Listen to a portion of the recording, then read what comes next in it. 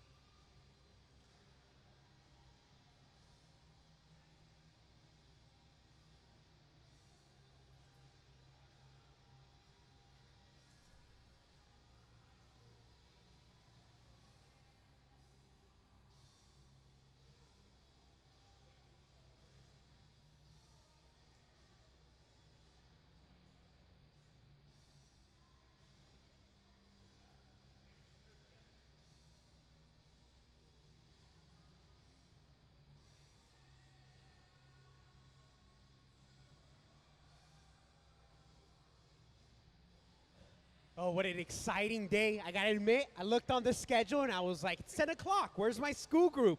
But I'm really excited for you all to be here. I'm gonna wait a few minutes for all of us to settle down.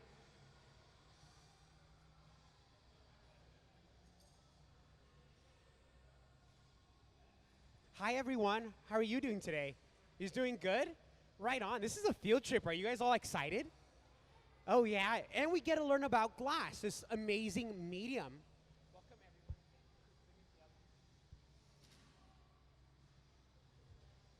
everyone. Oh, of course. All right. Well, it looks like we're almost already here. I want to introduce myself first. My name is David. I am a local glass worker, and I am more than happy to share my knowledge and experience of this medium. So if you have questions, just raise your hand, let me know, and I'm going to come right on over, and I can answer any questions that you may have. But yes, the process is on our left-hand side. Let's introduce Sarah. She's already started the process by gathering hot molten glass. Now, let's just take a step back and introduce where this glass is coming from. Now, our glass is being brought out of our furnace on your left. Although we do have two of these ovens, they are both about the same temperature as lava.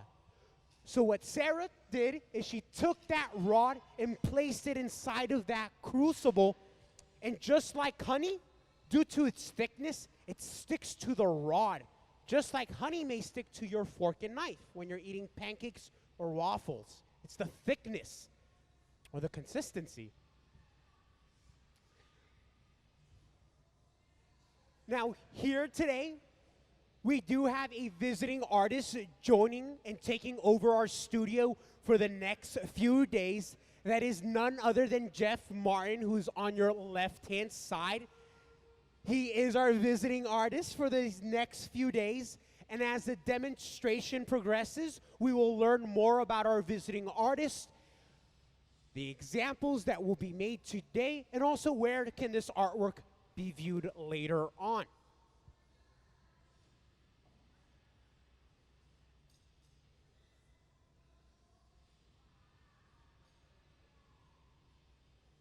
Now, hopefully I don't lose anyone just quite yet, but again, if I do, raise your hand, let me know. I expect a lot of questions from my school group. No pressure, but kinda. Usually my school groups keep me very occupied. With that said, you have a question up there? Yes, my man, how can I help you? This is your first time being here? Well, welcome. I hope you enjoy it. You said your mom's been here before, so you can always join us every third Thursday. We're free from 5 to 8 o'clock. It's always a good day, too. What's up, my man?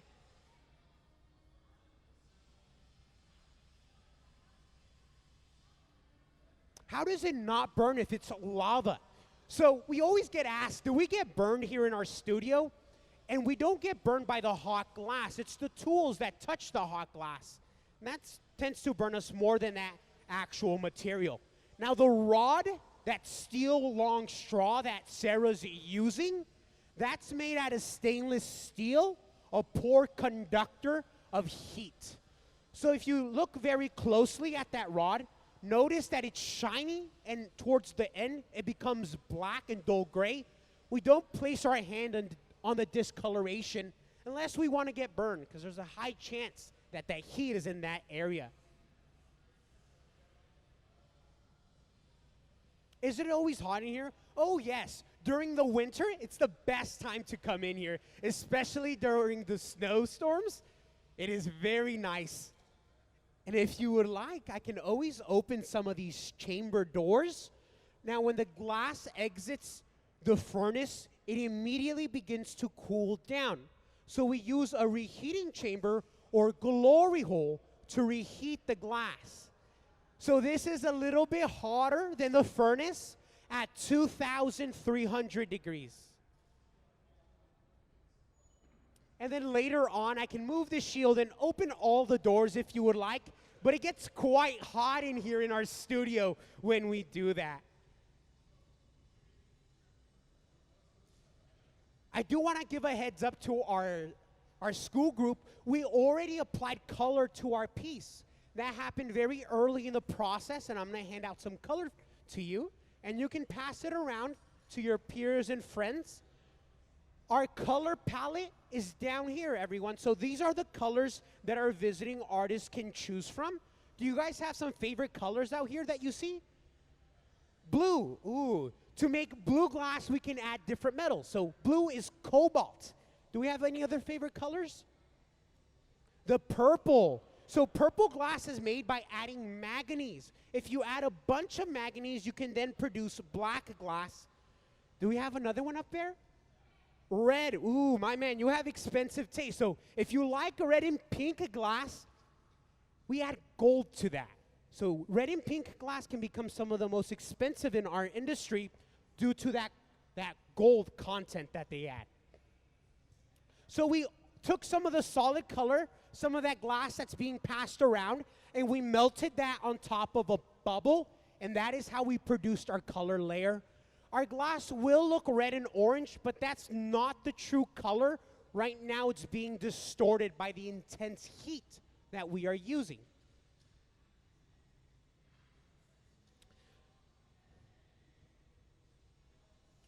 Once again, I'm slowly going to introduce each team member that we have here alongside our visiting artist. But we began on the left-hand side with Sarah. She is our starter, and she then passes it on to our gaffer. Now that is Ben. Ben will be in charge of translating these pieces.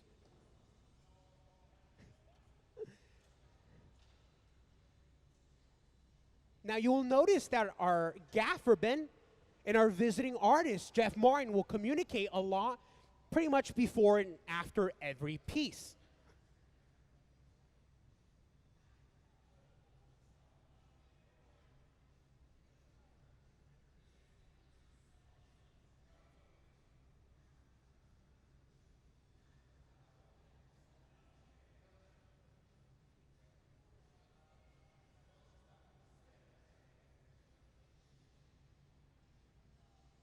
So if you're done using the color, I can take it back to the front here. Thank you.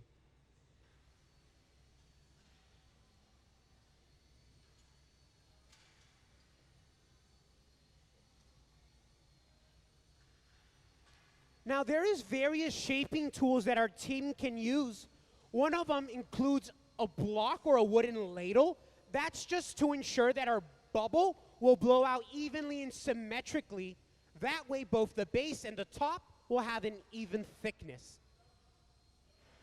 Now this is some of the glass blowing that we're seeing now. One of our team members standing by to blow air as our gaffer is squeezing down a constriction or a break-off point. This is how we will separate what will be the usable glass, our piece, from the steel rod itself. And I know our piece doesn't look anything like the shape that will go inside of our molds, but we are already thinking ahead of the process. But we will be gathering another layer of molten glass.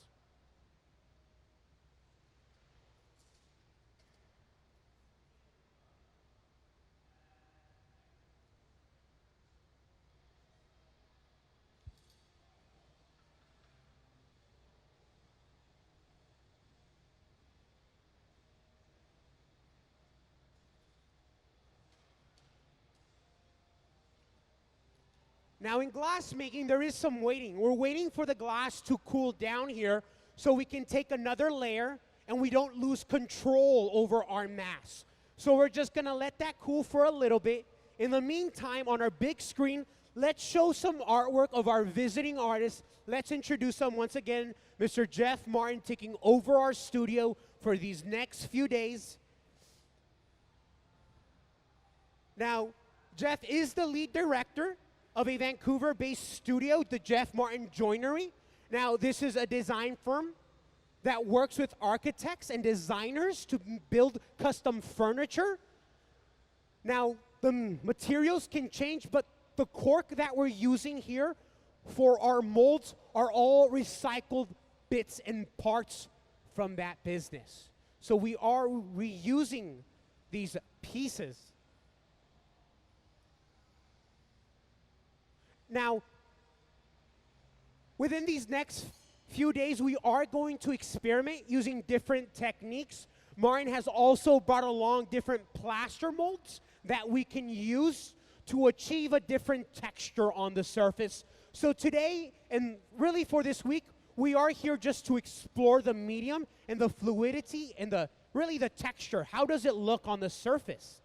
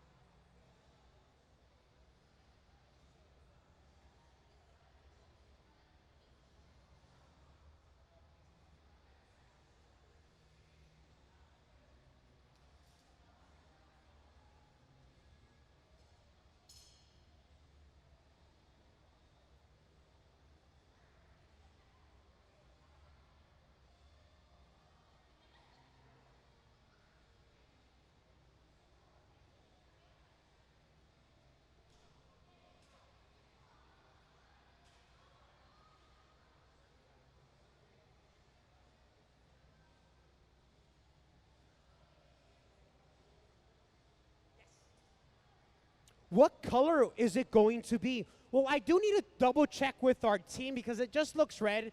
I don't want to guess at this stage yet. You have a question?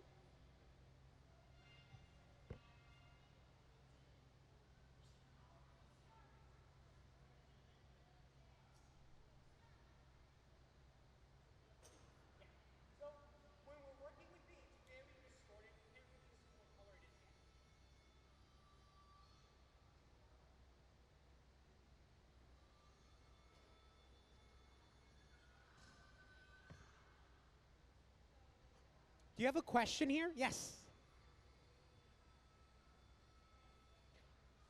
How much time do we spend on something? It really depends on the piece itself. Our piece is going to be done within 15 minutes or so, maybe even less. Now, we do sometimes spend a whole day just making one piece, so it really depends on how complicated that sculpture or form is. You have a question here? The metal rod, how does the glass stick to the metal rod? That's a great question. So we preheat the rod, so we're looking for a little bit of red and orange glow, and that's telling us that the glass can adhere with the rod. If we gather on a cold rod, the glass just falls off. It doesn't stick. So the secret is to get it hot.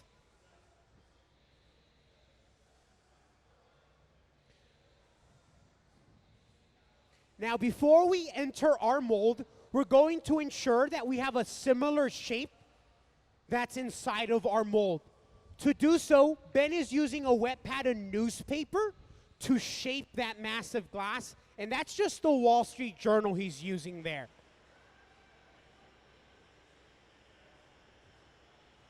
Question at the top.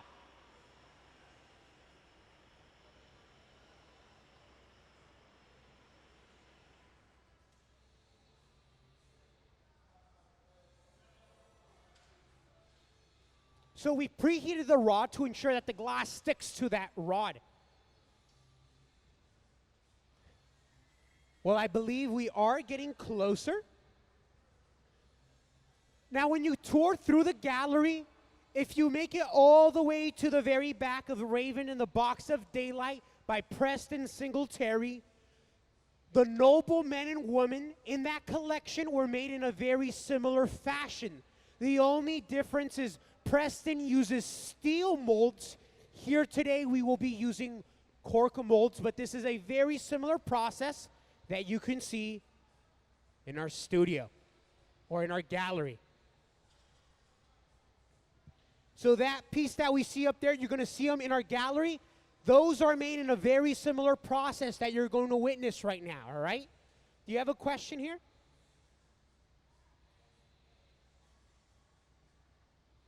So what happens if the glass breaks off in those things? We rush to get it out and we start all over again.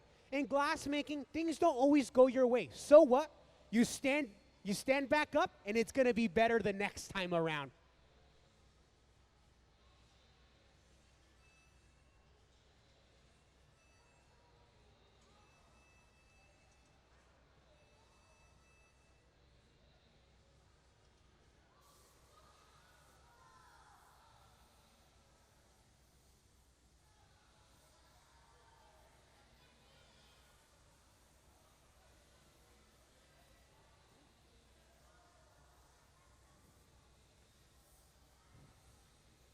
So this is cork, sweetie. This is the material that we are using to shape our mass.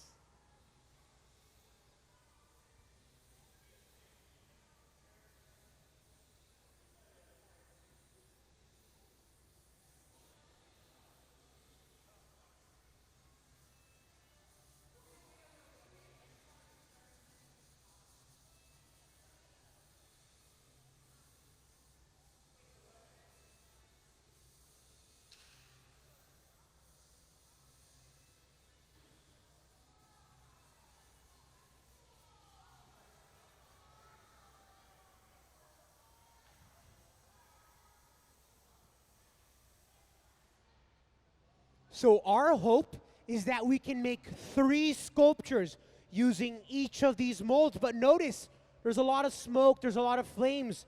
that cork is slowly degrading, and that shape will change our sculpture as we go along with this process.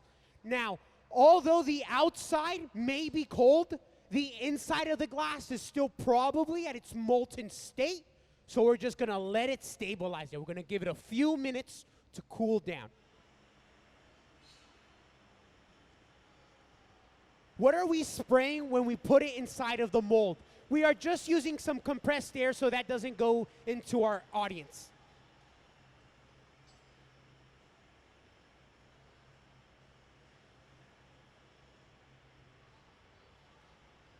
Ooh, I know we have some questions right now. So you have a question at the top, my man?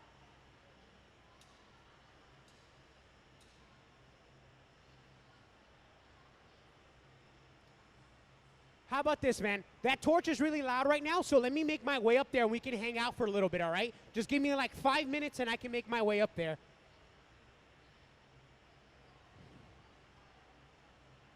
So, I do want to point out the Museum of Glass design cone shape. At the very top, we've turned on our fan to accelerate the hot air rising and all the smoke to really escape our studio.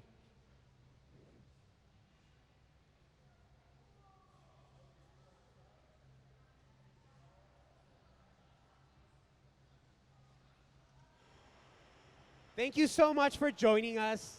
You enjoy the rest of your afternoon. Again, my school group, I'm gonna make my way up there here in a few and we can hang out, chill, talk about the medium. But if you have questions in the first row, right now is a really good time before I dedicate my time to the back row.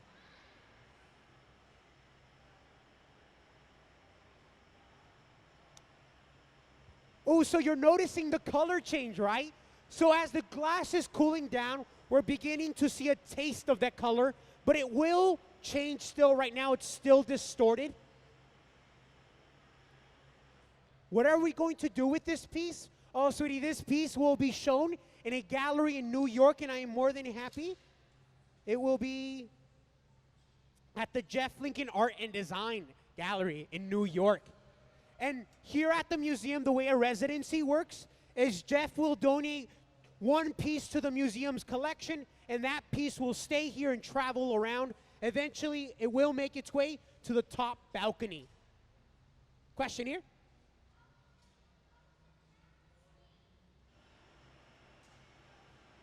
How is there that much steam in one of those glass? It's just the heat. The heat has to go somewhere, so it's transferred into the cork. How are we going to take the glass off? That's a great question. So notice what we are heating up right now. There's like a weak spot, a constriction. That's where we will add a little bit of water to force it to break free. Why is it turning green? Once again, the true color is now beginning to show. This whole time it's been distorted because it has a lot of energy. Does it change because of how hot it is? You're exactly correct. I am going to make my way to the top right now so I can answer some questions with them, all right? But do you have a question before I head off? What are we going to do after we're done with this? We're going to keep the process going. We're hoping to use that mold 3 times today.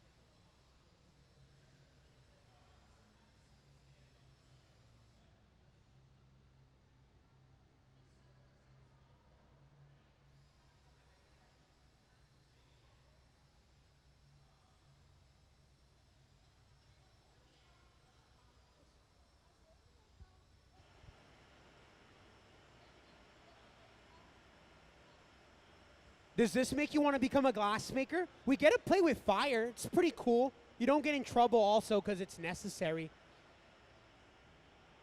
Do you guys have other questions? What's up? You guys having a good day? It's Thursday, right? You guys excited? I'm pretty excited too. It's almost Friday.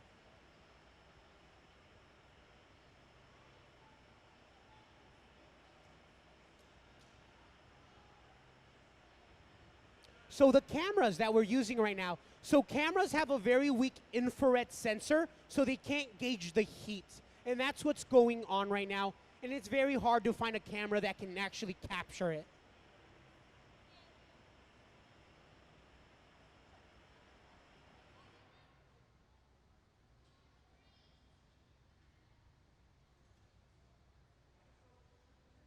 So notice right now that we haven't been doing too much. We've just let it cool down. So the inside of that sculpture is probably still its molten state.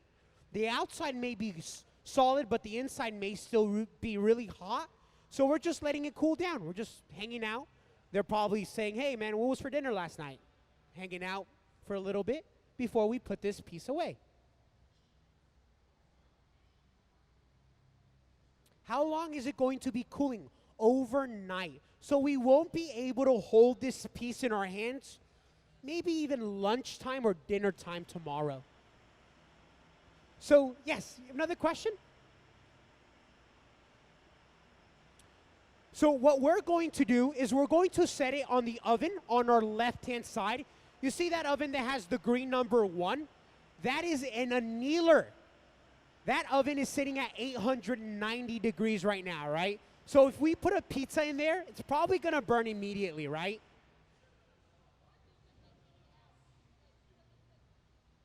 We could heat it up if we put it in there and then took it out very quickly, you're right. For 1 second. Ooh, that might be difficult though, but anyways, that will be the home of everything that's made here today. So if it's left out in the open, it just breaks and cracks because it gets too cold too quickly. Now we noticed that one of our teammates all the way on the right, we have Maxine. He is suiting up in a protective layer. So he has a welding jacket. He's going to be wearing face protection and also Kevlar gloves. This is a protective layer that we use because we're gonna hold that piece. We're gonna grab it, cradle it like a baby into that oven.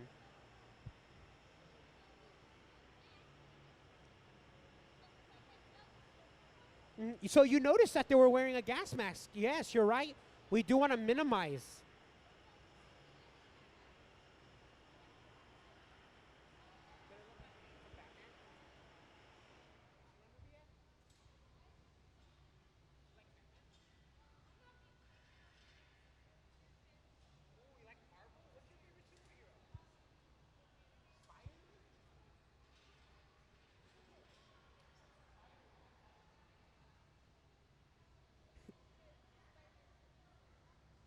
He's a good one. I'm excited for the new movie. All right. Well, Hulk is better. That's a good one too. So our piece is nearly complete. A slight tap. Sarah is just removing the sharp edge on the very bottom. And what a beautiful piece. Can we give a round of applause to our visiting artist, Jeff Martin, and the whole Museum of Glass Hot Shop crew? So remember, that piece will not come out of that oven until tomorrow. So we can't hold it, view the actual color until tomorrow. So it looks like we have some questions on the other side, so I am gonna make my way to that other side.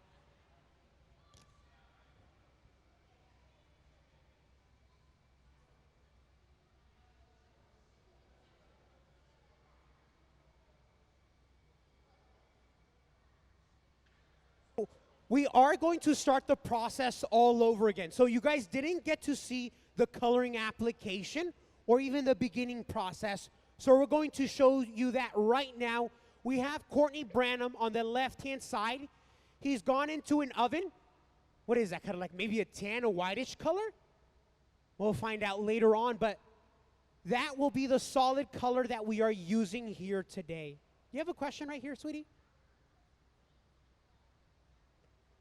How long does it take down to cool down the sculpture? I would say about 12 and a half hours. It depends on the thickness of the glass. So if I make you a cup, it can only take maybe 10 hours to cool down. But if I make you a giant cup, it may take days to cool down. So it all depends on the size.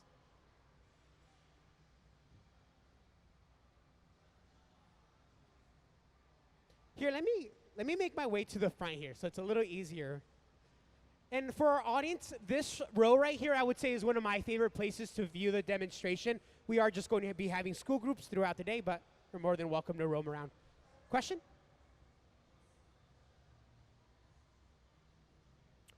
Do we always...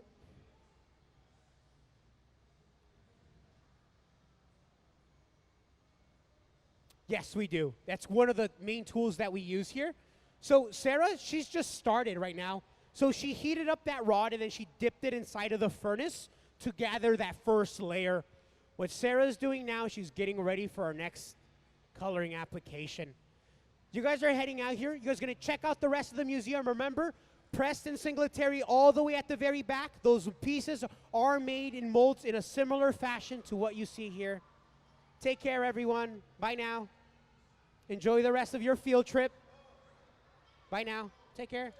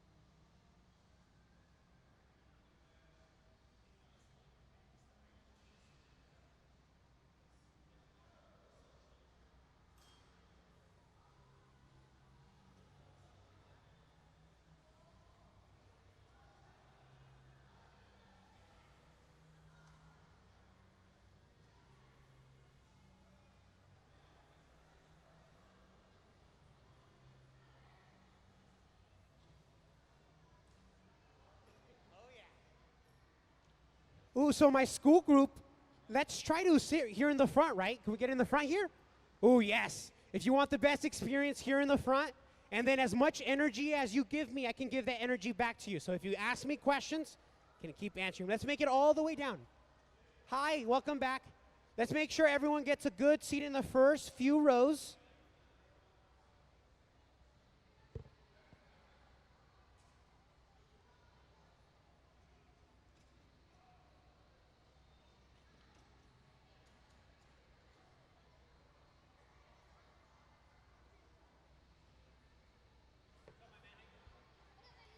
What's up, my dude? What's up, my guy?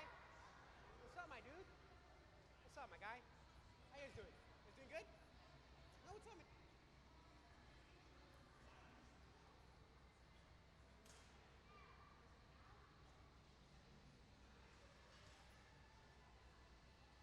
Hi. No, I didn't. Oh, yes, I did. Welcome back.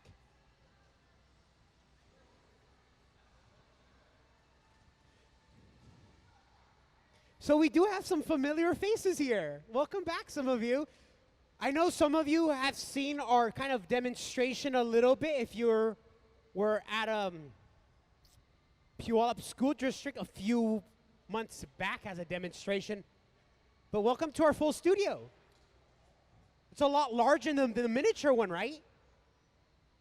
So the one that you saw was on wheels. It's a smaller version, but look at this size. I mean, this is incredible. This is not your average studio, by the way. This is on the large scale, and we have artisans that rent out this studio just to get their hands on the oversized equipment that we have. What's up, my man? What's on the end of those rods? Let me introduce you to the team and the process that we're going to be working on here today. Let's begin with the glass blowing process. Now, we have just applied the color, everyone. Let's begin by introducing Sarah. Now, Sarah has a blowpipe. She introduced an air bubble, and she placed the first layer of color on top of that bubble. What Sarah is doing now is she's using the steel table to push and spread that color layer evenly. If we don't take our time or we rush through this process, we may end up with different saturations or densities of color. So one side may be super red and the other side may be light red. Want to make sure it's even. Now, if you do have questions about our demonstration, my name is David. I am a glass worker here in our community. I am more than happy to share my knowledge and experience of glass blowing.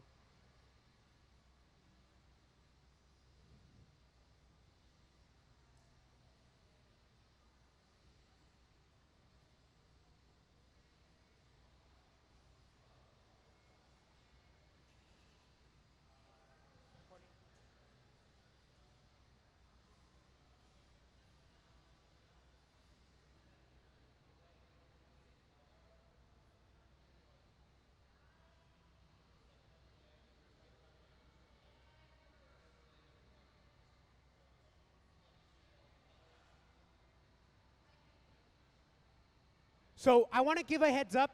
I do know what colors we are going to be working on next. Sarah right now has a pink color. We are going to coat that pink color with a brown color, and then we're going to coat that in a blue color, all right? So the way that we use color, you guys have a really good view, but this is our color palette for our residency here. I'm going to pass out a little bit of color, and I'll start it off right here. But you guys get to view some of the other colors. What's your favorite color, sweetie? This blue right here? Ooh, this blue is nice. So to create blue glass, we can add cobalt. We're going to pass around a little bit of color so everyone can view and hold the actual color. To create green glass, who likes green glass, by the way? All right. So if you have your hand raised, we will add chromium or iron. We're just adding different metals. You like this color? It's nice, right? The blue one, that's a nice color. This is your favorite color? This is a nice color to have. I like this one too. What about this one? Don't you like this one? This one's more like traditional blue. You like that one? All right. So once again, we're just adding metals to make color, and we don't make color ourselves. We buy it from a manufacturer. So we go online, and we can buy this online or in person. It's like going to a candy store, though. It's really fun, except I always end up spending way more than I should. What is this right here? So this is a plaster mold. Our visiting artist that we have here is Jeff Martin. Jeff is in the black t-shirt on our left-hand side. He's coming all the way from Vancouver to take over our studio for the next few days. So we are translating all his ideas into glass. So we have a professional hot shop crew here that can make anything your heart desires. Every year we will host about 40 visiting artists. Now, all the artwork that's made here at the museum belongs to them, but one piece will stay here and eventually be displayed at our top balcony.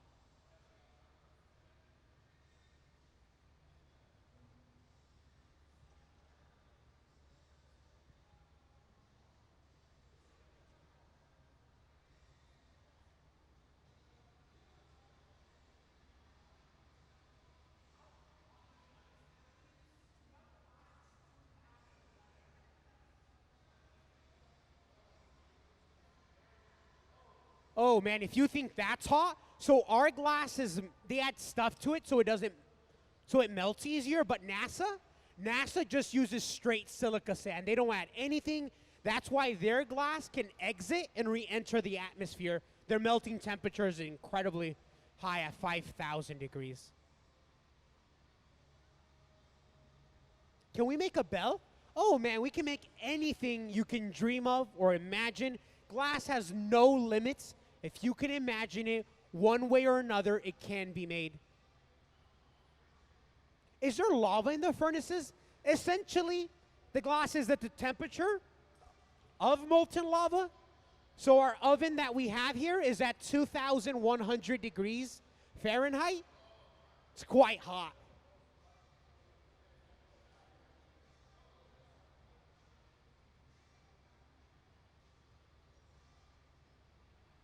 Actually,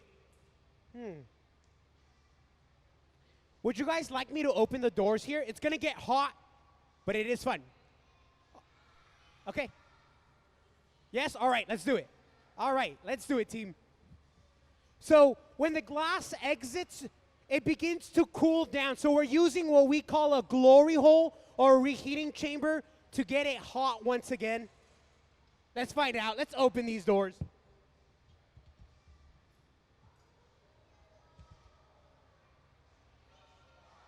It is quite hot, right?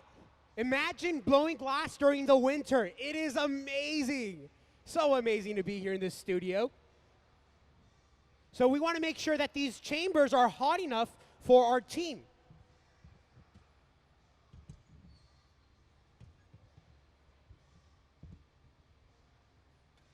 So these ovens that I just opened, this oven is turned off at night. It takes about 2 hours to get to its 2,300 degrees.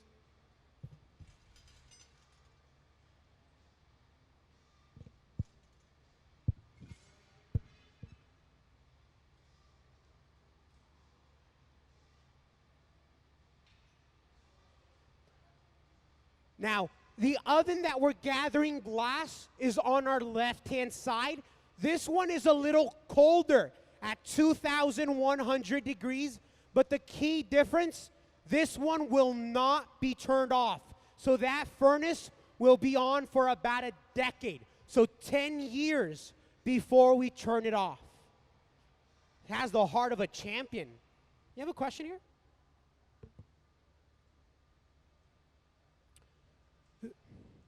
So what's inside of there? It's lined with fire brick. It's a very porous brick to insulate and keep the heat inside. Inside there's like some cat litter, I would like to say, or sand. That's so if glass falls in there, we can just grab it and it doesn't stick to the brick that's inside. How do we grab it? We just turn it off and we can pick it up in the morning before we turn it on. A unicorn where? You have a question? Do we have the color gold? Oh my God, they create this color. It's super expensive. It's like over $100. I haven't bought it yet, but it's like glitter and it's gold. It's amazing. Super expensive, but it's really nice. Glitter gold, that's a good way to call it. So unfortunately, these are not mine. These are our visiting artists. Now that bar that I was passing around, that's mine, or the museum, so I'm not worried about this, but this is our artist. So we're going to let him keep his color.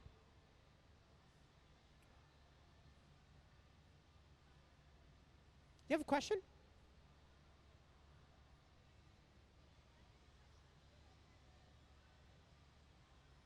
Why does it look like magma when we open the doors? Because the glass is essentially at that temperature. It looks like a volcano too. The studio kind of looks like a volcano too, right? So the Museum of Glass was designed by this famous Canadian architect, Arthur Erickson, and he designed this building after Tacoma's history. So here in Tacoma, where we're located at, there used to be a large lumber industry. So they used to cut a lot of wood here. Now, with such a large lumber industry, they burned a lot of wood in a burner similar to what we see here, and that's where our architect got this design for our studio. Can you hold it again? Oh yeah, man, what's up? Just make sure it doesn't fall. This right here? So, by the way, I want to give a heads up that our visiting artist on Sunday will have a lecture here. He's going to carve one during his lecture as a demo. So if you're interested in how this is actually made, how it's carved, we're going to be showing that Sunday at 2 p.m. And we are using primitive techniques to carve into the glass. And these molds take about 1 day to make. The plaster molds take about half of a day. Now, have you all seen the galleries yet? No? All right. Fantastic. So, one of my favorite is The Raven in the Box of Daylight by Preston Singletary. If you make it all the way to the very back of the gallery, there is noble men and women. Those pieces are made in a very similar fashion to what you're going to see, all right? So Preston, for those pieces, uses molds. The only difference is that Preston uses steel molds. Today, we are using cork molds. What's the difference? The difference is the cork we can only use a few times, while the steel can be used an unlimited amount of times. But there is a great price difference on how much it costs to make one of those.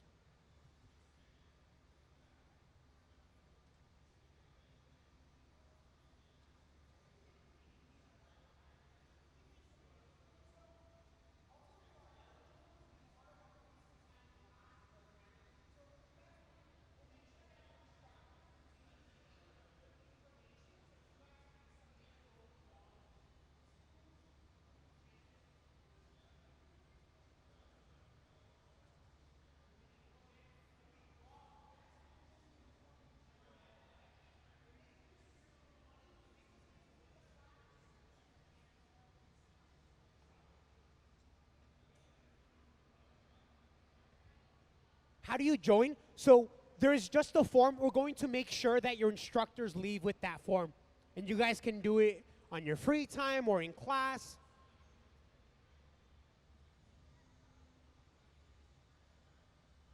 Yes. Yes, exactly. So you remember that one of your peers won the drawing, right? So we made that piece out of glass, and that's what's going to be happening here also. So our kids design glass pieces. All right. So the way that it works is if you win, we invite you to come to our studio, and we will give you one of them. We make two. One will be given to the child, and the second one will travel around the United States and even in our museum. We have a traveling collection right now at the SeaTac Airport. Oh, let me take some questions from the back. I'm sorry here. How long does it take to make the statues? Like, which ones are you referring to? Like the ones that we're making right now? These will be done in, I would say, 30 minutes or so.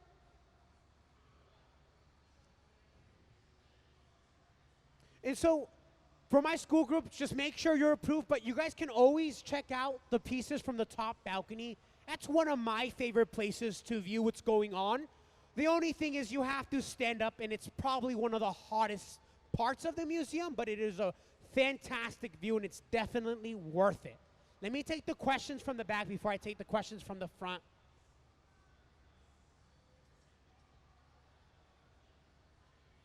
How long does it take for the glass to cool?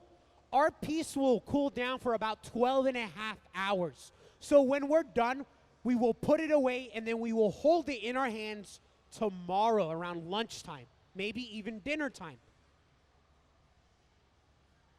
What do we use to make the glass?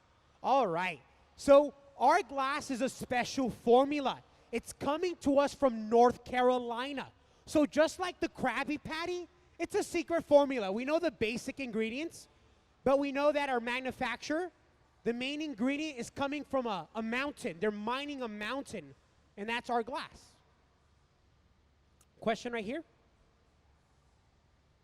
Hi. Is some glass made out of sand? Yes, it is, but we're using high quality sand. The purest form of sand there is, which is silica sand, or it's being mined from a mountain once again. So let's take the questions from the front now.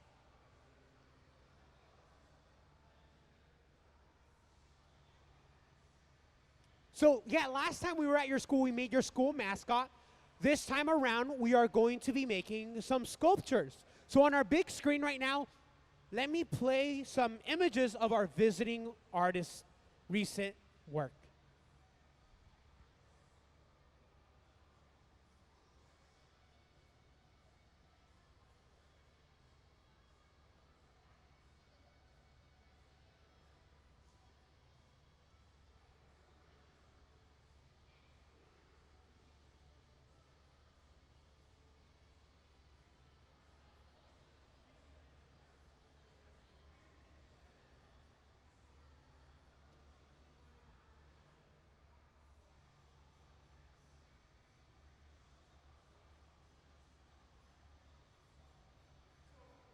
On the end of those rods, that is hot molten glass. So Sarah went into our furnace, gathered or collected another layer of the molten mass.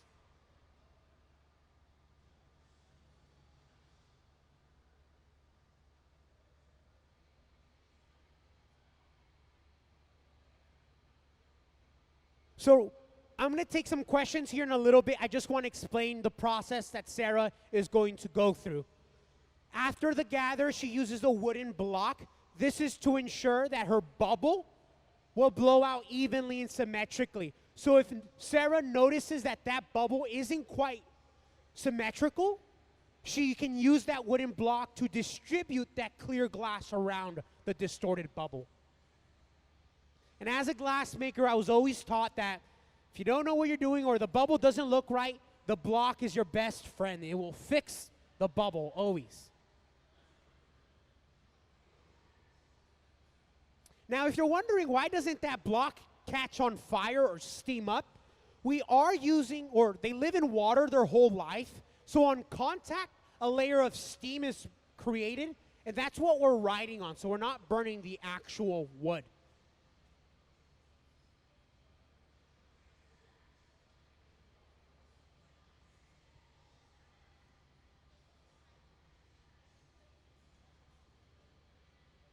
You're exactly correct. So Sarah gathers more glass so it can become bigger, and then she cools it down so she can gather or have the ability to repeat it. Do we make our rods or do we buy them? So a lot of this equipment that you see here is made by professionals. So we buy this equipment. And they have some amazing technology out there. The rod is made out of stainless steel. It's a very poor conductor of heat. If you take a close look, notice where Sarah's hands are located.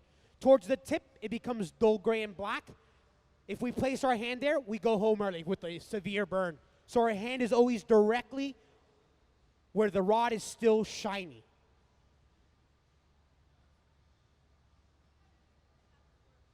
Do we usually have to wear gloves? It depends on the size. These are professional glass makers, so their body is acclimated. They're just used to the heat that we're working with.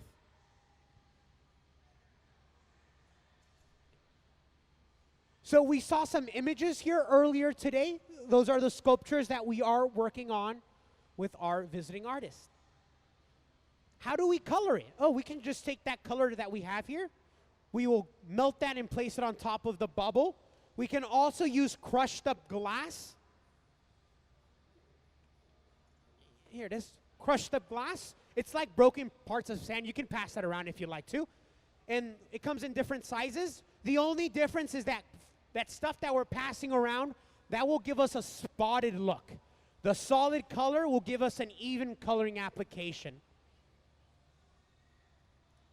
We're gonna follow this next process. So let's answer your question because you haven't asked the question yet. So what's the liquid she's dipping the glass into, or the wooden blocks?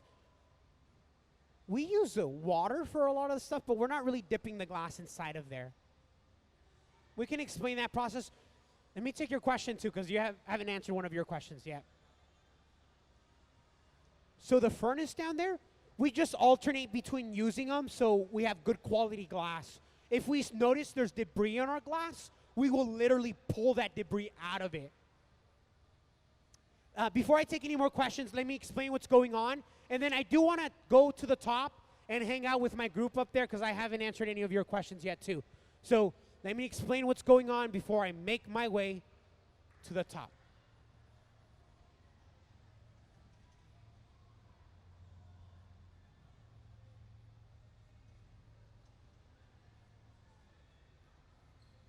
Ooh, my next school group is joining us. Welcome everyone. We are just getting started with our process. Sarah is going into our furnace sitting at 2,100 degrees to gather or collect another layer of the molten mass. So notice when Sarah exits, the size of the glass has gotten a lot larger, and it's due to the consistency of the glass that we're able to collect it.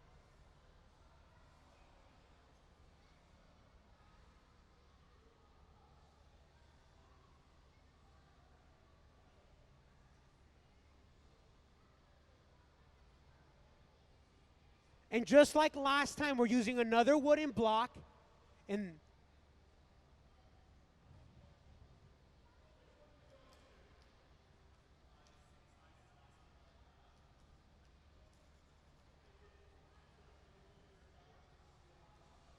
So I'm just gonna take another round of questions, and then I'm gonna hang out with my group at the top. All right? But I can come back down later. Okay. I'm gonna go up there right now. All right, everyone. So we can just take the first 2 rows here. You have a question? What do we use to power the furnaces? We use natural gas. We have a direct line with our provider. Do you have a question?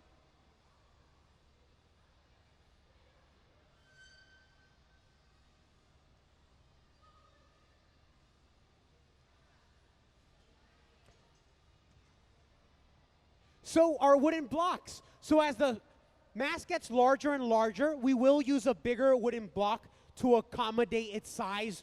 We are going to take one more layer of clear glass. But before we do that, we are going to create a break-off point.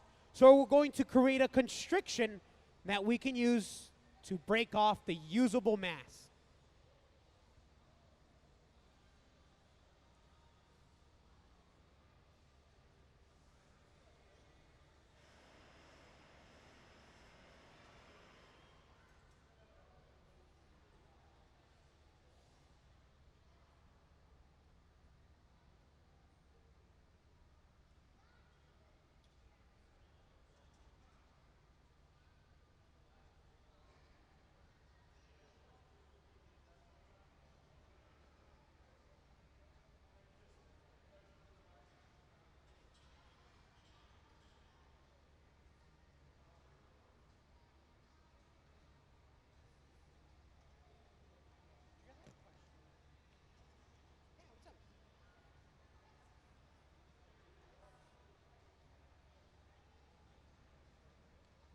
Oh, how do we get the cameras to zoom in? You notice that clear window up there? We have an AV crew. They're always working long and hard at all hours. You have a question? What are we making? Did you notice the sculptures that you saw when you entered the museum? That is what we are going to be working on here. We're exploring the medium using different cork molds.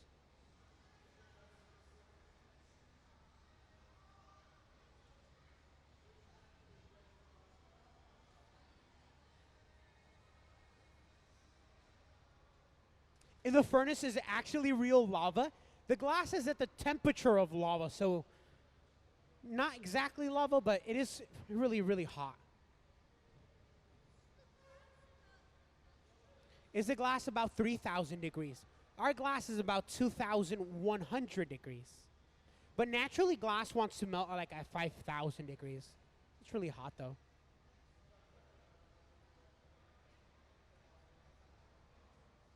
Do we have to stretch glass to make thin glass? Oh, yeah. So the thinner the glass is, the more difficult it is. So if you notice something that's really, really thin, it takes a lot of practice to be able to make something like that. Is it hot down there? You know, I would say where I stand, it's not really. I would say the top balcony is one of the hottest points in the studio just because hot air rises. And even where we're sitting right now, I would say this area is actually hotter than when I roam around. Directly below us, there's an air system, so there's constant fresh air going into the hot shop floor. You can't really feel it up here, but if you put your hand over the rail, you can sometimes feel the breeze.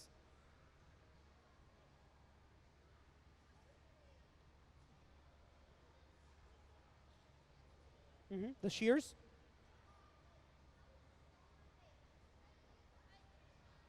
So the shears that we use, can they cut giant glass? They're just like a normal pair of scissors, but they're just extra sharp. I sometimes use mine for like wrapping presents when I can't find scissors, because for some reason I can never find scissors. All right, team. I'm going to head up to our school group at the very top, but if you guys have more questions, I can make my way back here, okay?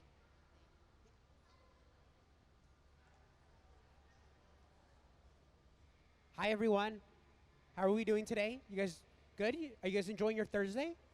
Right? Ooh, it's almost Friday, and you guys are on a field trip. You love it, right? I love it too.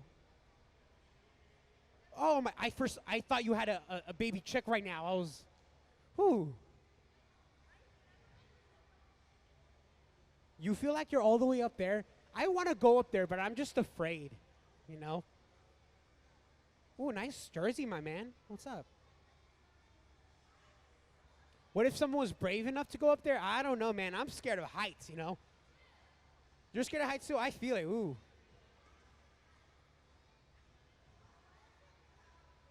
So why is it purple on the screen right now? That's a great question, buddy.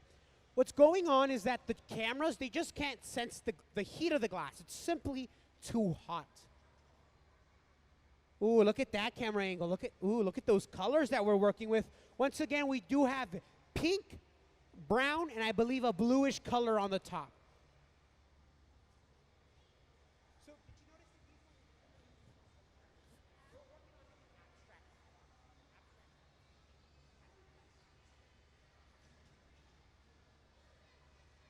This is your first time here? Well, how do you like the museum?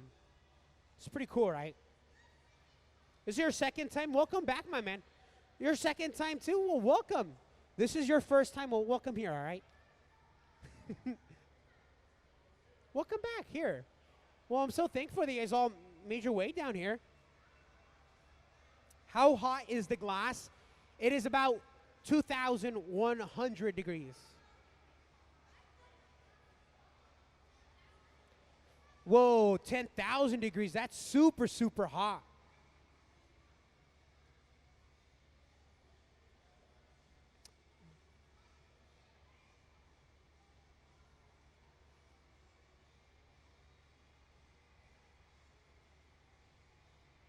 So you know what's funny? I would say that the higher you get in our balcony area, the hotter it gets.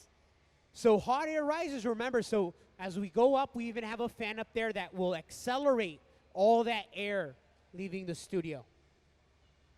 Oh, you guys check this out, everyone. On our right-hand side, we can say hi to Nick. Nick is charging our furnace. So we have paper bags. Inside of those paper bags, we have silica sand, soda ash, and lime. Those are the three main ingredients to our glass. And that's what we will do all day until we have 1,000 pounds of glass inside of there. I would say we get rid of 2 boxes every 30 minutes.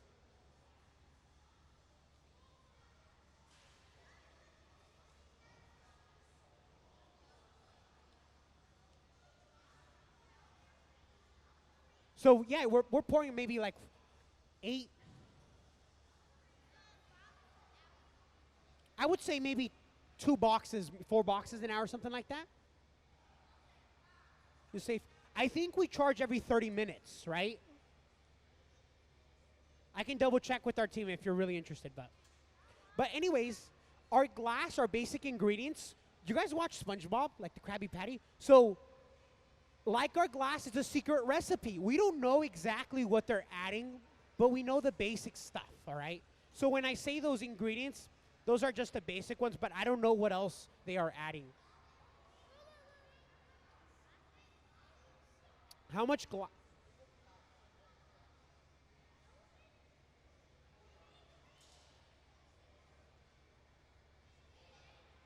All right.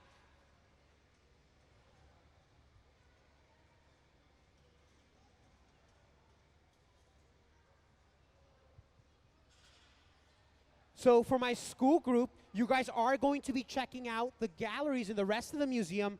Once again, make sure to look at the very back of the museum. That is a very similar process to what will be seen here.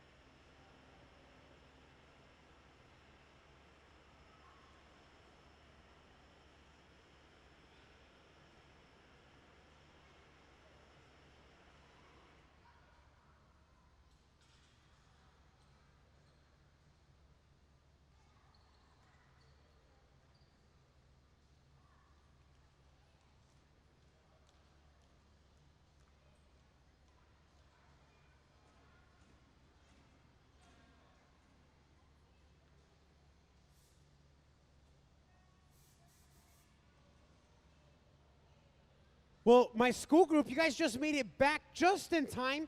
We are getting ready to enter our mold, so perfect timing, everyone.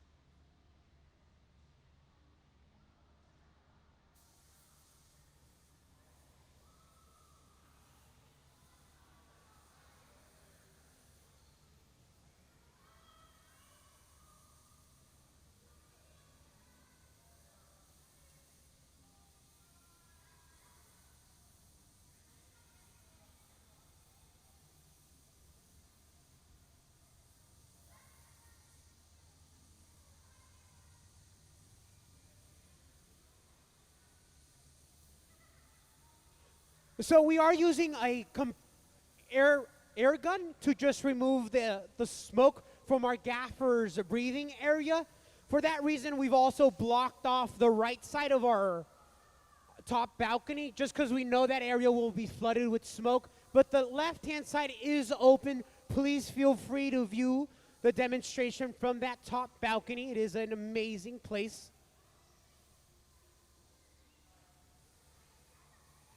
Now the artwork that is made here at the museum, one piece will eventually make its way to our permanent collection. The rest of this artwork will be shown in a New York gallery, the Jeff Lincoln Art and Design Gallery, later on.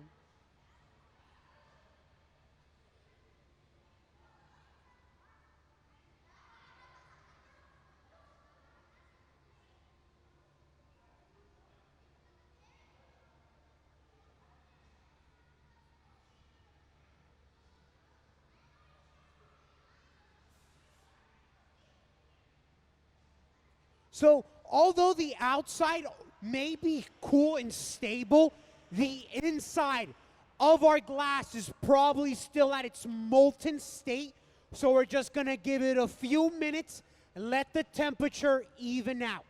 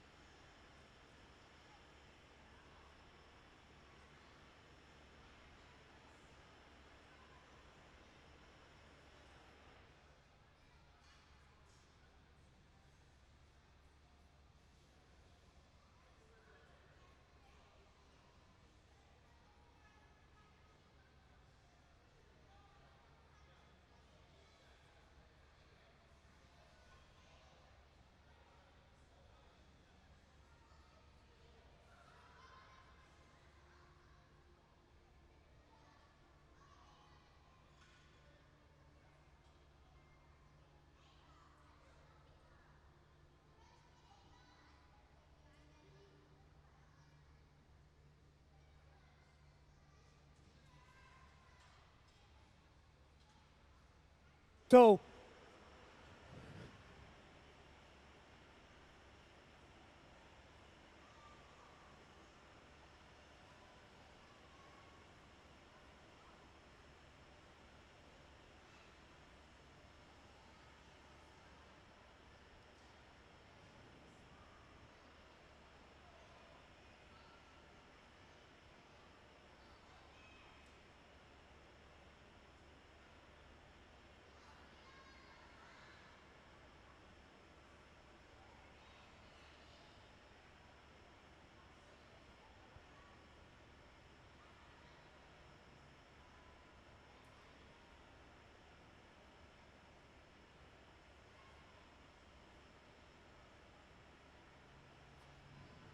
Well, our last and final step is to set it inside of the annealer. Now that's the oven on our left with the green number 1. We're just ensuring that our piece is cooling down evenly, both on the inside and the outside. But if it's left out here, it's just going to get too cold too quickly, and it can break, crack, or explode. So our annealer, our oven on the left, will eliminate the stress in the glass by slowly cooling it down for about 12.5 hours.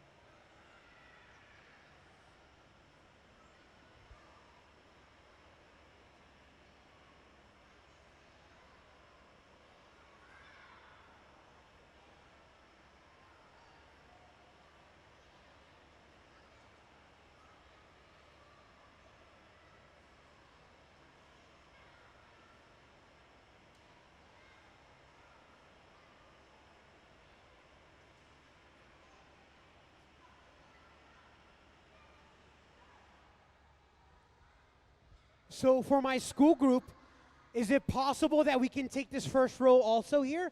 I just want to make sure you guys have a really good demonstration. And we can even create like a snake and make our way here. Thank you so much, by the way.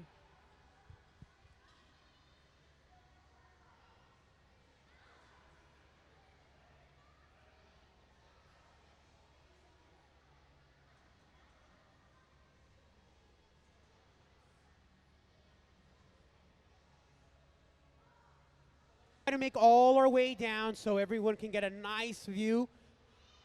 So by the way, our demonstration will begin on the left-hand side, all right? Because we are almost done with this one, but we will start back on our left-hand side.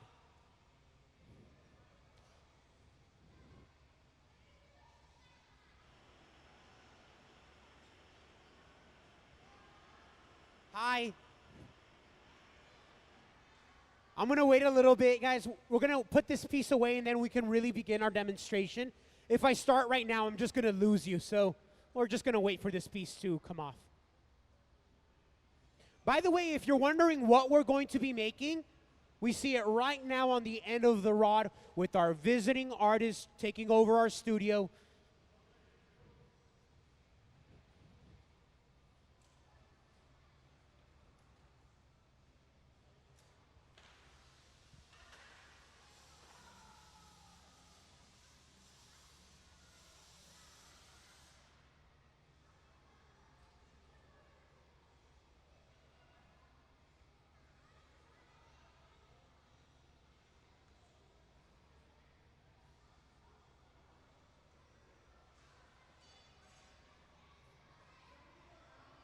To our visiting artist, Jeff Martin, and also the Museum of Glass Hot Shop crew.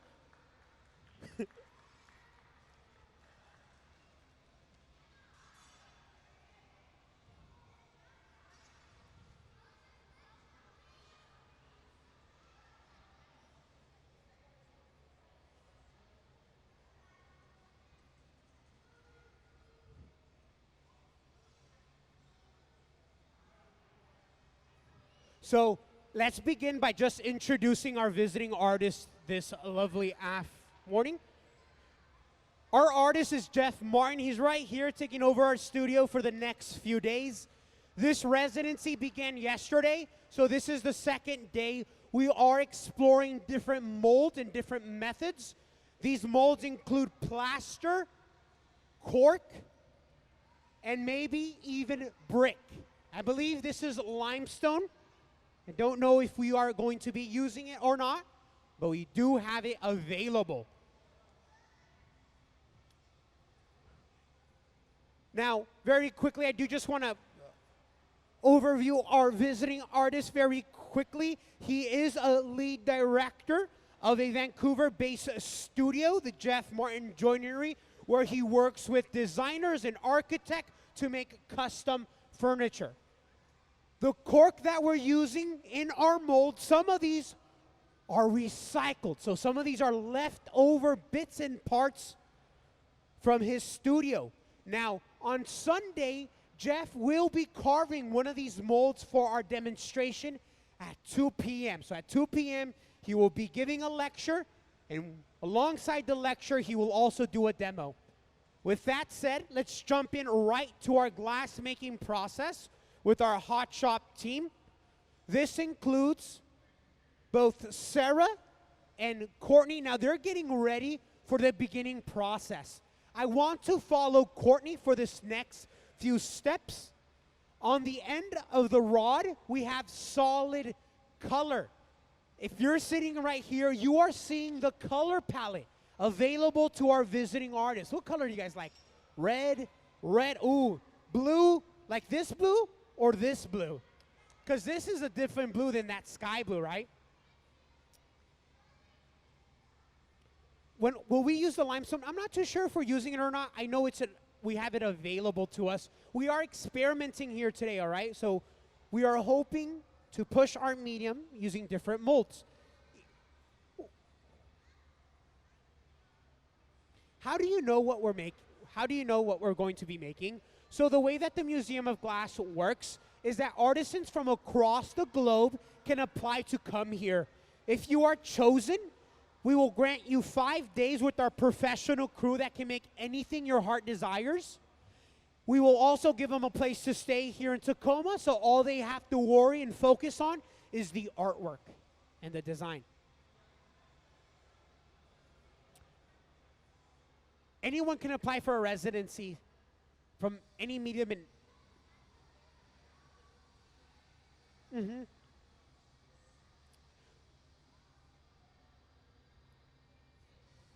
Okay, so very quickly, I'm going to answer a question here, but let's begin by passing around some color. I guess we can start off on this end.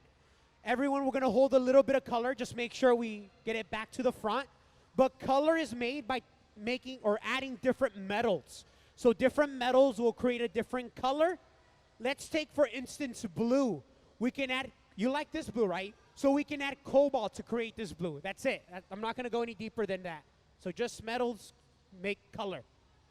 So down here, Courtney Branham, on the end of his rod, he has some of that color. It's up to our artists to decide either if they want to use the whole bar or they just want to use an inch or two. That's just going to dictate the density, how dense that color will look like.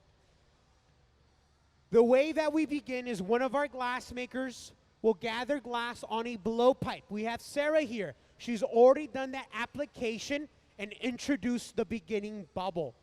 Our next step is to take the solid color and place it on top of the beginning bubble Sarah has made.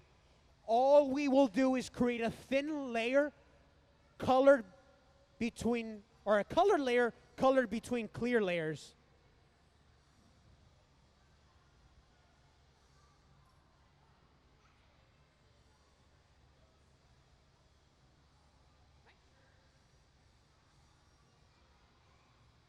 Ooh, let's check it out.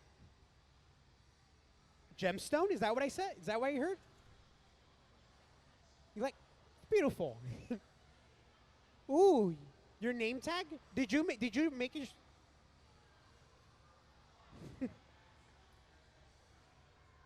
That's not your full name, though? Why didn't you write your full name? Is it long? It wouldn't fit? Oh, I understand.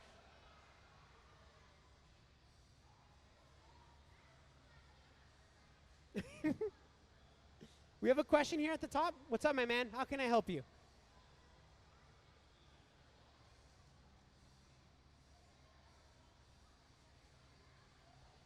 So, what is glass made out of?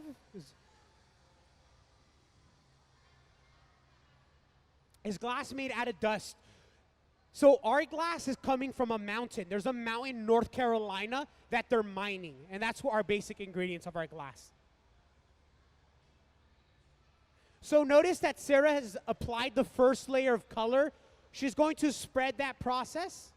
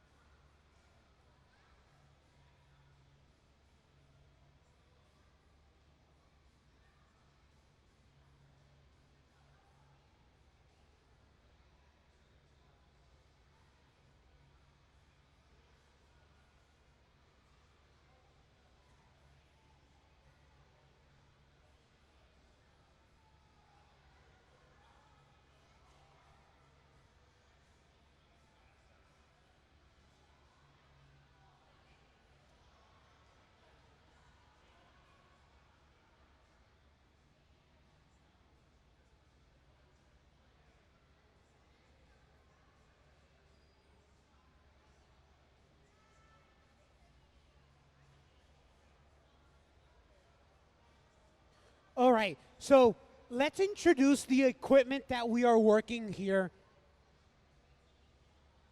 Now, this equipment includes a reheating chamber or a glory hole that's about 2,300 degrees Fahrenheit. So the longer we stay inside of one of our chambers, the hotter or the more bright red and orange our glass becomes. And I believe this is a pink layer that we are starting with. So does anybody like the color pink here? Pink? All right. You can raise your hand, because if you have your hand raised, it just means you have expensive taste, because red and pink glass are made from gold. So we will add actual gold to clear glass to create both red and pink. Yes, sir.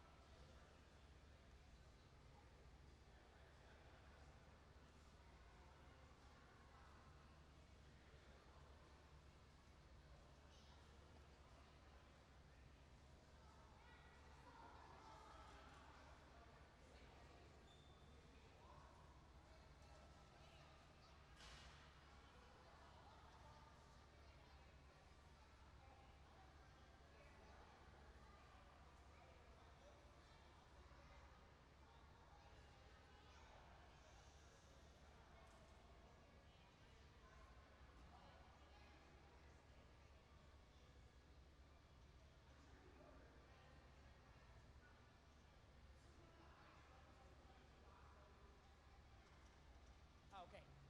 You know, you should tell her to intern here. So we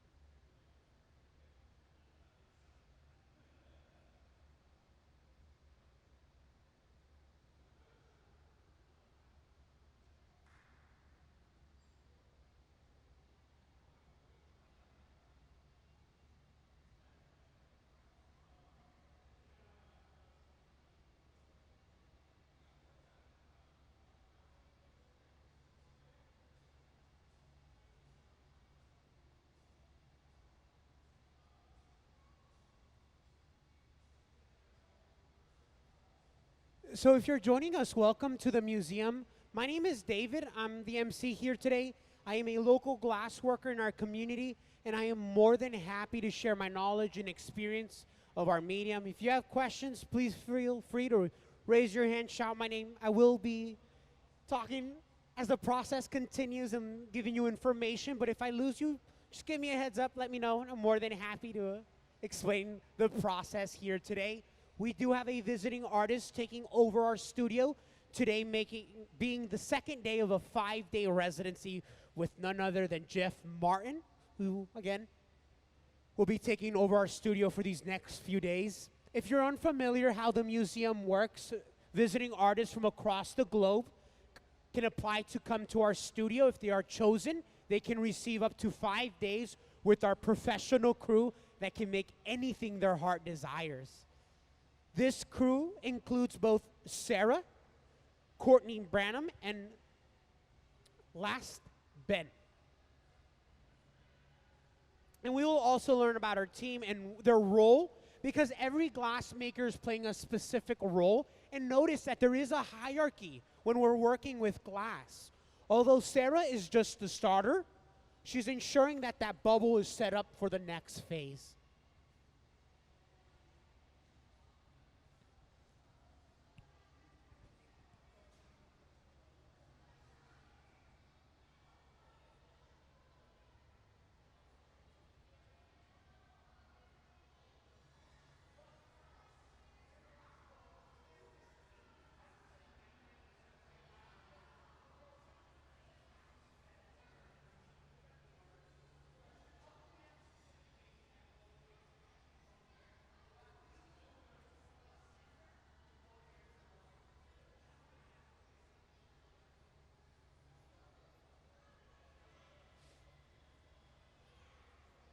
Got my school group. Hello, everyone.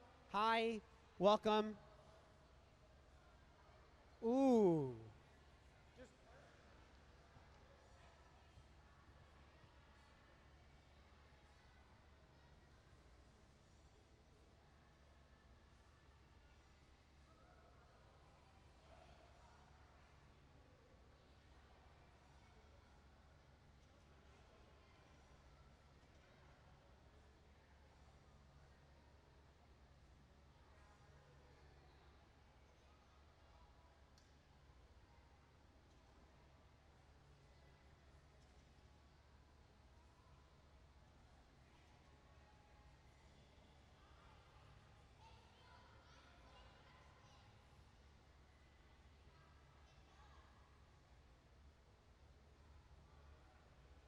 You're joining us. Welcome to the museum, everyone. One of our teammates, she's getting ready to gather another hot layer. Very quickly, we have a furnace. It has 1,000 pounds of molten hot stuff. Hi, everyone. What's up? How you guys doing? You guys having a good Thursday, by the way? What's up? What's up, my man? If you guys have questions, let me know, all right? I'm more than happy to share my knowledge, my experience about glass. How are you guys doing today? How do we make it? So the beginning glass, the actual sand that we're using here, it's being mined from a mountain. Out in North Carolina, there's a mountain that they're mining to create the glass that we are using here today. So this is a very high quality glass. What gave me my interest to working with glass? Well, luckily here in our area, our Tacoma area, there is glass blowing program. So I was lucky enough to begin to work with glass when I was about in 8th grade. I did it for fun. I never thought it would be my career. I just did it because I got to play with fire and do a bunch of fun stuff with it.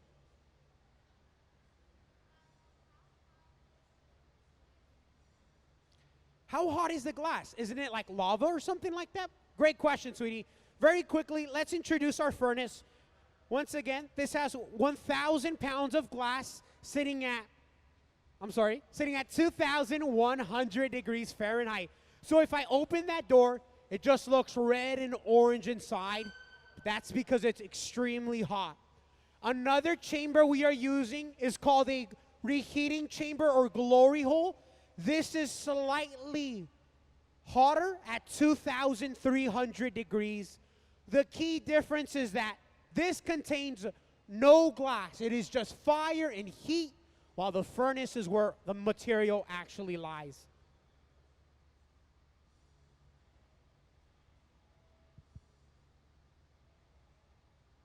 Well, there's various ways that we can apply color to glass. We can apply solid color. So if we notice here, there's some color, right? This is our color palette that our artist has come to the museum. If you like red, white, we have all that color right here. The way color is made is we add different metals, all right? So different metals will create different colors. If you like red glass and pink glass, we will add gold. Gold will create red and pink glass. And that's as much as I want to go in with the metals, all right? Because I don't want to confuse you. I am going to pass around a little bit of color so you guys can hold and inspect. So we will add metals. So if I was handing out a bar of pink, they would just take some gold and add it to clear glass. Among other metals too, but gold is the main one. Now another thing, or another way that we can apply color, if we take our color bar and we drop it on the ground or use a sledgehammer, we can eventually get powder or crushed up version of glass, which is frit. This is what we have here. So we've laid out some of our frit right here on this table. What will happen is when we're at the right phase, we're just gonna roll on the surface and pick up our crushed up bits of glass. The key difference is that this frit will give us a spotted look, while the solid color will look even.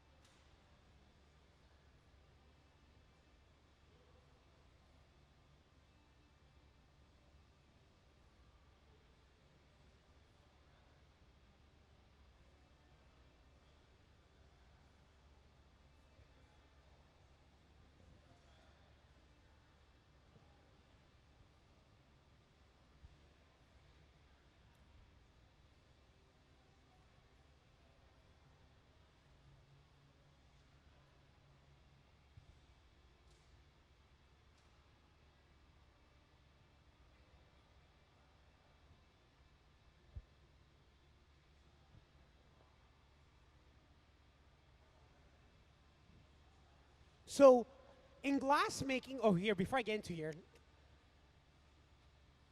how heavy is that? I would say it's no more than 10 pounds actually. Now, although that may not seem like a lot of weight, remember that it's on the end of the rod, so it can feel like you're going fishing with two bowling balls on the end. We're going to let this core cool down. So in glass making, there's a lot of waiting. We're waiting for the glass to heat up, and then we wait for the glass to cool down. In this case, by just letting it cool down, we are working smarter instead of harder. When we go back to our furnace, we can gather more glass, but more importantly, just maintain control over that hot layer. So we're just gonna give it a few minutes just to cool down, and then we can go back to our furnace for another layer. After that layer is attached, we can roll up our crushed up glass.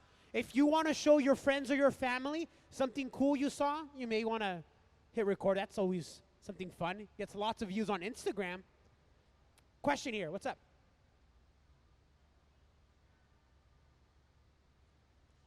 Which one?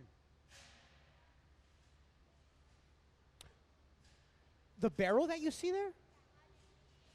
So the equipment that we have here, this is all from a professional, or I'm sorry, we're buying this equipment from this really great studio. We don't make it, we buy it. So our furnace will be on for about a decade, so 10 years before we turn it off. You have a question? Why do we have a fan? Oh, all right, so giving you guys a heads up. All right, so we're going to be using cork. Now, our visiting artist works with a lot of architects and designers to create custom furniture. Now, he had a lot of cork from building this furniture, and it happened to be that in front of his studio across the street, I believe, there was a glass blowing studio where he could use some of that leftover cork. And that's what we're doing here today. A lot of this cork that you see here is just remnants, leftover pieces of that process. So we're going to be using them. We're hoping to use them about 3 times before the cork has completely degraded. And this is what we are exploring here at the museum these next few days, is using none other than just cork, but also using plaster as a mold. Have you guys gone through our galleries yet? You guys went through the galleries? All right. So did you guys check out Raven and the Box of Daylight? All the way in the very back, there was noblemen and women, right? You guys remember that in the very back? So those up there, so those are made using a steel mold. So a very similar process. You will see how those pieces are made. The only difference is we're using cork molds here. But it would be a very similar process. Question at the top?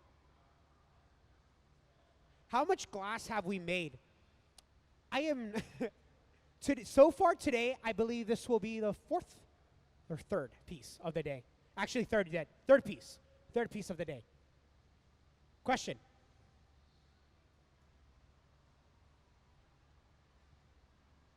So our fuel source, our furnace is never turned off, ever, ever, ever. If it turns off, that's really bad for the museum. We will do everything we can to ensure that our furnace does not turn off.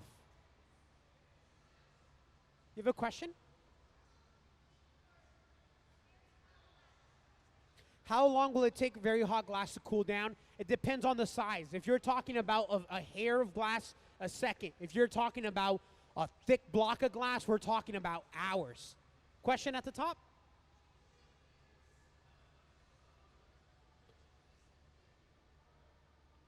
So the bigger or smaller ones, I can make a cup in like 5 minutes. But if you want a giant cup, it's going to take me an hour, all right? So it depends on the size and the complexity of the piece.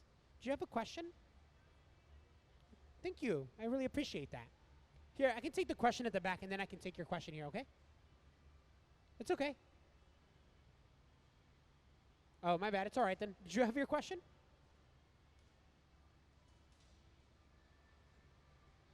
What would happen if what would happen if the furnace at the museum did turn off? Luckily, we don't have just one furnace, we have 2 of them. So we can alternate between using them. What is that big thing all the way at the top? So that is a giant fan to accelerate the hot air rising. We're going to be using cork, and that's going to smoke up the studio a lot. So we're going to see a lot of smoke here shortly.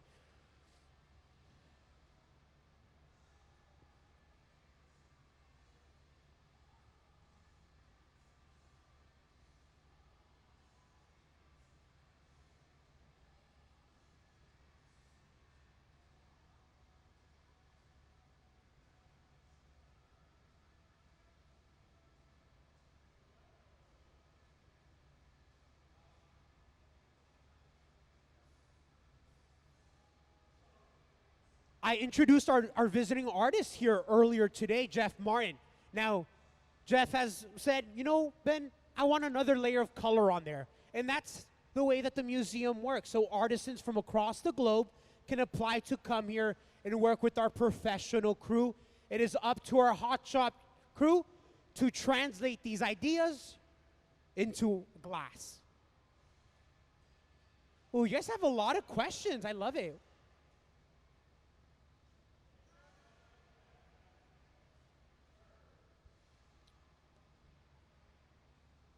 So our glass. So who showed us how to make this? So in glass making, you have to practice a lot.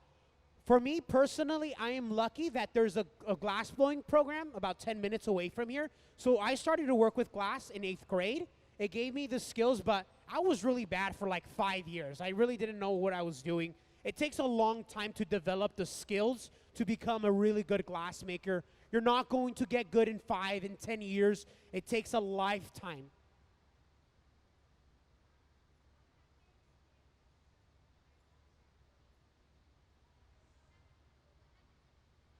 What happens if a fire happens? Well, luckily, I have fire extinguishers on the side. We also have a fire blanket standing by.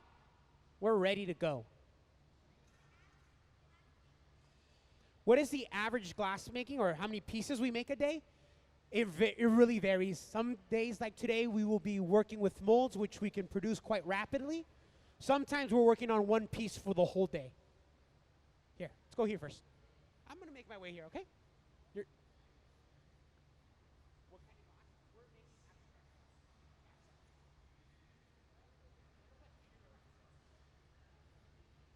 What happens if you burn yourself? Ooh, well, we have a first aid kit that we can hopefully help you with there, but at some times you do have to go to the doctor.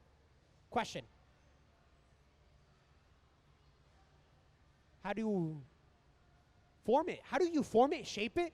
Ooh, there's so many different shaping tools we can use. One of them is the Wall Street Journal. So that is a wet pattern newspaper that we can use to shape the glass. So hold on, before I answer any more questions, our glass disappeared. It's actually in the box on our left-hand side. The next layers of color we are adding are dust powdered. So we don't want that dust going into the air because we do not want to breathe in glass. So we are working in a controlled environment where that dust can be sucked away and out of the museum.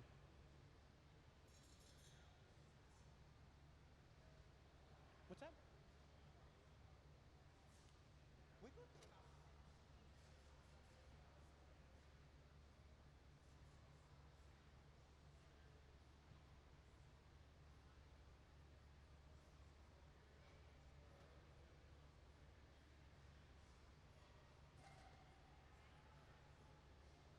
So glass has no limits. If you can dream of it, imagine it, it can be made one way or another. It may take a long time to figure out exactly what's the best way, but it is possible.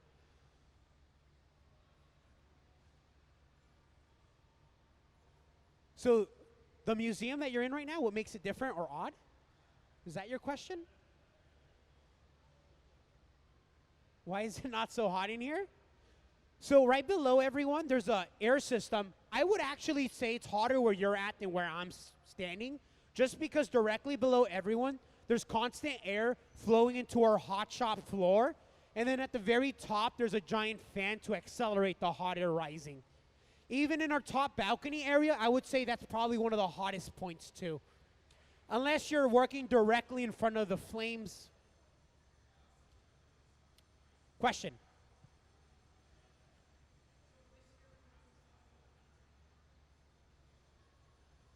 By the way, guys, I'm going to answer some few questions here, but I do want to explain the process that's going on before we resume with our questions.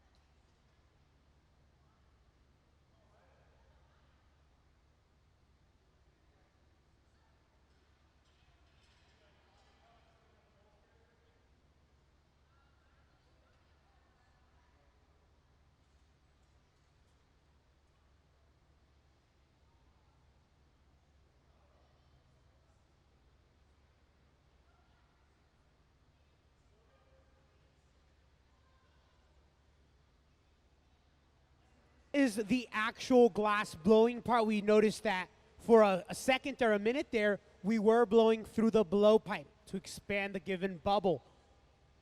Once again, one of our shaping tools is just a wet pad of a newspaper. So as we're getting closer to our mold process, we're not going to be taking questions here, all right? So this will be our final round of questions until we're done with our piece, all right? So we'll start on this side and make our way down. Start front. How big can it get before it breaks? How big can a glass bubble get before it breaks? Glass actually doesn't pop like a balloon. It just gets thinner and thinner and thinner. Do you have a question at the top?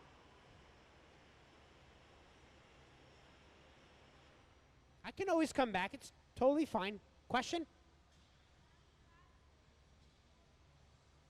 Ooh. So you noticed it. So the glass was orange and now it's turning pink. So what you're seeing is the heat distorting the true color. I believe we have the very top layer, that blue with the white on top. But notice it's just going to look red and orange. That's because the glass is simply too hot. Why is he wearing a mask? Everyone, we are getting ready to enter our mold here shortly.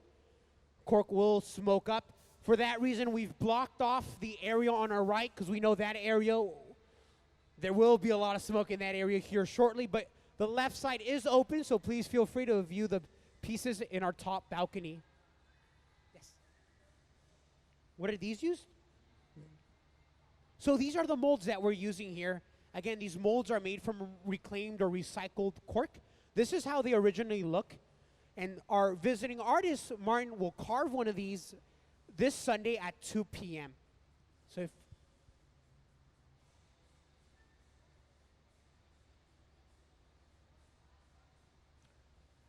do we record live every single day that we work with glass? Yes, we do. Our live streams go up, and you can check us out both on our website and YouTube channel, which is the Museum of Glass Tacoma.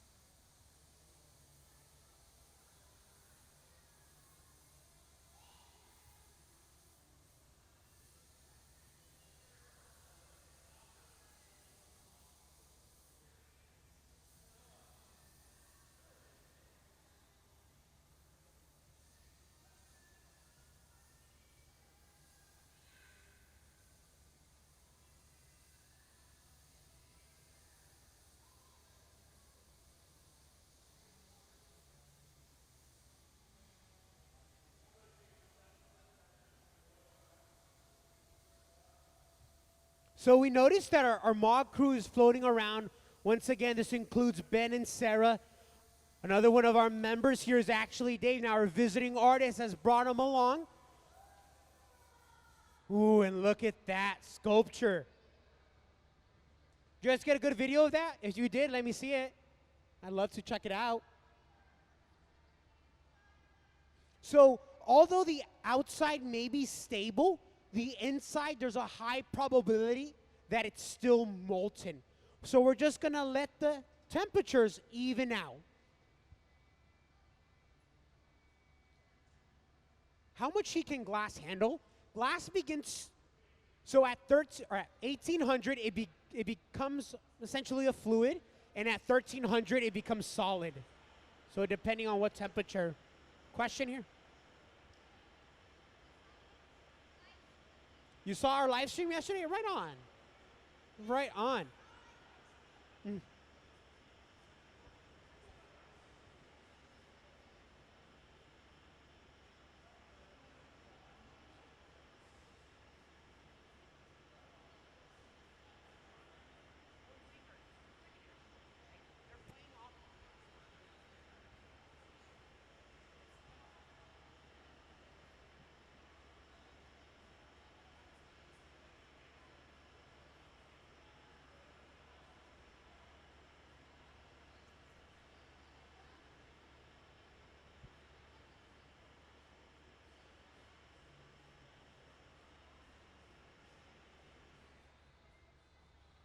So what happens if we pour water inside of our furnace?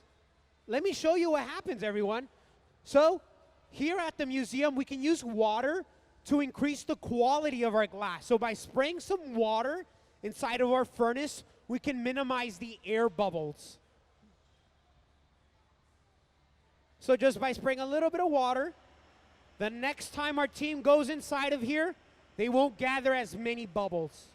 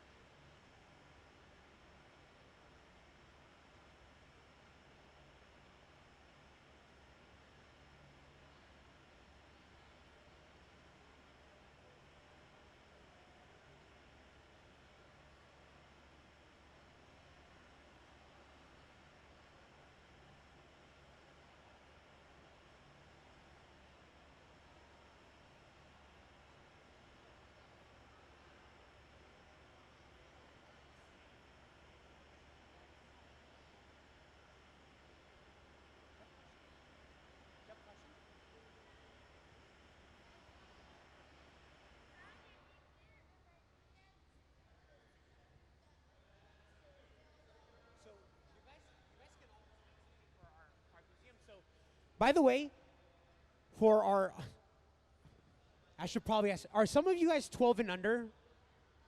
So if you have your hand raised and you're 12 and under, you can be part of our Kids Design Glass program. So you can draw whatever you like and submit it to the museum, and it has an opportunity to be chosen. And if you win, we will make the piece completely out of glass. We make two, one for the child to take home and one to stay in our permanent collection that will travel around the U.S. Yeah, if you want to. So we'll make sure that your instructors and teachers leave with the right information. Maybe you can even do it at home or in class, however you'd like. How do you submit it? So you just have to have an official entry form. It just says your name, your address, and where can we contact you if you win.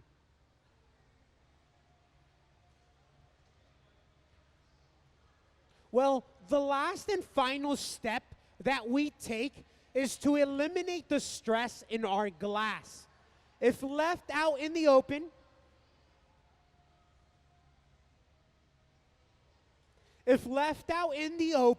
it's going to get too cold too quickly. So our next step is to set it inside of the oven on our left with the green number 1. This oven is sitting at 890 degrees and will be the home of everything that's made here today, and will slowly eliminate the stress.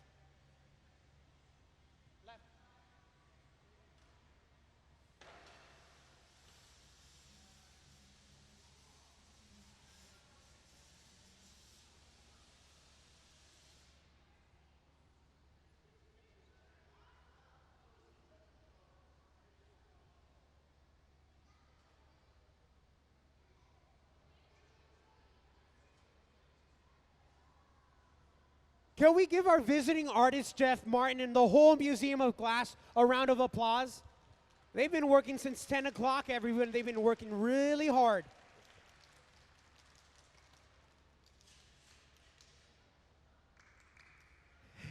I like your enthusiasm. So, we are going to continue our process here today. Now, you guys got to see the very end of it. Now, when you're touring through the studio, which I know some of you guys have, remember to check out the Preston all the way at the very back. The noblemen and women are made in a very similar fashion using molds. But I believe we are going to communicate about our next piece. What colors, the size, and what mold are we going to be using? Now, our furnace on our right, it's running a little bit low on glass. So we are getting ready to charge it or fill it back with more material. Some of this includes recycled glass. The museum will keep the recycled glass. We have another small studio that travels around the U.S. to teach glassmaking. They will use 100% recycled glass, all coming from our studio.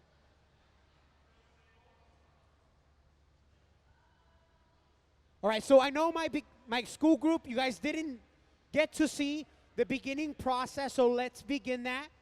Courtney Branham starts off with one layer of clear glass. All we are doing is getting ready to apply our colored glass. The first thing we need to do is preheat our color up to 1,000 degrees. If we try to use it immediately, if I say, hey, you know, I like this blue glass, let's use it right now. If I gather some hot glass, it's just gonna end up on the ground. I'm gonna have to sweep it up and throw it away. It needs to preheat before we can even touch it. You have a lot of questions, by the way. I love them all.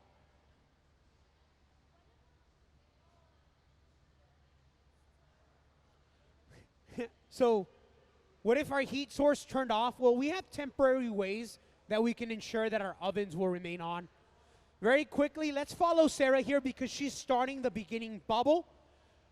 What Sarah is doing now is she's shaping or marvering the massive glass in preparation for the air bubble that she's about to introduce. To introduce the air bubble, we can either just stand here and blow really, really hard until eventually we build up enough air pressure, or we could use science. We can blow some air through the blowpipe, place our finger over that hole. As that air rushes forward, due to the heat and pressure, it expands a bubble.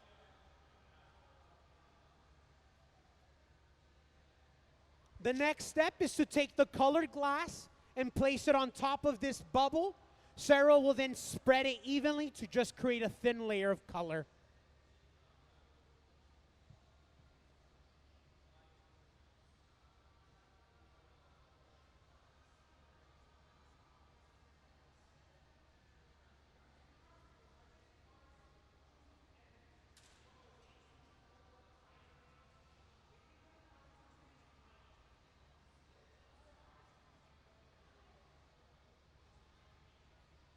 We ever made a rainbow before? Oh, yes, we have.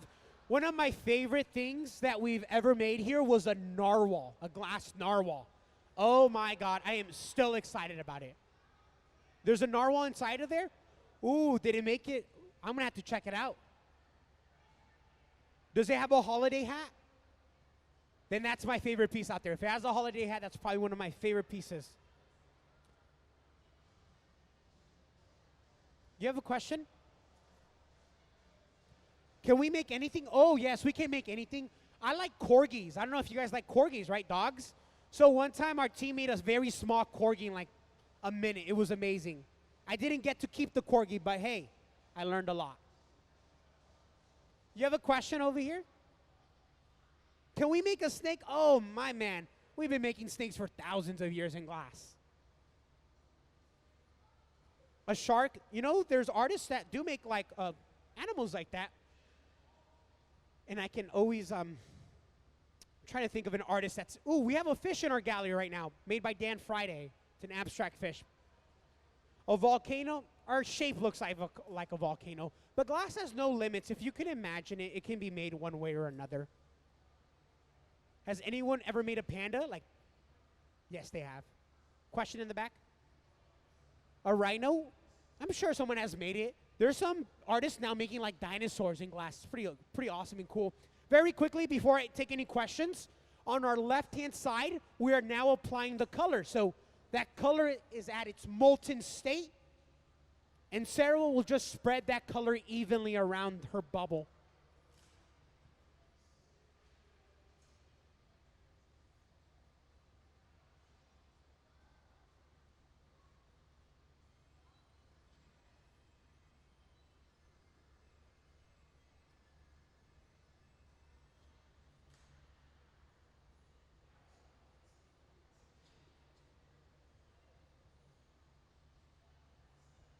Now, for our demonstration, I believe we will be repeating the coloring application a few times. So we're going to have several colors in one mass.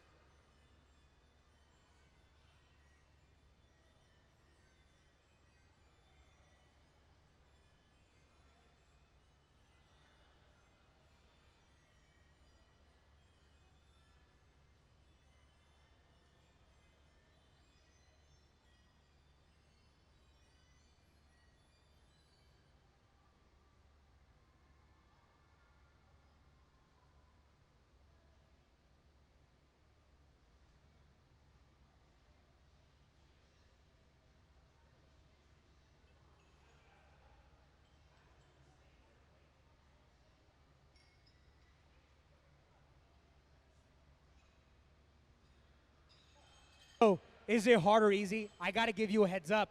Although they make it look easy, it is hard and super hard. Sarah has been working with glass for over 19 years. Courtney Branham, who's bringing over the color, he's been working with glass for over 25 years.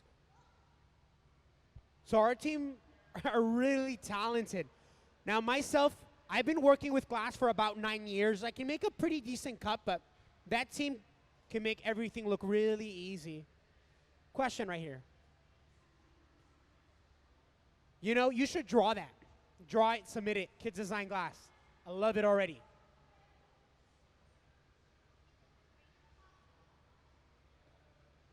As a glassmaker, the way you get trained? Is that your question? A glass train. Oh, yeah. I'm sure one way or another it can be made.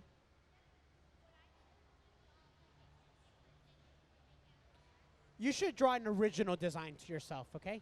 I would recommend something original. Yes. Can we make a tornado? Oh man, like I said, you guys, if you guys can think of something or imagine of something, it can be made one way or another. You just need time and practice.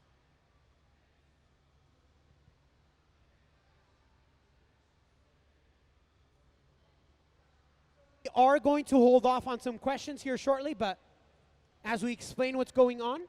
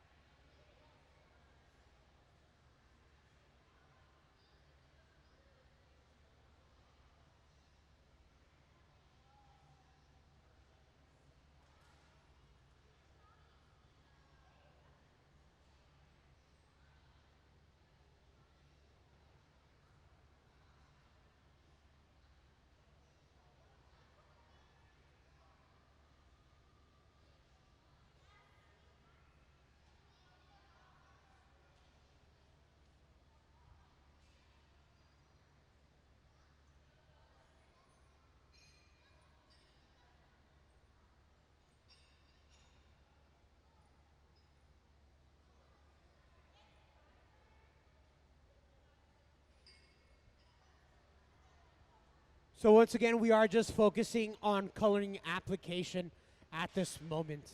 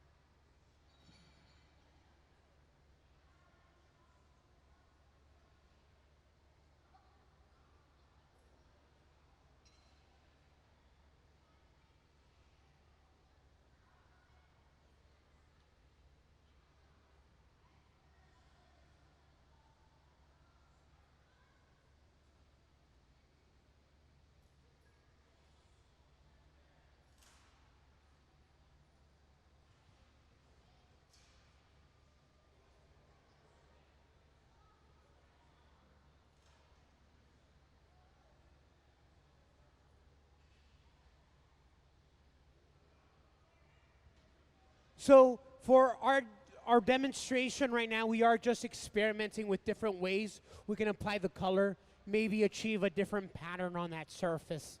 Again, we are here just to explore the medium of glass. Yes.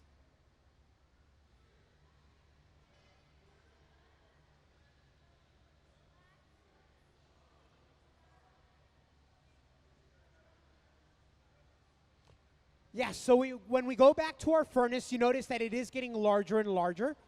We are then adding another layer of the molten mass.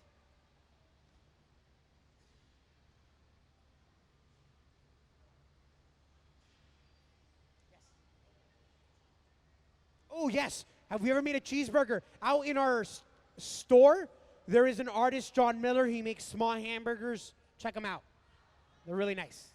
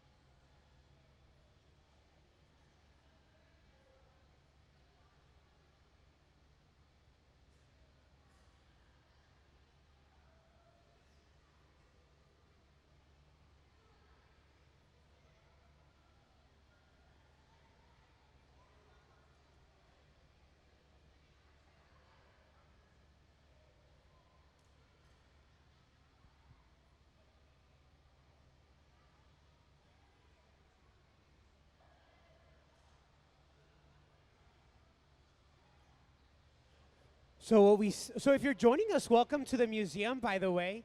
We are right now just spending some time with the coloring orientation. This is one way that we can layer the glass so it's on top of one another. So if you're wondering how different bands of glass are made, this is one technique that can be used. All right, so I know my school group, you guys are going to be checking out the rest of the museum, but thank you so much for stopping by. You enjoy the rest of your afternoon.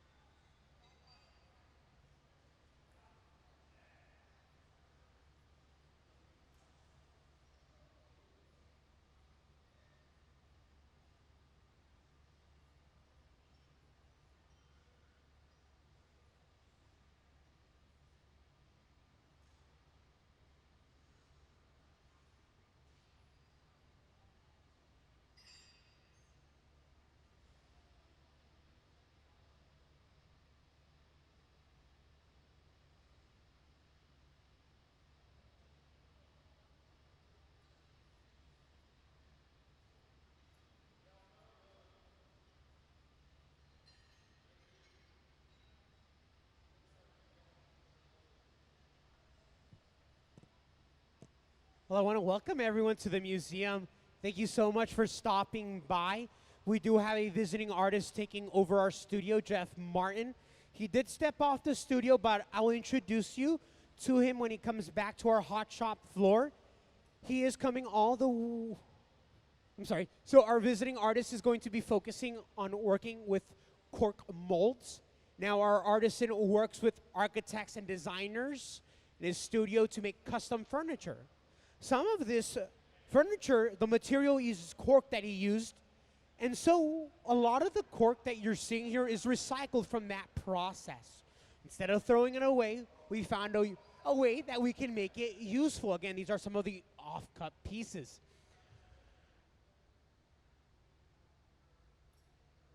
If you have any questions about our demonstration, my name is David, and I am more than happy to share my knowledge and experience about the glass blowing process. As the demonstration continues, I will explain what's going on, but right now we really are just focused on the coloring application. When this is complete, we will have several layers or bands of color in one mass.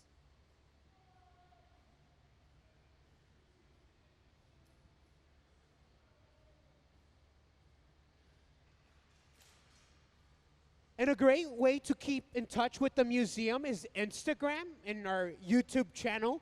We post images and videos of the day's work. And on Instagram, it's always a nice time to check out the museums.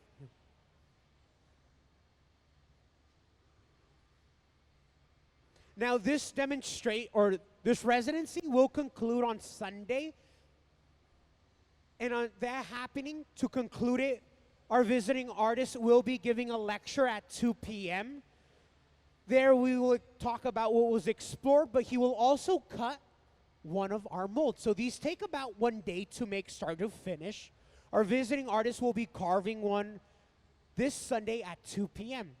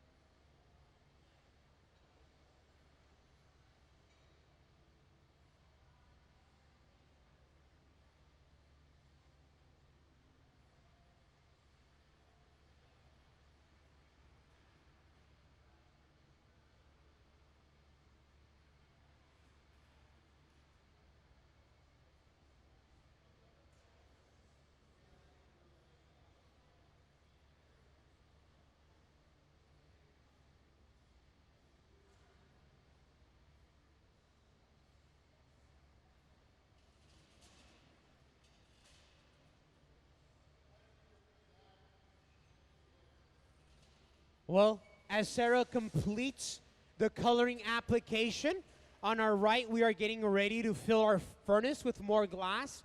This one's running low.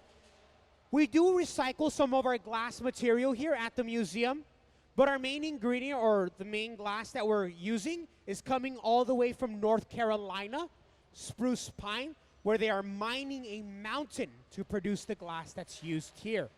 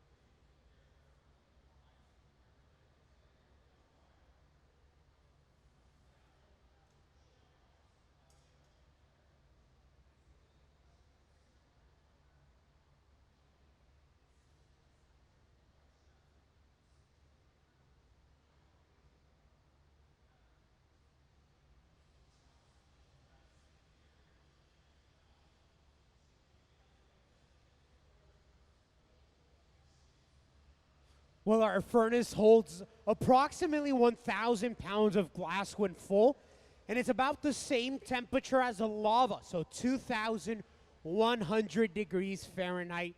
We can see that due to the viscosity of the glass, its thickness, that we can collect it or gather it on the end of the rod. If we try to make something out of the mass that we have now, I would say we can create a pretty large bowl, maybe even like a fruit bowl. But that is not enough material for our sculptures. So we will repeat the process of gathering several times until we have enough. Now, typically after the gather, Sarah uses a wooden block to ensure that the mass of glass is symmetrical and even.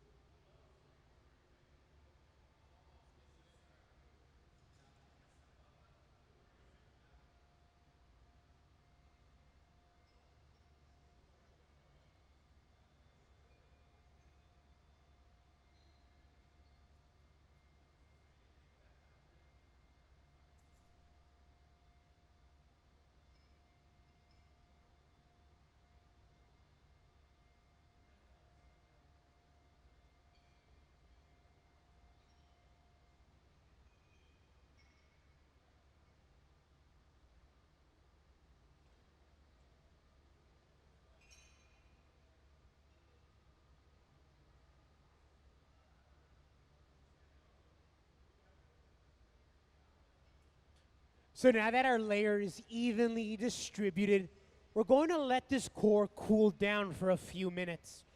By letting the core cool down, we're going to be working smarter instead of harder. That way, we don't have to turn as fast and we can maintain control over the hot layer that we add. We're just going to give it a few minutes to cool down, and the gathering process will be repeated.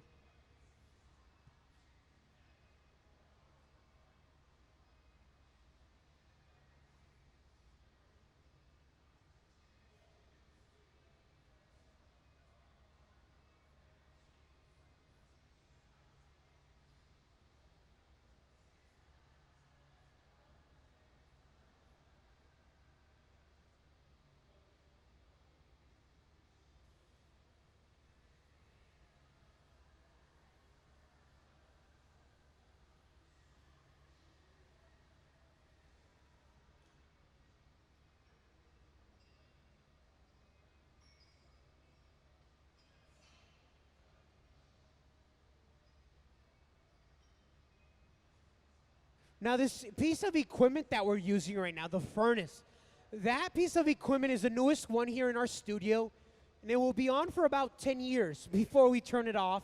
It does have the heart of a champion. Now, essentially, there's a crucible or ceramic pot. We can think of a bathtub filled with molten glass.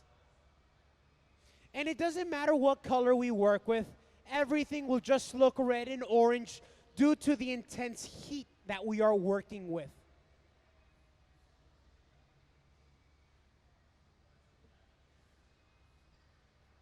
And after a gather, we inspect the glass to ensure that everything looks symmetrical. If we notice that our bubble doesn't look right, that wooden block will fix a distorted bubble, and we can repeat this process of the block as many times as necessary.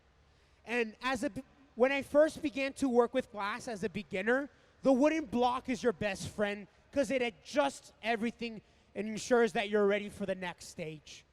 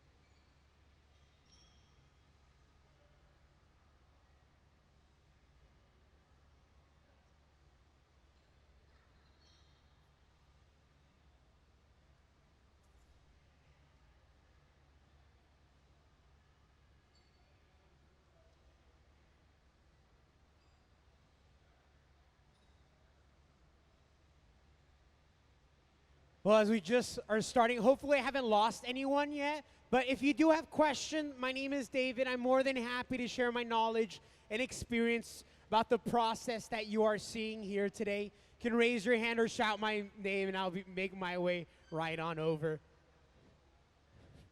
Now, the rods that we're using here, they are made out of stainless steel, a poor conductor of heat. But the rods do build up the heat, so we use a little bit of cold water to ensure that we can have a nice handle on that rod. Now, typically towards the tip, it turns dull gray and black.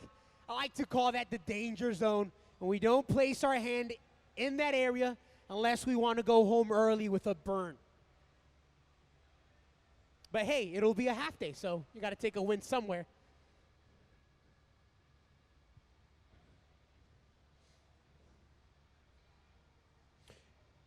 And so before we gather this next time, just like last time, we stabilize that core.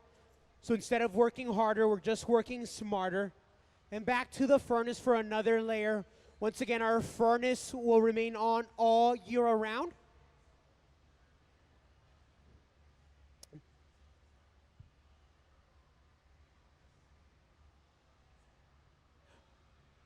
Now, when we've gathered too much glass, we can let go of excess glass into one of our bins. Of course, this glass will be reused and recycled.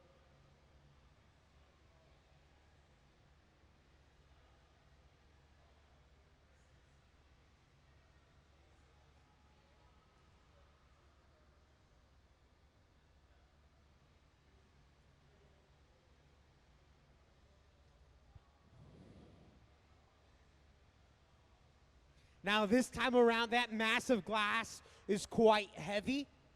So one of our assistants is putting downwards pressure on the rod. And as the demonstration progresses, I'll point out the job that each individual glass maker is playing, what role they are playing in today's demonstration.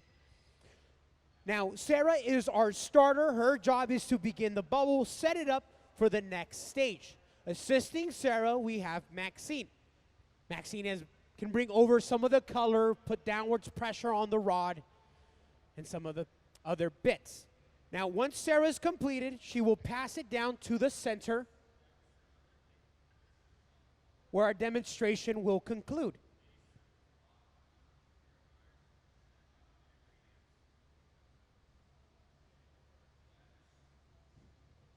Now, our team does like to interchange. The next person I will introduce is our gaffer, and that is Ben. He's going to be the person in charge of actually making the glass piece. But just because he's the gaffer today, if you come in next week or the following week, you may see one of our other members as the gaffer. Question, yes. What is she making right now? So we are working with our visiting artist taking over our studio, Jeff Martin, who's on our left-hand side. When you enter the studio, we had some sculptures here in the very front. On our big screen, let's show you some images of the artwork that we're going to be exploring here.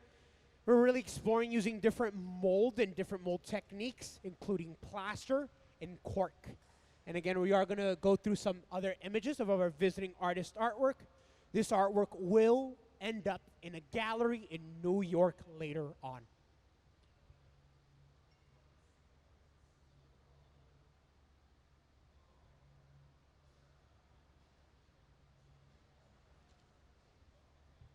And that gallery is the Jeff Lincoln Art and Design in New York.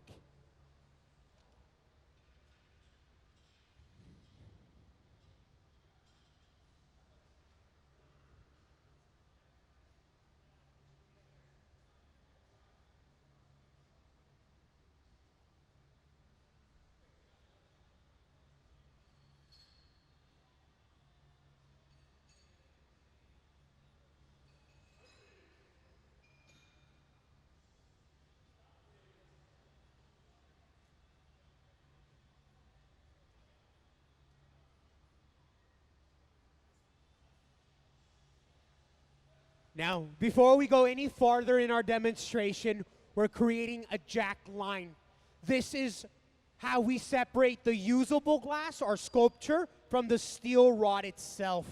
And we are going to be adding another layer of clear glass on top of that. But we have already created the break off.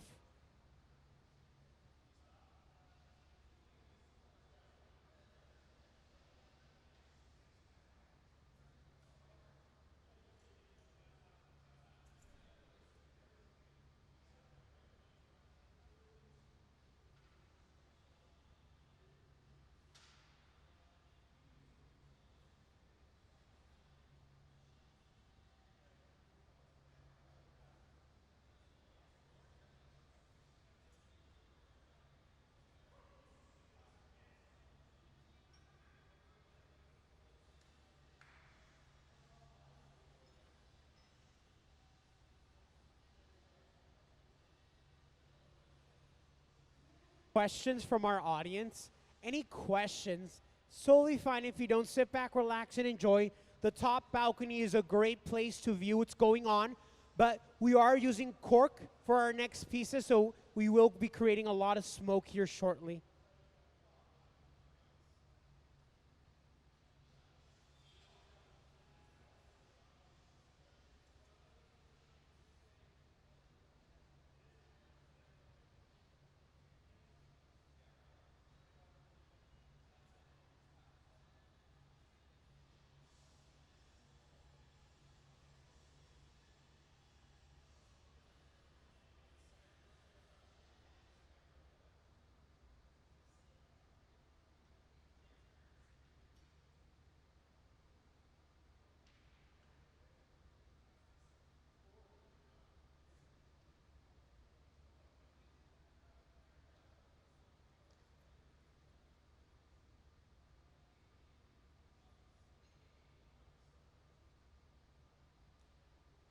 So since we've already created a break-off point, we need to ensure that we don't gather above that level.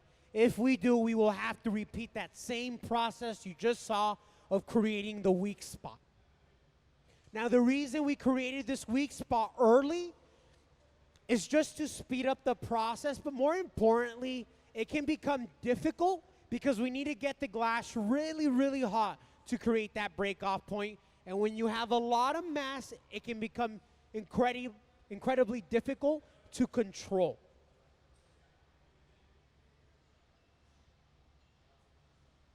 Now, earlier I introduced Sarah. She's our starter. She began the process for us.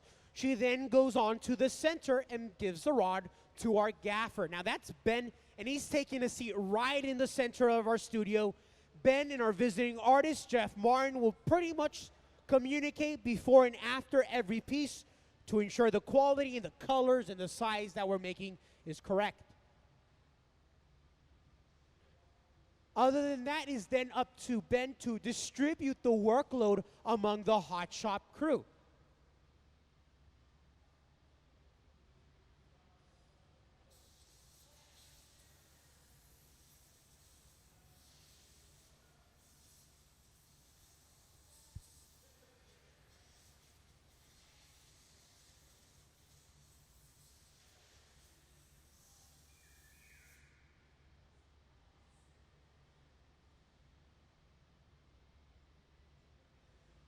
And everyone, this is going to be a big layer that we're adding here next.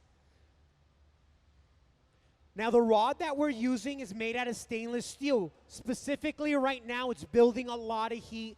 So after a gather, we can use a pipe cooler to just cool down the rods for us. Now that glass that's going into that bucket will be reused and recycled here at the museum. So waste not, want none.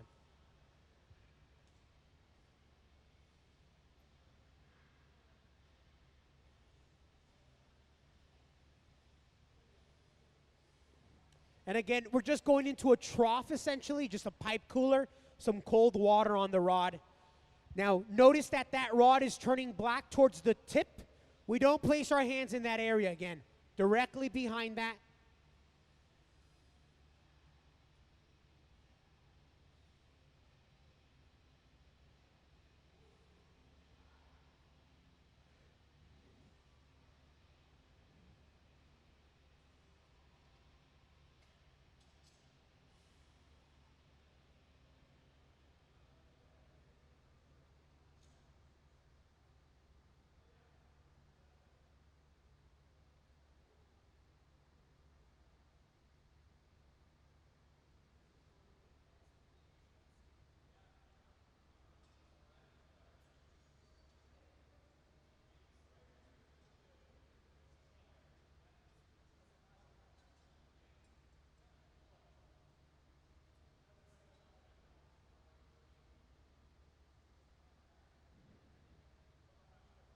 Now, we've introduced most of our Hot Shop team, but our visiting artist has also brought along someone to help them both with the process that's going on here. Now, we have Dave. Now, our visiting artist has brought him all the way along. Again, he's in charge of both fabrication and management back in his home studio. But for this next week, he's going to be helping out our Museum of Glass crew.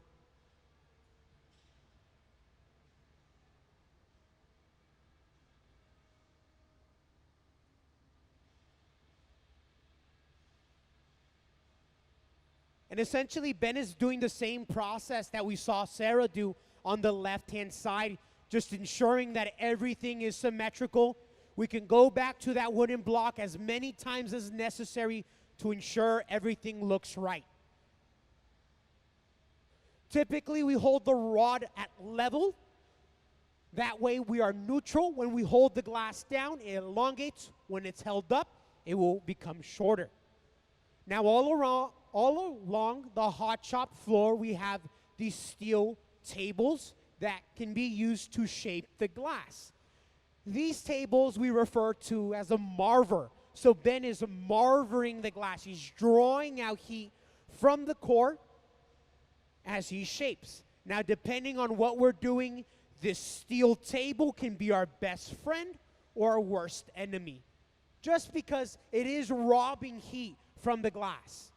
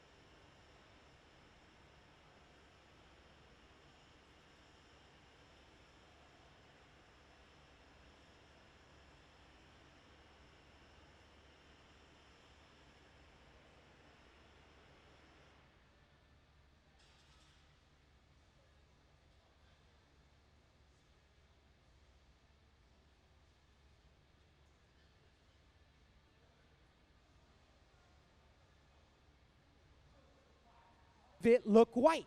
So we have three different colors that we're working here. The top is a white color or maybe a cream color. Majority of it will just look kind of a reddish orange glow. But yes, that is one of the colors that we're working with. It is cooled down, but white is also a color that doesn't absorb as much heat as other colors. It tends to be more of a stiff color.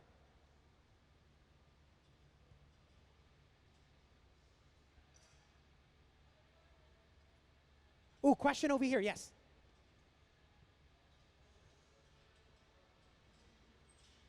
Ooh, so what's the temperature of the glass right before we put it in? The glass begins to get gooey around 1800 degrees.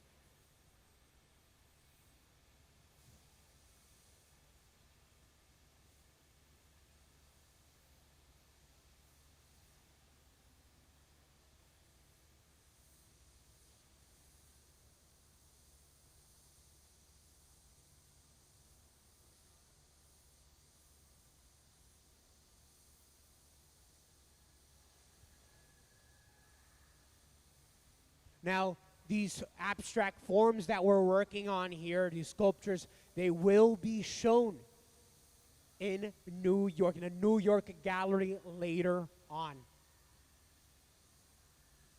Now, the way that a residency works is the artwork that's made here, it belongs to our visiting artist, Jeff Martin. All we ask him is to donate 2 pieces, one that will stay here at the museum, eventually making its way to the top balcony, and the secondary that will be donated to our Red Hot event, which is our biggest annual auction that we will be hosting here at the museum.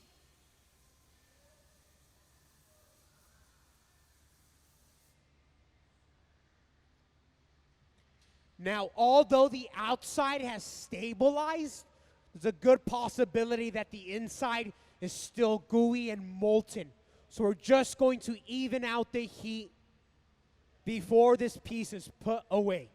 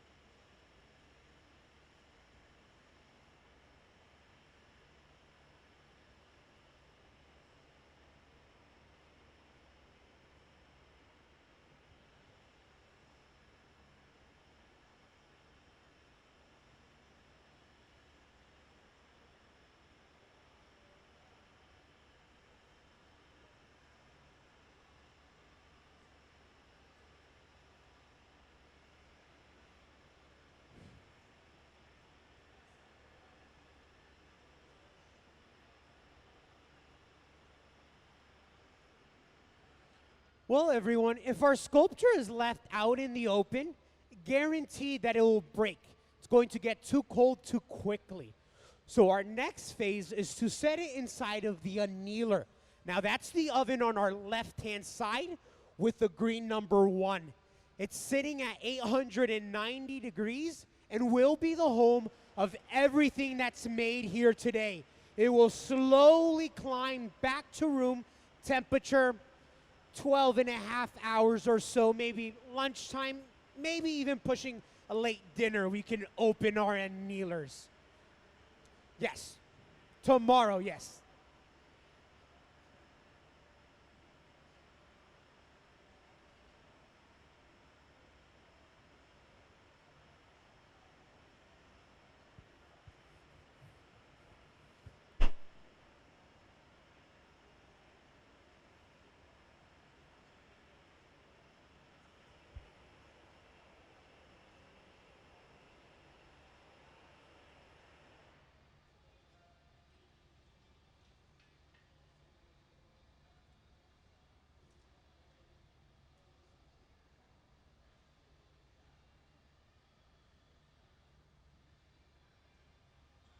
If you're heading out of here, thank you so much for stopping by. You enjoy the rest of your Thursday afternoon. I see we have some members out in our studio, so thank you so much for your continuous support. We love and appreciate all our members. But just by coming to our hot shop floor, you are supporting the Museum of Glass. So thank you so much for stopping by here today with our second day of our visiting artist residency, Jeff Martin.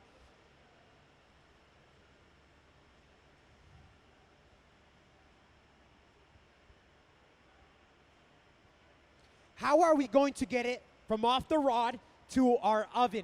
Well, luckily, one of our teammates will suit up in a heat protective layer. We're gonna cradle it like a baby into our oven. With lots of love, of course.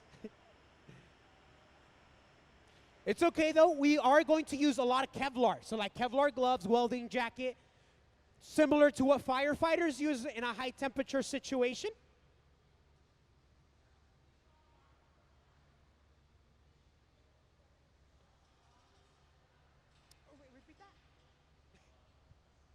Oh, yeah. Loading is it's one of the earliest jobs I've had, all right? So put it that way.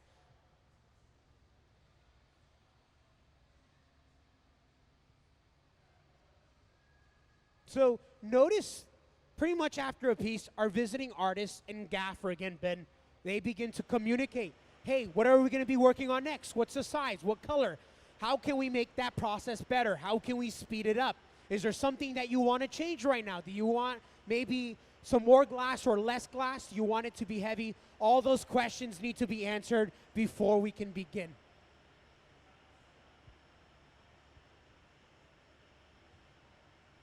Now we will be taking our lunch break once our piece is off the rod. So we are going to be gone for a little bit over an hour, but then we are going to return back at 100%, and we can continue tackling on all of our molds.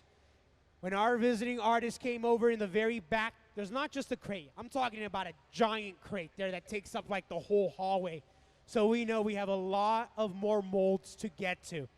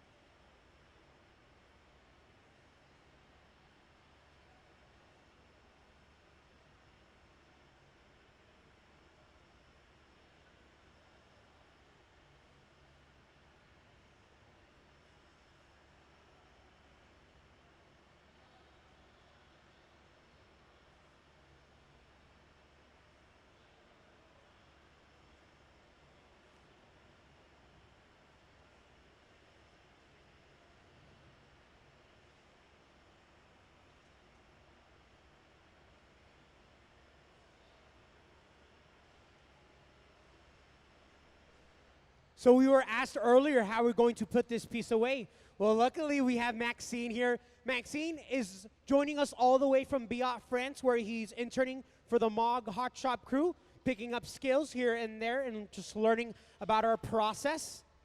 This piece will now be going off to the annealer for the next several hours to cool. Several days to cool down. This piece is quite thick, depending on the thickness. It varies its length. And off to the annealer.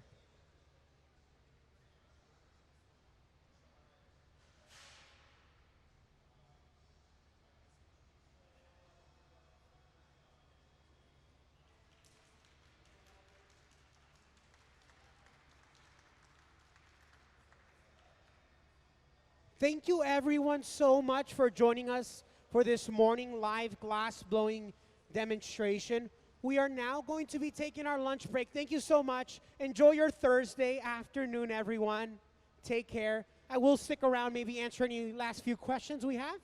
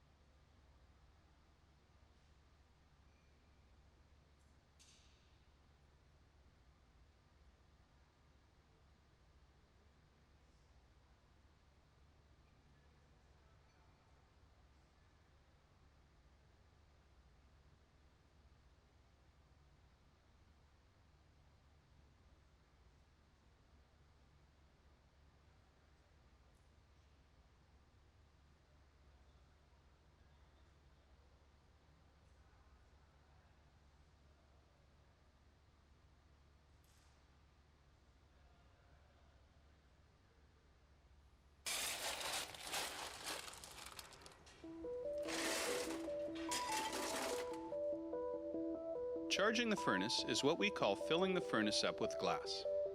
Glass cullet is washed clean and loaded into tubes for filling. Here at the museum, we don't use recycled bottles. Instead, we melt cullet that has been specifically designed to make blown glass art. The primary ingredient in glass is silica sand, or silicon dioxide. The other two main ingredients are soda, or sodium oxide, which lowers the melting temperature, and lime, or calcium oxide, to stabilize it. Once the cullet is loaded into the 2300-degree furnace, a rake is used to level the glass for even melting. The furnaces at the Museum of Glass hold approximately 1,000 pounds of clear molten glass and run continuously 24 hours a day, 7 days a week.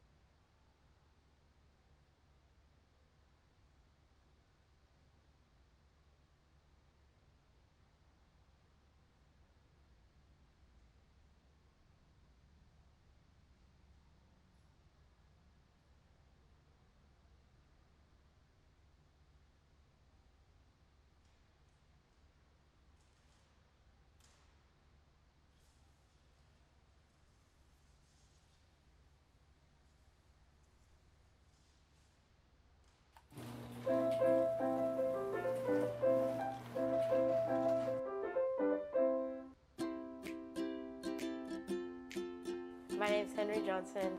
I'm 12 years old. I enjoy music and art. The week the Museum of Glass opened, my parents became members, and I've been going there since I was born. Henry's our oldest child, and from the beginning he liked to design things because he would come up with plans and build things and figure out how things work. Exposing our kids early to art is a big priority in our family. I really enjoyed the Glass Museum at all ages. Like when I was younger, it was just cool. So there's like fire and Not only exposing them to art, but also to actually watch real artists making art. Kids Design Glass is a program at the Museum of Glass where you're able to draw a picture and give it a name and a story about it. And then if your drawing is selected, it will be made into a piece of glass. Ever since I could really move a pen in my hand, I've been just doing drawings for the Kids Design Glass. The kids, they get into the studio and they've got to come up with this idea because they really want their design to be chosen. It's helping trigger that initiative for kids. It's really making them think differently instead of something being spoon-fed to them. They're coming up with this original idea. How many kids design glass drawings do you think you've done? 30 to 40 drawings at least. Yeah. I was talking to him. He thinks it's a lot more than that, but I would say probably nope, around 50. Like 124 or something.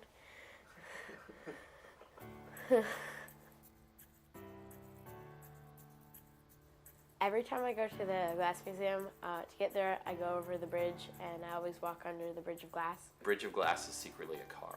I think that's what I Kind of just looked at the Bridge of Glass and thought, what else could it be? It was just out there, you know, that if you kept doing it, maybe, maybe he'd get chosen. Glass. I'm gonna put all these. I'm assuming these are all the little things. Gabe told me that they're like excited that it would be like fun to make the pieces of glass in the bottom of the bridge. And I think there's a lot of mystery about art for kids. They only see the final product. You know, they might go to a museum, but they don't really know how it became the piece that it is.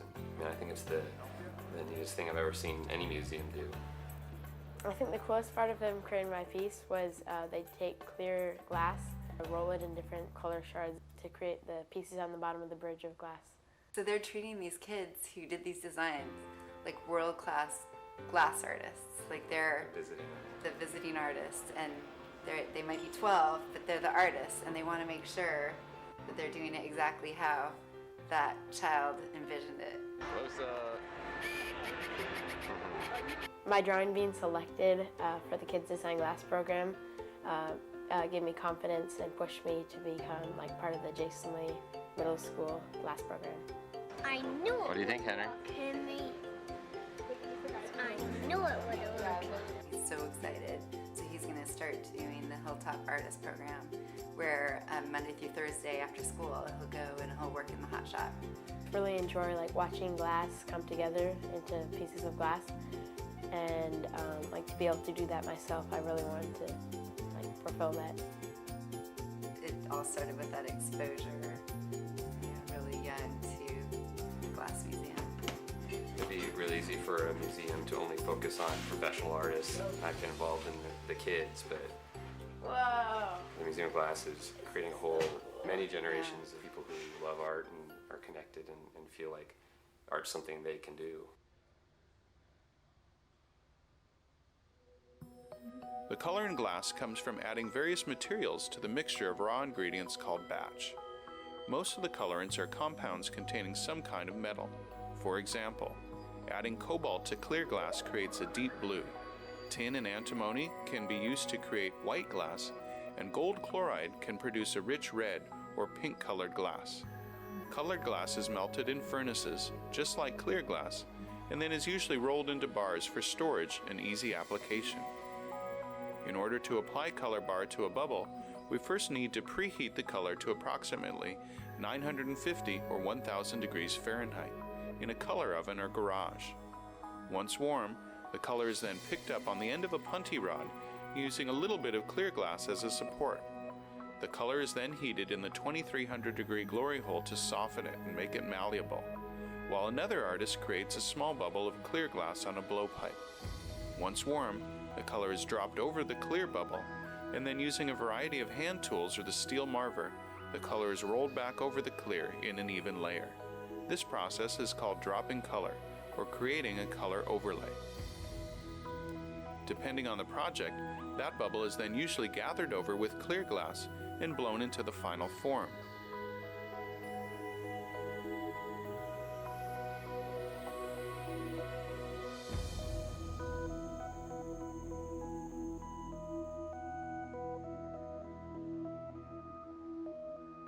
The finished product may appear to be all made from colored glass, but when viewed in cross-section, we can see that there is only a thin layer of color sandwiched between many layers of clear glass.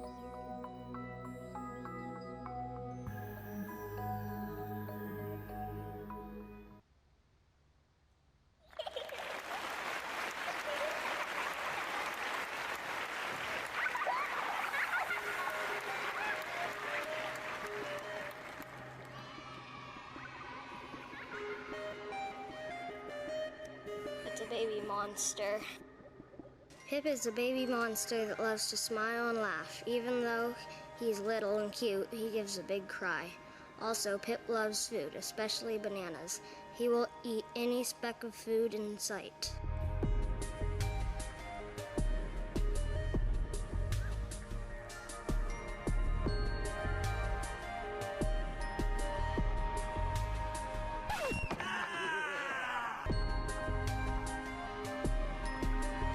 Oh, it's amazing. Totally amazing. And then especially if the pieces of art go traveling around, other kids will see, oh my gosh, I could do that too. You know, it's not just somebody else that, you know, they did it, you know, I couldn't do that. Absolutely not. Anyone can do this. And I think that's what it shows the kids. Maybe not everybody can win. But, and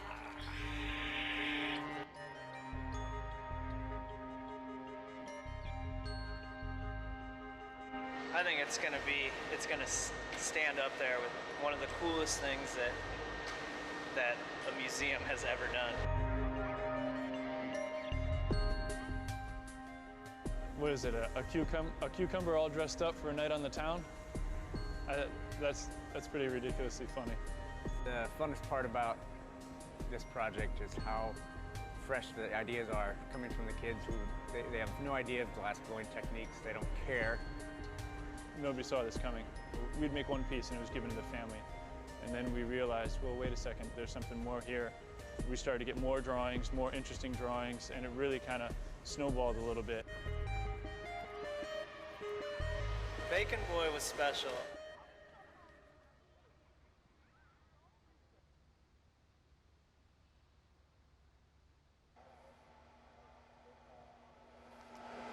The hat almost looks like a frying pan. Maybe he's wearing a frying pan.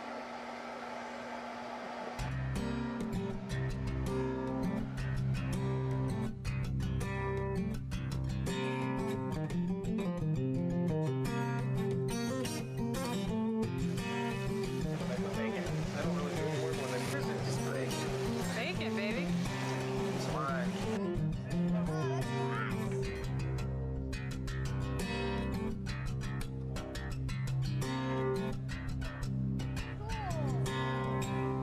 All I see. How's that for his arm? Fingers? Yeah. Yeah.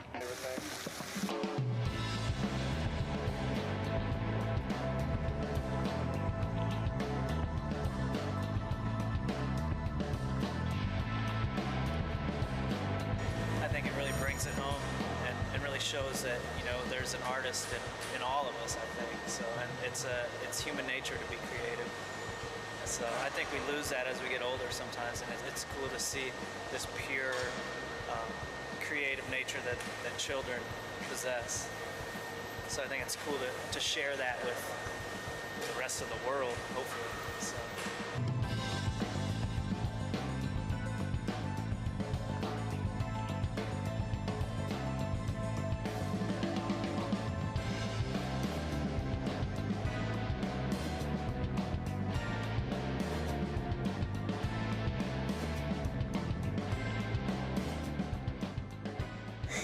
Thank you for supporting Kids Design Glass.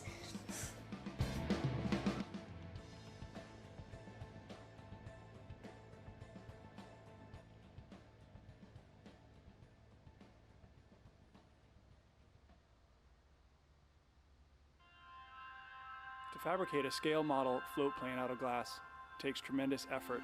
Figuring out the exact proportions of the propeller, the length of the body versus the wingspan were all extremely difficult. The Legacy project started off as a collaboration between the Museum of Glass and the Murdoch Charitable Trust. We were commissioned to design and fabricate a glass airplane to commemorate Jack Murdoch. We started by overlaying two contrasting colors of glass that would later show the design elements in the plane.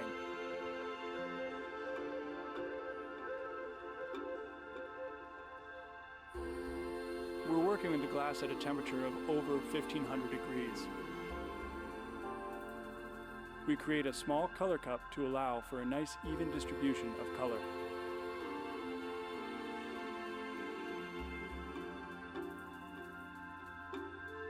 The colored cup was then stuffed with clear glass to give us enough mass to make the body or the fuselage of the plane.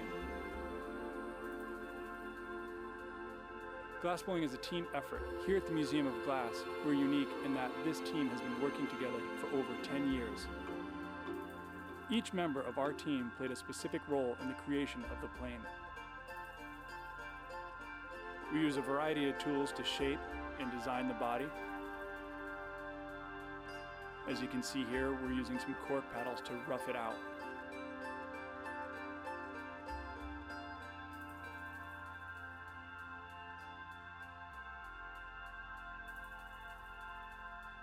The body is then transferred to yet another blowpipe so we can finish up the tail of the fuselage.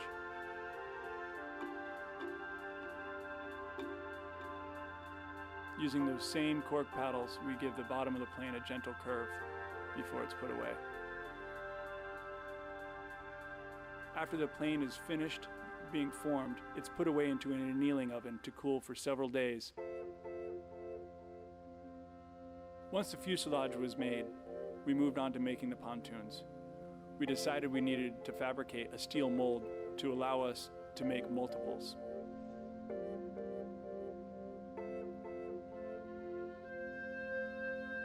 In order to have the pontoons match the plane, we used the same white color bar. This time, it is solid. The solid glass is then heated up to approximately 2,000 degrees Fahrenheit, and then it's pressed into a steel mold.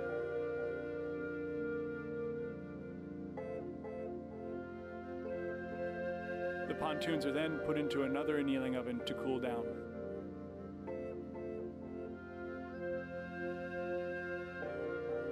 In our cold shop, the fuselage of the plane is now being ground or sanded down to remove any unwanted material.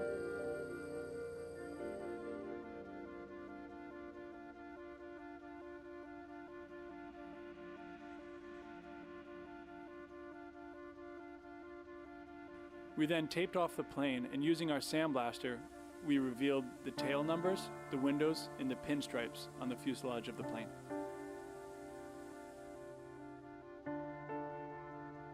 The sandblasting process is often very rewarding, as the color is quickly revealed, bringing life to the aircraft.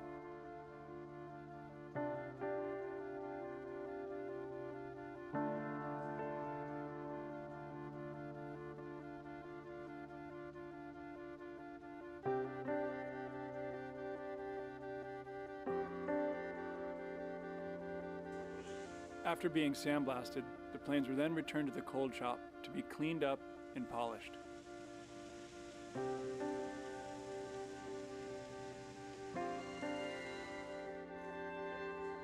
The wings, the vertical and the horizontal stabilizers were all water jet cut out of handmade sheet glass, again made from the same white color to match the body of the plane.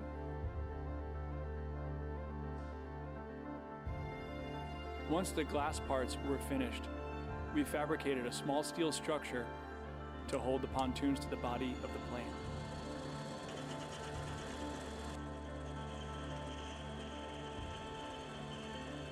The nose cone was turned on a lathe while the propeller was carved out of a sheet of steel to make a fully functional propeller. Now that we have all the parts of our plane, it was brought back to the cold shop where the assembly began. The vertical and horizontal stabilizers were notched out to fit the tail of the plane, while the wing was glued into place. The gluing process takes many hours. We start with 2 clean surfaces, apply the glue, and it sits for over 72 hours before a full cure.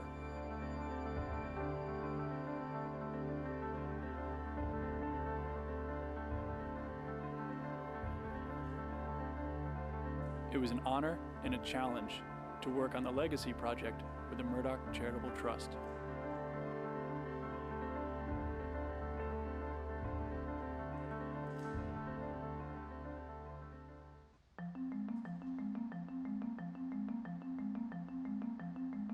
Optic molds are used by glassblowers to create textures and patterns in blown glass. Nowadays, most optic molds are made from aluminum, but in the good old days, they were often made from cast bronze. They come in different shapes and sizes, depending on their desired effect.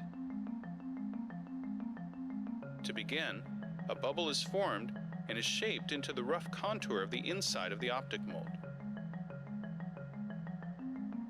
The bubble is then heated, inserted into the mold, and blown with force. The resulting bubble can then be shaped into whatever form the artist desires. Today we're going to make an optic twist cup. So the bubble is held at the end while the pipe is rolled on the bench. This creates a spiraling pattern in the glass. The cup is blown to form, puntied up on the bottom, trimmed, and then opened up.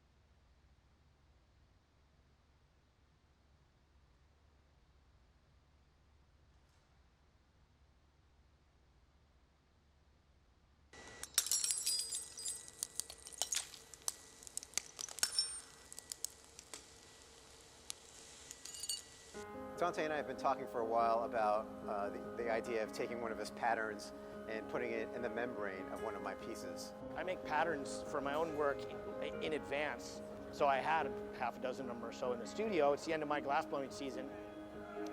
So I thought it was a good opportunity for us to try some stuff together in a sort of low pressure environment. Really, the design of the piece and the style of the sculpture is mine. It's a John Kiley thing. The pattern in the middle is totally Dante. Good. Well, the attachment, the critical part, takes probably about 3 seconds. And it's an all or nothing thing, particularly when you have a pattern. Dante in some of these patterns has maybe 10, 15 hours of work between pulling cane, laying out the pattern, and making it. So we have one chance to make a really good shot so we don't cover up the pattern or trap bubbles, and the temperature has to be perfect. The way he thought up these pieces that he makes was pretty clever. I've literally never really watched him execute these pieces. I would look at him and go like, wow, how did he do that? It's been good for me to see it because it informs my perspective on what else could be done. People are starting to collaborate is sort of newish. In the sense that, we're like two people are signing their names that aren't like a couple.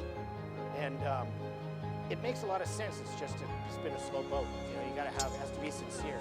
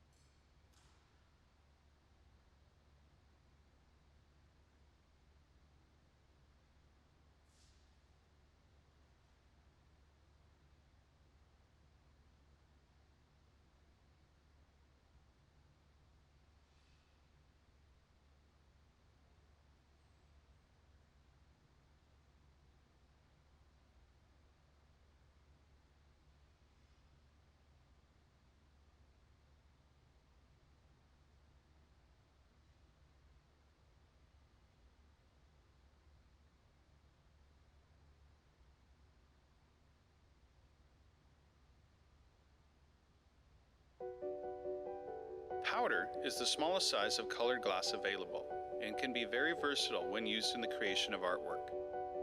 Powder is made by crushing frit in a ball mill. When used like frit, the powder is rolled through, and the heat of the gather is enough to melt the color onto the surface. Powder can also be sifted onto the outside of a bubble or gather to create various densities of pigmentation and shading. The application of different color powders can create both abstract designs and naturalistic color patterns, such as the skin of animals. Powder can be melted smooth or left dry and cakey on the surface of the piece.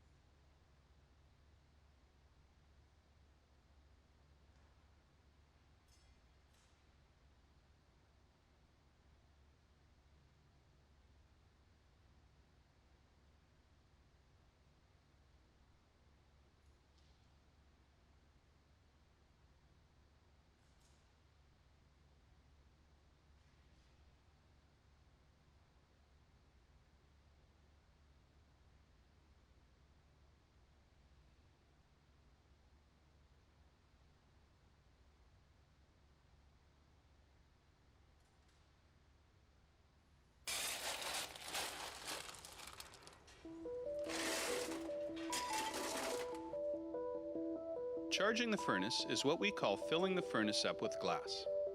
Glass cullet is washed clean and loaded into tubes for filling. Here at the museum, we don't use recycled bottles. Instead, we melt cullet that has been specifically designed to make blown glass art. The primary ingredient in glass is silica sand, or silicon dioxide. The other two main ingredients are soda, or sodium oxide, which lowers the melting temperature, and lime, or calcium oxide, the stabilizer. Once the cullet is loaded into the 2300 degree furnace, a rake is used to level the glass for even melting. The furnaces at the Museum of Glass hold approximately 1,000 pounds of clear molten glass and run continuously 24 hours a day, 7 days a week.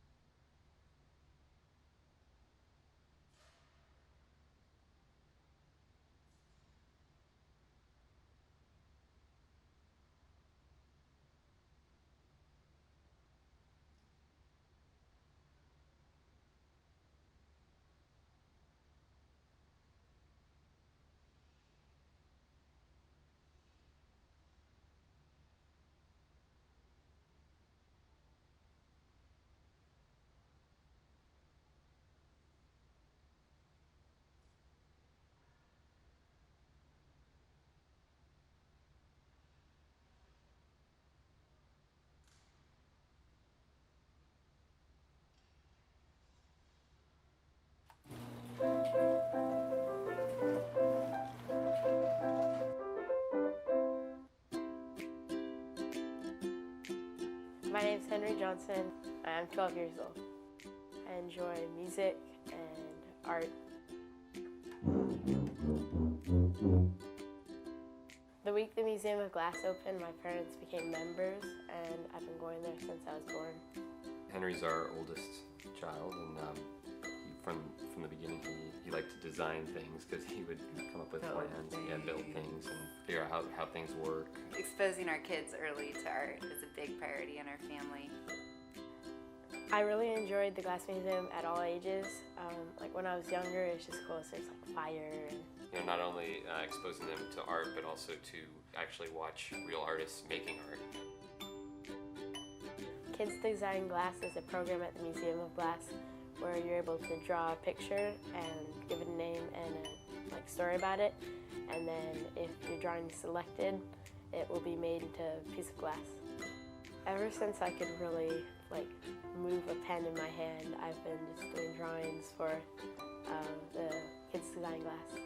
The kids, they get into the studio and they've got to come up with this idea because they really want their design to be chosen. It's helping trigger that initiative for kids. It's really making them think differently instead of something being spoon-fed to them.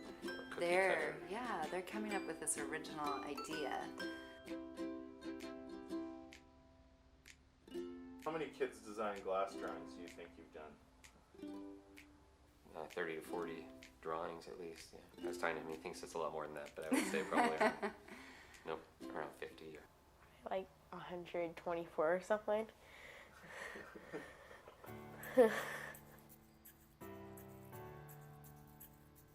Every time I go to the Glass Museum, to get there, I go over the bridge, and I always walk under the Bridge of Glass. Bridge of Glass is secretly a car. I think that's what it is. Kind of just looked at the Bridge of Glass and thought, what else could it be? It was just out there, that if you kept doing it, maybe you'd get chosen. Glass. And we're gonna put all these, I'm assuming these are all the little things. Gabe told me that they're excited that it would be fun to make the pieces of glass in the bottom of the bridge. And I think there's a lot of mystery about art for kids. They only see the final product. They might go to a museum, but they don't really know how it became the piece that it is. And I think it's the neatest thing I've ever seen any museum do. I think the coolest part of them creating my piece was they take clear glass, roll it in different color shards to create the pieces on the bottom of the Bridge of Glass. So they're treating these kids who did these designs like world-class glass artists. They're the visiting artists, and they might be 12, but they're the artists, and they want to make sure that they're doing it exactly how that child envisioned it. Close up. My drawing being selected for the Kids Design Glass program gave me confidence and pushed me to become part of the Jason Lee Middle School Glass program. I knew it. What do you think, Henry? I knew it would work. He's so excited. So he's going to start doing the Hilltop Artist program, where Monday through Thursday after school he'll go and he'll work in the hot shop. Really enjoy watching glass come together into pieces of glass, and to be able to do that myself. I really wanted to fulfill that. It all started with that exposure, really young, to the Glass Museum.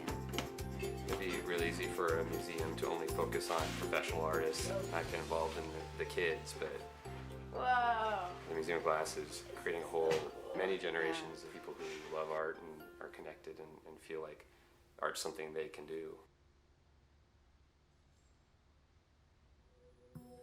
The color in glass comes from adding various materials to the mixture of raw ingredients called batch.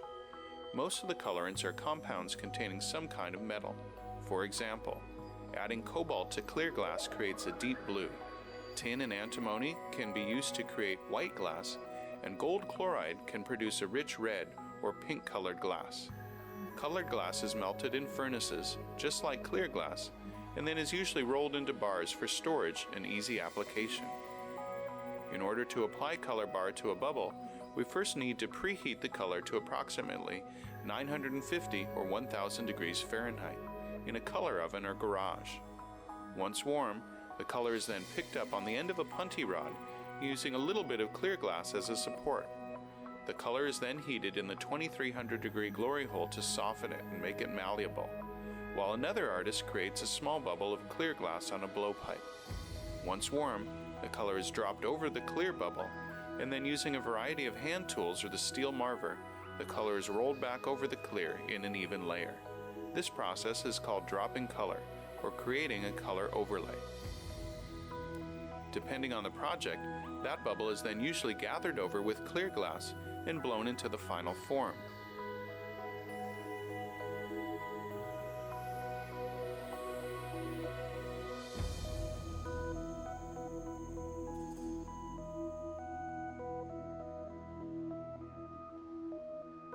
The finished product may appear to be all made from colored glass, but when viewed in cross-section, we can see that there is only a thin layer of color sandwiched between many layers of clear glass.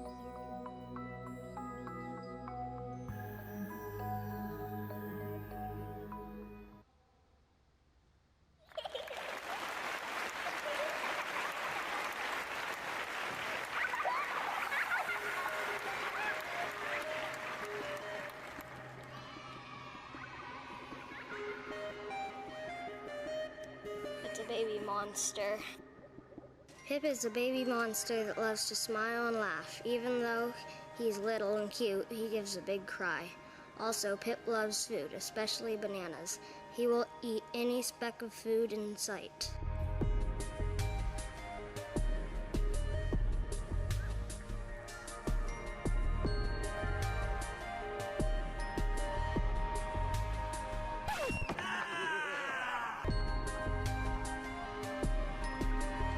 Oh, it's amazing. Totally amazing. And then especially if the pieces of art go traveling around, other kids will see, oh my gosh, I could do that too. You know, it's not just somebody else that, you know, they did it, you know, I couldn't do that. Absolutely not. Anyone can do this. And I think that's what it shows the kids. Maybe not everybody can win them. But, and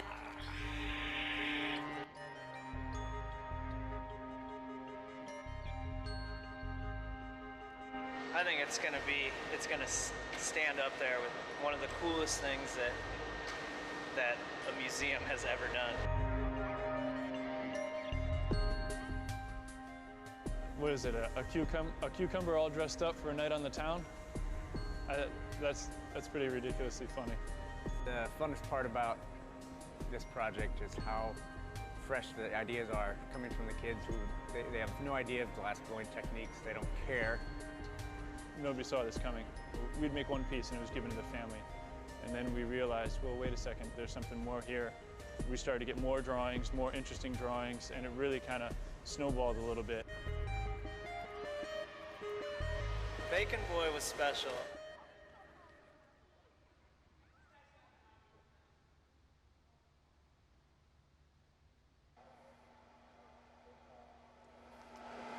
That almost looks like a frying pan. Maybe he's wearing a frying pan.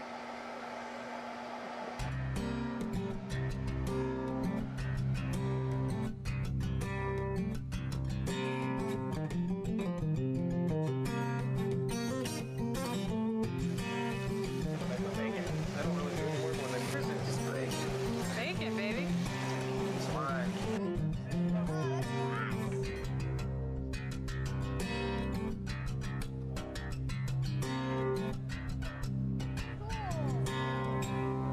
All I see. How's that for his arm? Fingers? Yeah. Yeah.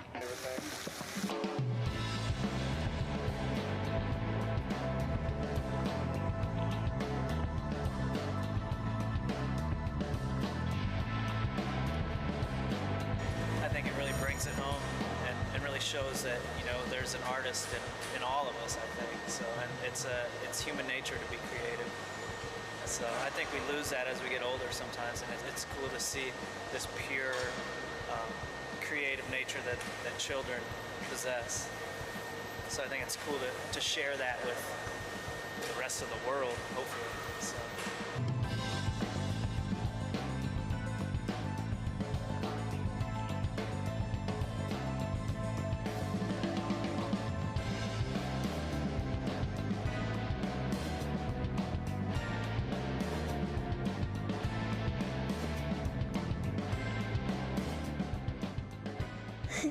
thank you for supporting Kids Design Glass.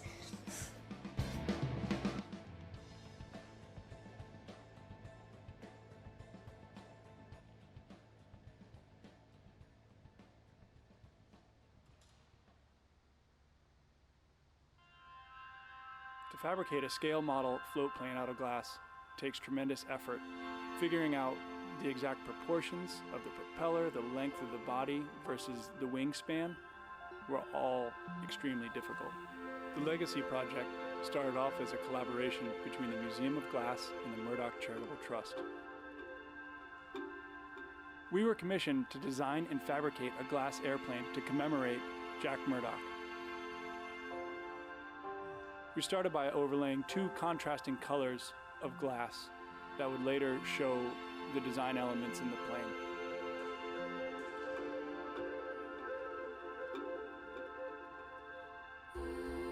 We're working with the glass at a temperature of over 1500 degrees. We create a small color cup to allow for a nice even distribution of color.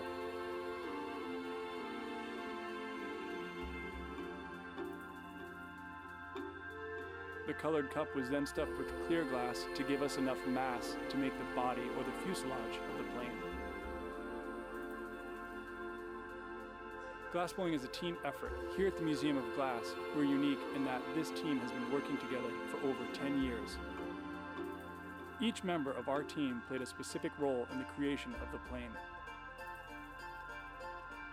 We use a variety of tools to shape and design the body. As you can see here, we're using some cork paddles to rough it out.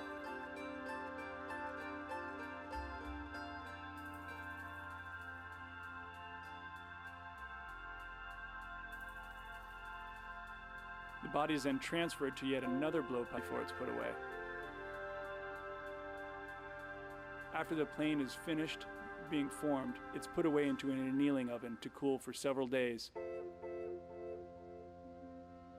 Once the fuselage was made, we moved on to making the pontoons. We decided we needed to fabricate a steel mold to allow us to make multiples.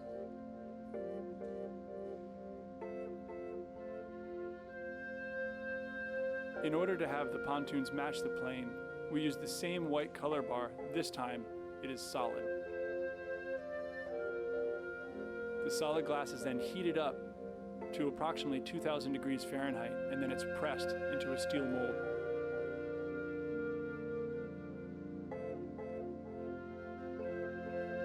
The pontoons are then put into another annealing oven to cool down.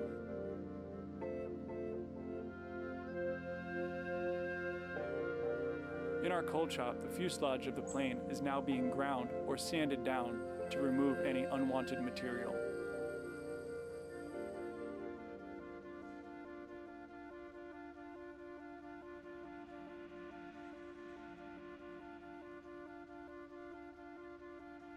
We then taped off the plane, and using our sandblaster, we revealed the tail numbers, the windows, and the pinstripes on the fuselage of the plane.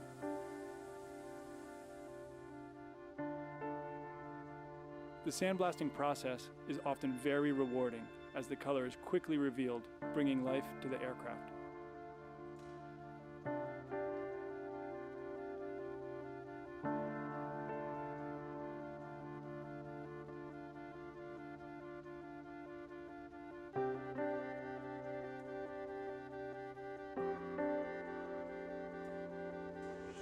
After being sandblasted, the planes were then returned to the cold shop to be cleaned up and polished.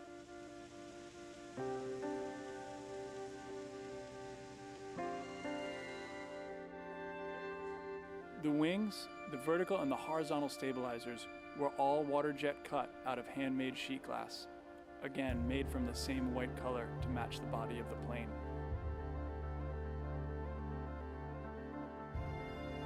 Once the glass parts were finished, we fabricated a small steel structure to hold the pontoons to the body of the plane.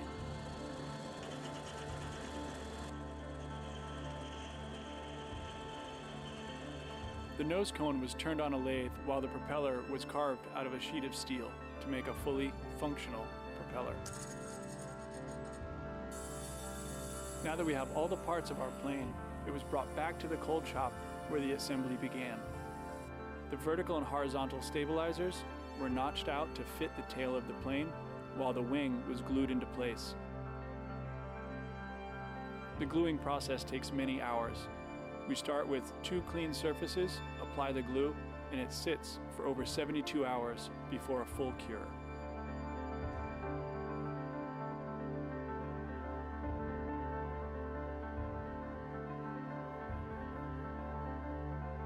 It was an honor and a challenge to work on the Legacy project for the Murdoch Charitable Trust.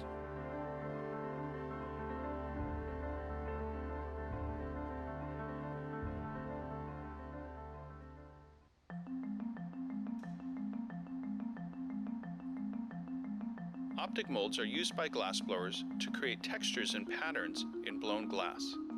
Nowadays, most optic molds are made from aluminum, but in the good old days, they were often made from cast bronze. They come in different shapes and sizes, depending on their desired effect. To begin, a bubble is formed and is shaped into the rough contour of the inside of the optic mold. The bubble is then heated, inserted into the mold, and blown with force. The resulting bubble can then be shaped into whatever form the artist desires.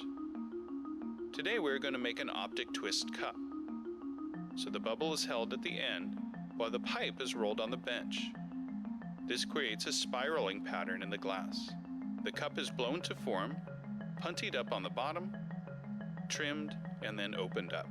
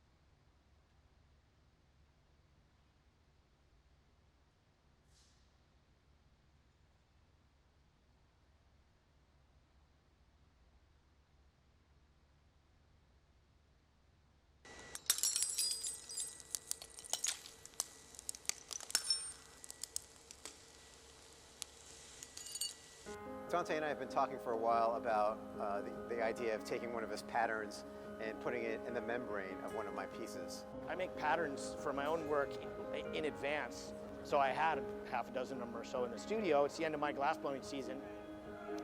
So I thought it was a good opportunity for us to try some stuff together in a sort of low pressure environment. Really, the design of the piece and the style of the sculpture is mine. It's a John Kiley thing. The pattern in the middle is totally Dante. Good. Well, the attachment, the critical part takes probably about 3 seconds. And it's an all or nothing thing, particularly when you have a pattern. Dante in some of these patterns has maybe 10, 15 hours of work between pulling cane, laying out the pattern, and making it. So we have one chance to make a really good shot so we don't cover up the pattern or trap bubbles. and the temperature has to be perfect.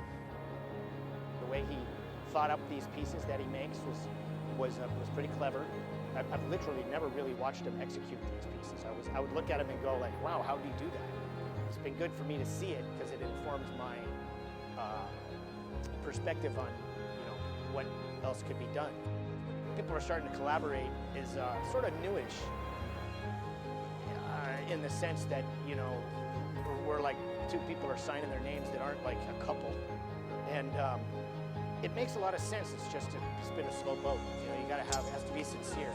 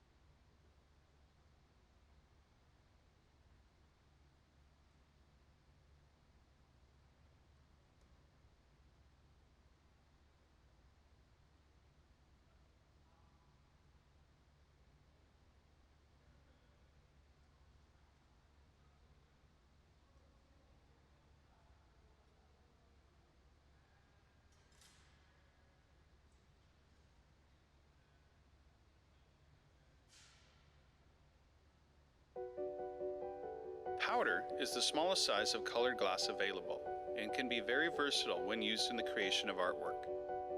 Powder is made by crushing frit in a ball mill. When used like frit, the powder is rolled through, and the heat of the gather is enough to melt the color onto the surface. Powder can also be sifted onto the outside of a bubble or gather to create various densities of pigmentation and shading. The application of different color powders can create both abstract designs and naturalistic color patterns, such as the skin of animals. Powder can be melted smooth or left dry and cakey on the surface of the piece. I'm sure you've seen some of the meteor. I have. Yeah, They're good too. Now, if we want to make eye contact. You just looking right at me and Okay. you can look at the Well, I was going to say, as Yeah, if you opposed wanna to, talk like, to it. where's It's right here. right there? Cud again is a regurgitation for a second slower chewing as defined by Webster. So it feeds into our recycling theme. We work a lot from recycled materials and try to work reflective of place and moment, right? So it seemed to fit the bill. It's easy to sign. It's 3 letters. It's an kind of an American sound to it. We are American glass makers. There's a lot of Eurocentric sort of attention in the glass world, but we're truly we're an American band. We are an American band. We're coming to your town. So, and then we're going to attempt to make a glass look like wood. Yeah, write that down. We're in the Northwest, wood mills, woody, plywood, logs, you know. We always return to our wood grain look. We try and make glass look like wood, as crazy as that sounds. It's sort of the wolf in sheep's clothing, right? So we're making one material appear to be another. So here you see one that's been wood grained. It's reflective of this coast. The work will morph and does morph in other places. Plus we're old and we can't think up any new ideas. It's just... That's not true. Let's go with the wood grain. The wood grain worked before. Let's do the wood grain. We've made a lot of stuff, you know, so, you know, we do have a grab bag of tricks that we can reach into and pull these things out. History of bottle making is very much a part of the history of glass making. And we like that shape. Again, we bring in the wood grain because we're in the Northwest. We're riffing on the carboy form, which is hundreds of years old. We're riffing on that form. We're taking it from, which is, you know, largely a commercial form. And part of what the studio glass movement did was depart from the factory. So in a way, we're taking it back to the factory. We're smartasses. Way back in the old days, a guy would come through town with a donkey and you brought your stuff and they filled you up with wine. But then all of a sudden, winemakers started bottling their wine, beer people started bottling their beer, and the whole industry changed instantly.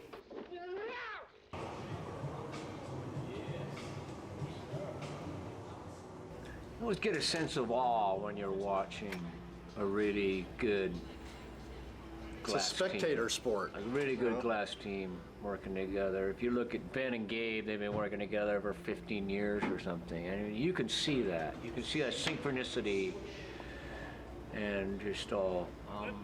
the unspoken. It's a dance. Here we are working at the Museum of Glass, got this great team. I feel blessed. I was going to say, look, we are blessed, right? I mean, what better position to be in than to have the ability to come from out of town and stop in for a week and ask for things that we can't necessarily achieve alone or even in a pair, right? It takes that team, and that's always been the beauty of the glass movement, is that community, and that's really, you know, almost exclusive to the glass movement.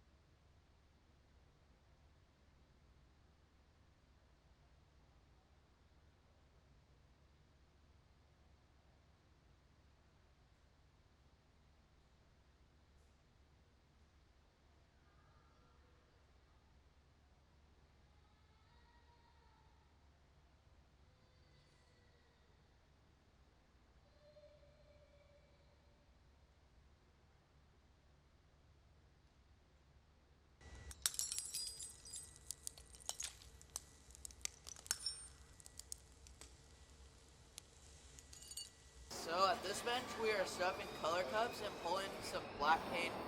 We're going to use the black paint to create stripes on cylinders, and those cylinders are going to be used for centerpieces at our annual Better Teachers Luncheon. We chop it all up into little pieces just like these. Right, we're taking the cane, we're going to put it in the garage so it heats up slowly. So then we can roll them up on a blowpipe. So we lay them all out on a plate, and then Sarah makes a collar, which is kind of like a disc around the pipe, and then she rolls up the cane once they're all heated up.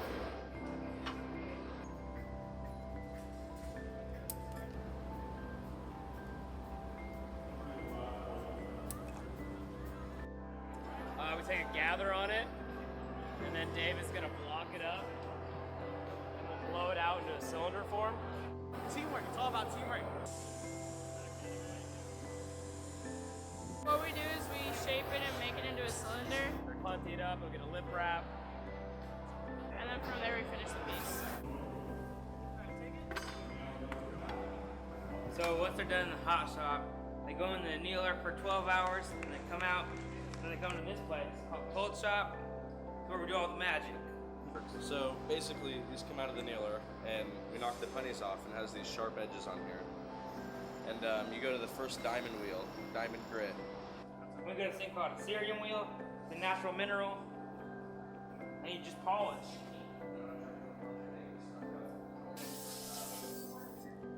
Hit it with the sponge real quick. More water. Then we air gun it.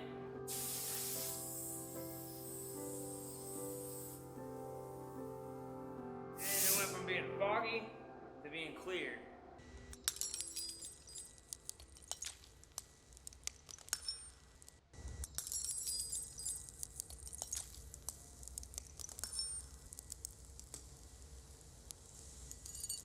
I came up with a prototype for our centerpieces.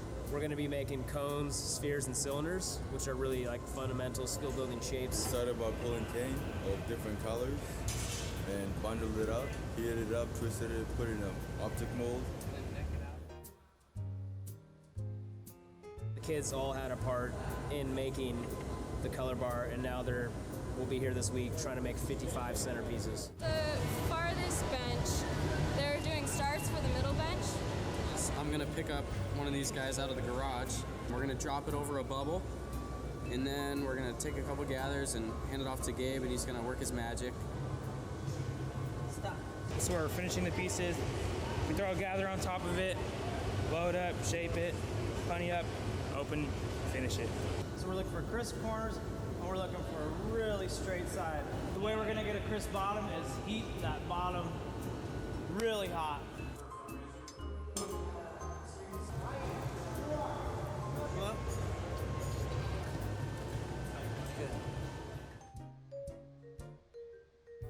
When you're making the cylinder, lay your blades on the sidewall and look down across it. If you see gaps in it or it's not laying straight, try to fix it. Paper marver is going to be a good tool. Your jacks, paper, whatever it takes.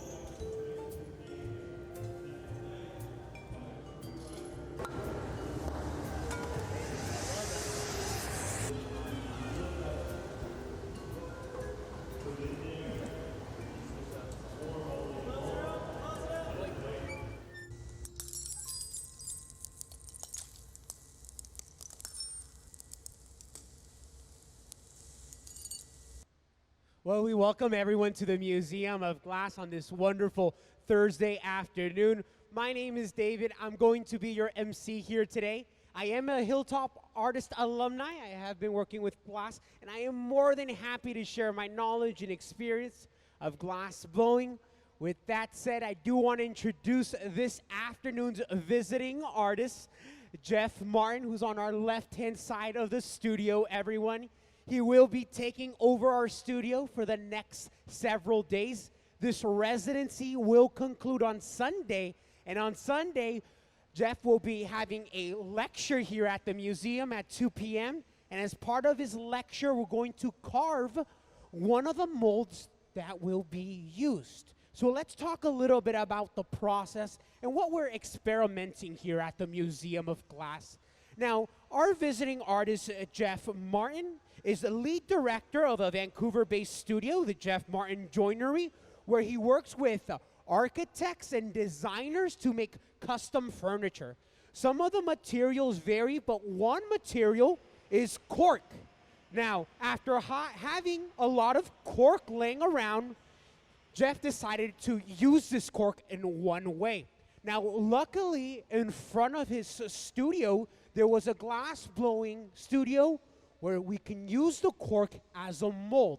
And that's what we are experimenting here during this residency, is using leftover bits and parts of cork.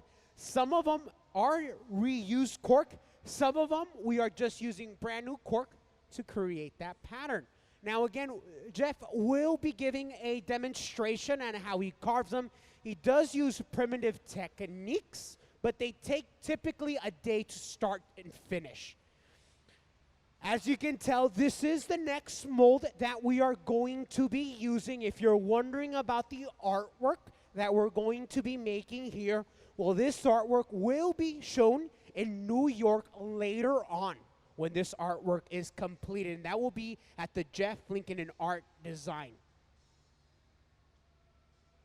So we know a little bit about our visiting artists. We know what we're exploring. Now, cork is just one material now we are touching with. We are also playing around with plaster and maybe even other different bricks to create maybe like modular forms or molds that can quickly be changed. With that said, let's just quickly jump in today's demonstration. I've explained a little bit about the big picture here, but let's begin with Sarah on our center of our studio. Now, Sarah has gathered one layer of clear glass. What we first need to do is create a beginning air bubble. Now, we are going to be working with colored glass. In our furnace, we are only melting clear glass, and we intend to keep it that way. So down on these boxes, we have our color palette. The color is just made by adding different metals of the periodic table. So maybe a white glass, we can add antimonium. A green glass can be produced by adding chromium or iron. And then, ooh, look at this beautiful purple glass. Maybe a manganese. By adding a ton of manganese, we then create almost a black color. And then finally, if you like red and pink glass, well, it just means you have expensive taste, because red and pink glass is made from gold.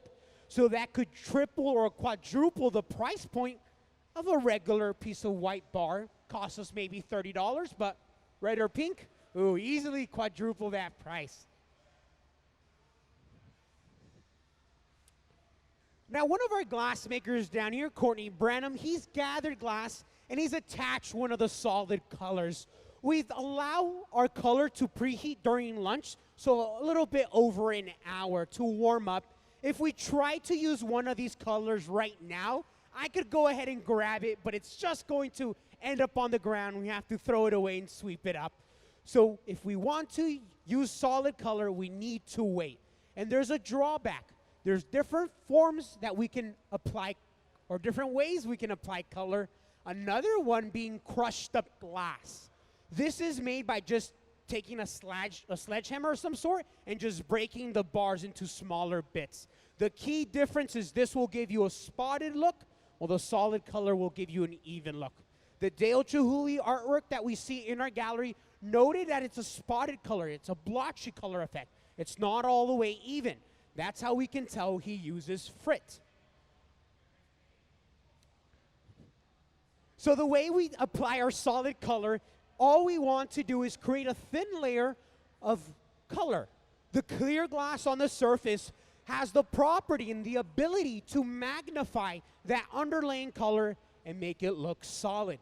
Now, I do know for our demonstration, we are going to be adding another color on top of a white, which will be green. So the inside of the sculpture will be white, while the outside will have the greenish hue. Now, before we apply that green glass, we're just going to ensure that that white glass is evenly applied to ensure the saturation and density is even around the whole sculpture. If we rush through this process, there's a possibility that one side may have a ton of color, while maybe another side may have a little bit of color. And if we want it to be even, we just need to take our time slowly. As we're beginning to pick up another bar of color, again, we have an oven, a color box, almost up to 1,000 degrees Fahrenheit. Now the glass begins to cool down immediately, so we then use a glory hole or reheating chamber. Now that's this big round barrel in the center and on the end of the studio. Inside there is no glass, but it is just fire and heat, approximately 2,300 degrees. Now regardless of the color that we're working with, it will always look red and orange. And let's not forget that we have a white, and then we will be adding a green on top.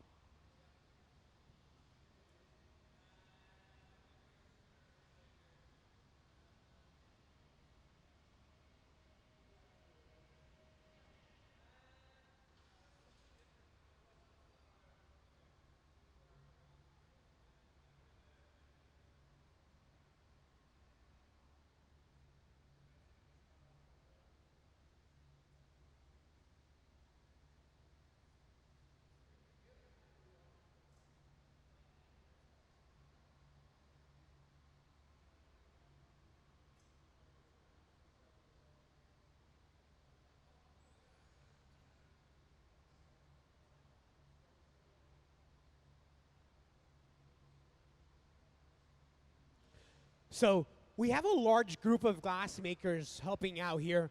Now our team is beginning on the left-hand side, but they will conclude in the center. Very quickly, let's point out the gentlemen that are here in the center. Besides Jeff Martin, our visiting artist, we also have our gaffer. Now this is Ben. He's in charge of actually translating the idea, sorry about that, into glass. So notice that our visiting artist and gaffer will communicate a lot back and forth. Now, Jeff has also brought one of his assistants. Now, he's in charge of both the fabrication and the management back in his home studio. So Dave is going to be helping out Jeff with the colors and making sure that we are efficient as possible. If you're unaware how the museum works, artisans from across the globe can apply to come to this museum. If they are chosen, they can receive up to 5 days with our professional crew that can really make anything your heart desires. And we are here to explore this medium and experiment.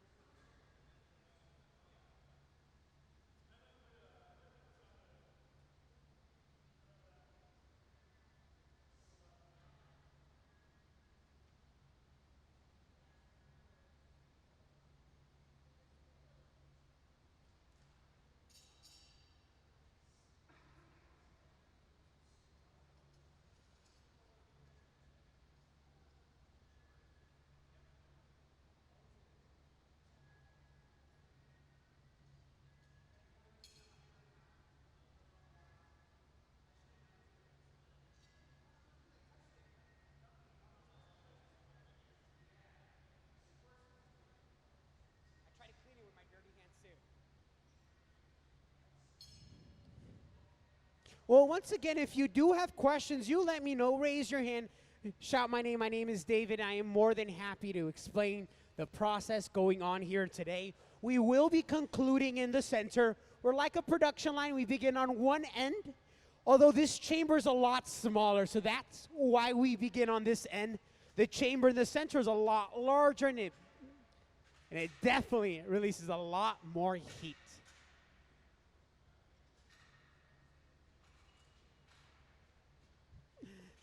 And since our team is on that end right now, I'll go ahead and open this door right here. Again, this is one of the larger pieces of equipment. It's about 2,300 degrees. And notice that the team on the left, they're getting ready for the second coloring application. And everyone, we can repeat this process as many times as we would like also. But for today's process, I believe 2 is enough. Now, as we repeat the coating process, I would like to open these doors very quickly. This chamber is a lot larger than the one we have on the end, so we like to stay away from this one for a little bit, just because of that intense heat. Now, during the winter, it's so amazing to be in here as a glass maker, but now, as we're getting closer to the summer, it does get quite hot. But luckily here, the Museum of Glass was designed by world-renowned architect Arthur Erickson, and he gave us this iconic cone-shaped structure. And his inspiration for this structure comes from Tacoma's logging industry, where we were considered the logging capital of the globe. And with such a large lumber industry, they would burn a lot of excess wood in an incinerator similar to what we are now in. If you'd like to learn more about Tacoma's history, I would recommend walking across Tacoma's waterfront on a beautiful day like today. There is information panels along, and it's just a lovely walk, especially on a sunny day like today.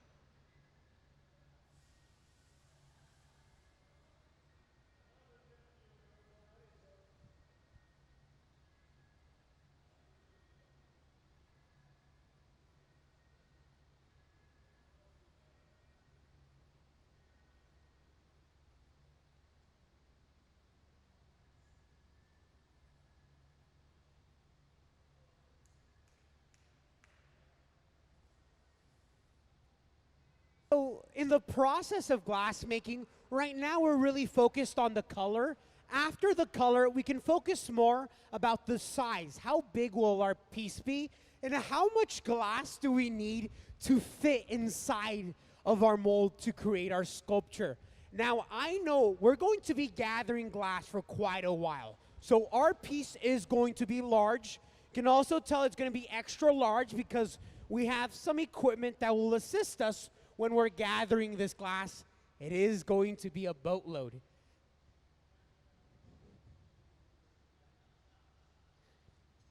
Now, as Sarah's spreading the color layer, let's introduce our furnace at this time. We have two of these ovens or furnaces. They're both sitting at 2,100 degrees and are holding approximately 1,000 pounds of molten glass. I'll go ahead and open this one on our left too, but it's just red and orange inside due to the intense heat. Ooh, this one we're actually in the process of charging, so we can hold on to that. But essentially there's a crucible or a tub full of molten glass, and our furnaces will remain on all year around. The one on our left is the future of the museum for about a decade. For 10 years, that furnace will be the lifeline.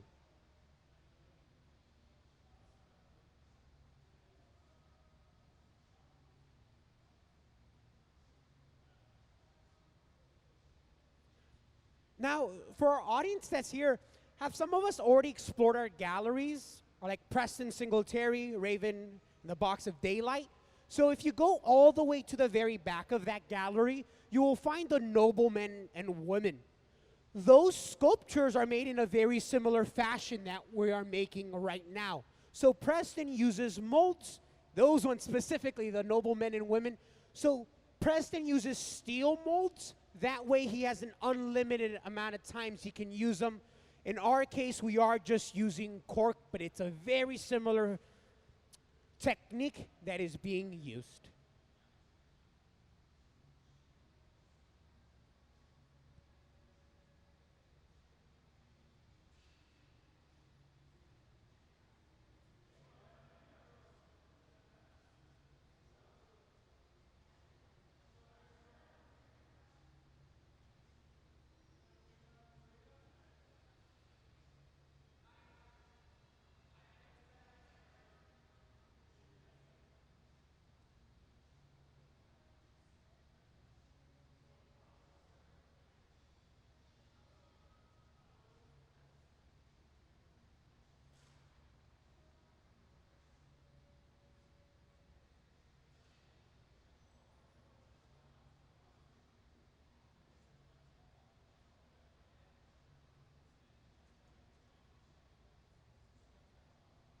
This moment, we've noticed that there is some impurities in the color.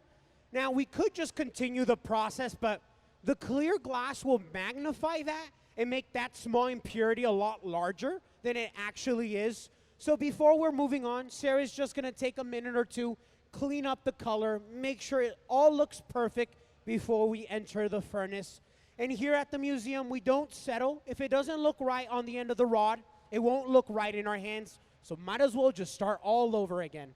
So we do have a very high level of quality that has to occur here at the museum for us to proceed to the next step.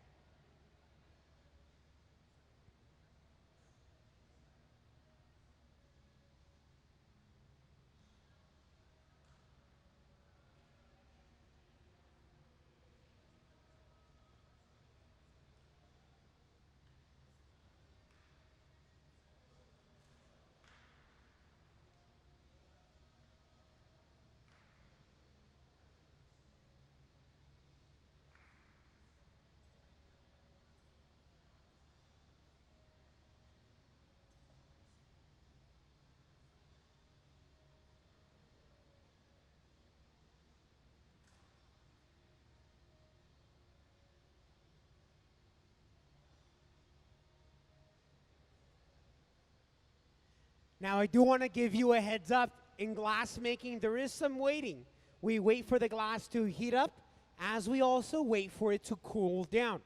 In this case, giving it a minute or two, we're ensuring that we can maintain control over the hot layer we are about to add. So instead of working harder, we're just working smarter, giving it a second or two to rest.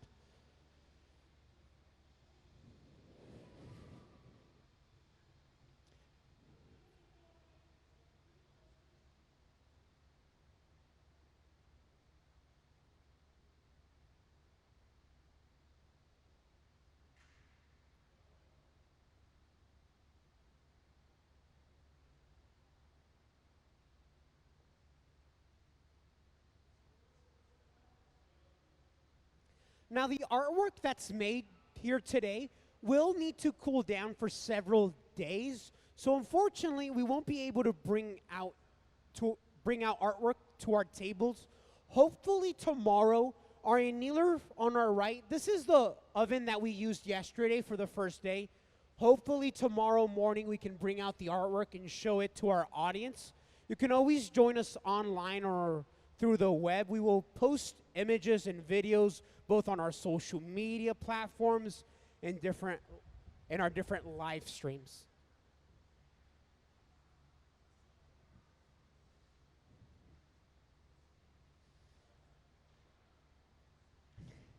Now, pretty much after every single gather, we go back to using a wooden block.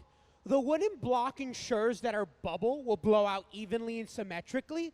So as the mass gets larger, we have a bigger wooden block to accommodate its size. Anytime you see woods being used in the studio, you can always assume they're made out of some form of fruit wood, like cherry wood, that has more moisture, so they last longer here in our studio. Now, I like using the fruit wood because an added bonus is that our studio begins smelling like a barbecue, which is always a pleasant smell.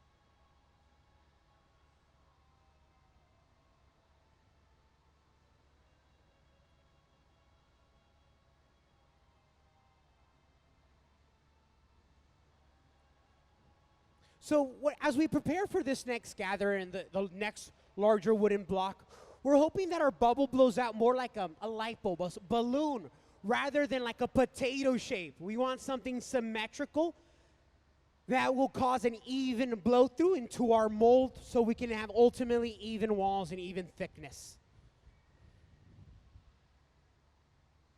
Now, the way we describe what we're making is typically either by the block size we use or the amount of dips that we can take.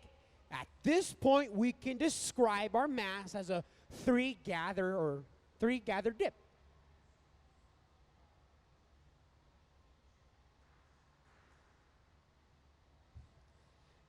So for our audience that's joining us once again, we've already applied the color. We are now in the phase of gathering the necessary mass to fill our mold.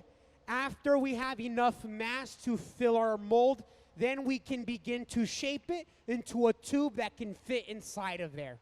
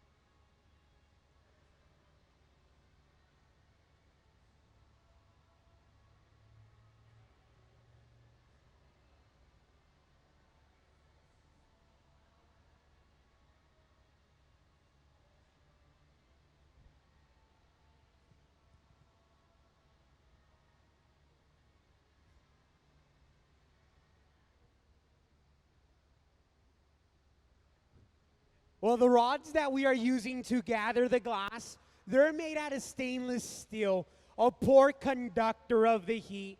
But typically after a gather or before a gather, we like to cool it down just to ensure the heat does not pass a certain area in the rod. When you take a close inspection, notice where Sarah places her left hand, her leading hand. It's where the rod is still shiny. Towards the tip, it discolors. That I like to describe as the danger zone. If we place our hand there, there's a high probability that we will go home early with a severe burn.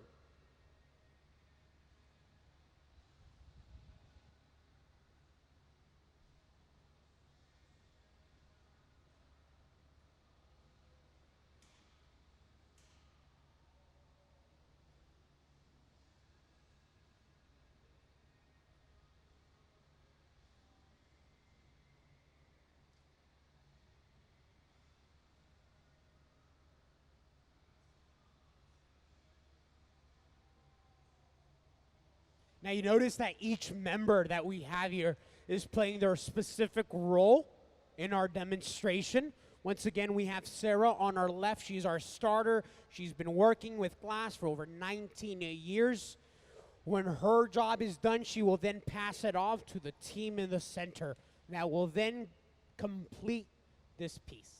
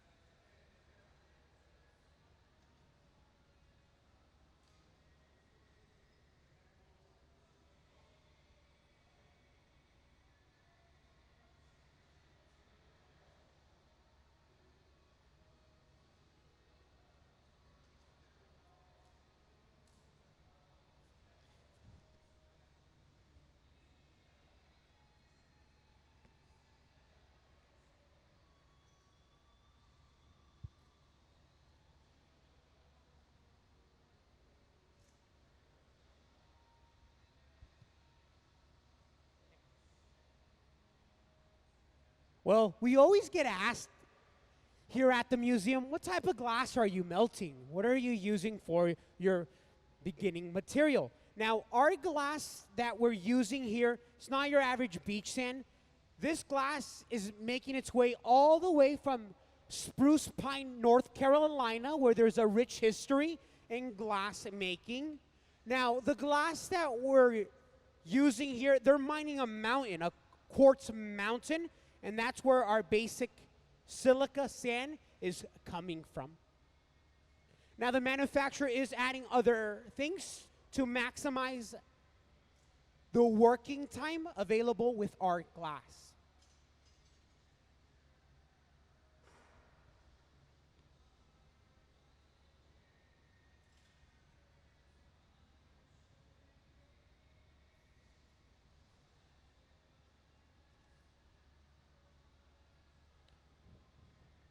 So now that Sarah's job is complete, it is passed to the center with our gaffer. Now, Ben is taking a seat in the center. You'll notice that our gaffer, Ben, and our visiting artist, Jeff Martin, will communicate pretty much before and after every piece about what will be next, the color, the size, and maybe some other things that Jeff might want to adjust for the next one.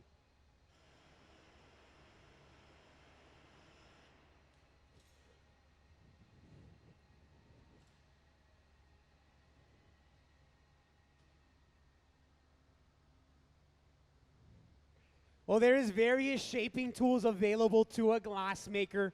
Earlier, we introduced a wooden block, but another tool can be the handheld steel tools or even a wet pad of a newspaper. Now, our newspaper is just the Wall Street Journal, but any old newspaper will do. It all burns excellent and all does well.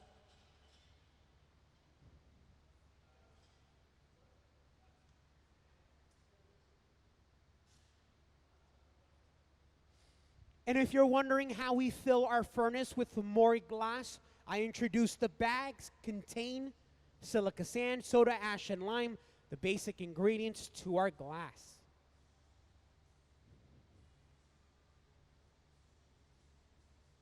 And I believe we will throw in about 2 boxes worth about every hour or so until we have 1,000 pounds.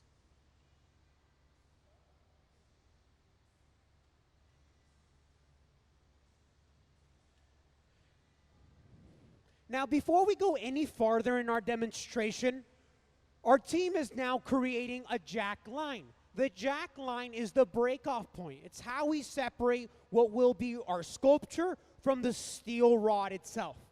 Now, our massive glass, Now, our massive glass isn't big enough yet, and we do need to take another layer of clear glass, but it becomes very difficult to create this jack line as the mass gets larger and larger, just because of gravity, and it always wants to pull the glass straight to the ground.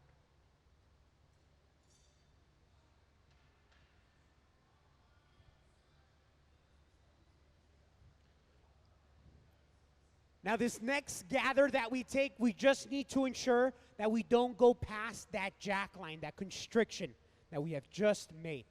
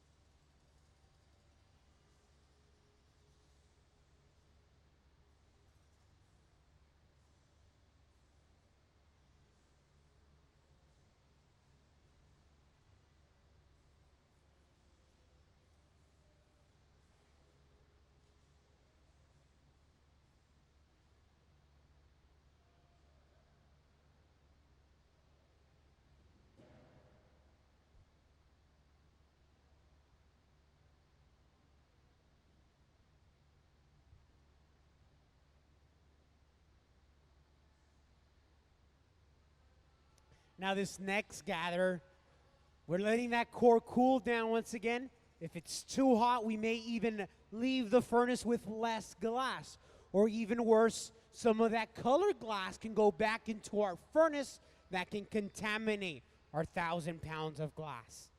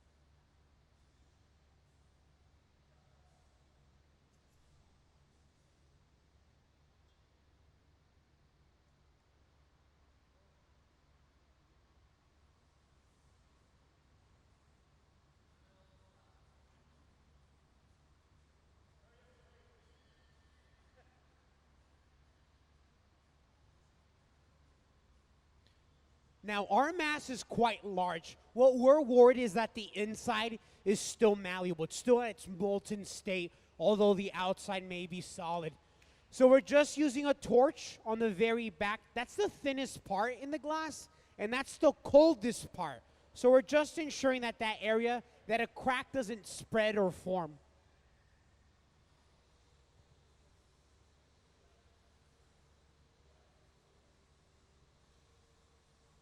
Now, another reason that we wait to let the core cool down is that we can gather more glass. A colder core will adhere more glass. So the longer you wait, the bigger your piece can get.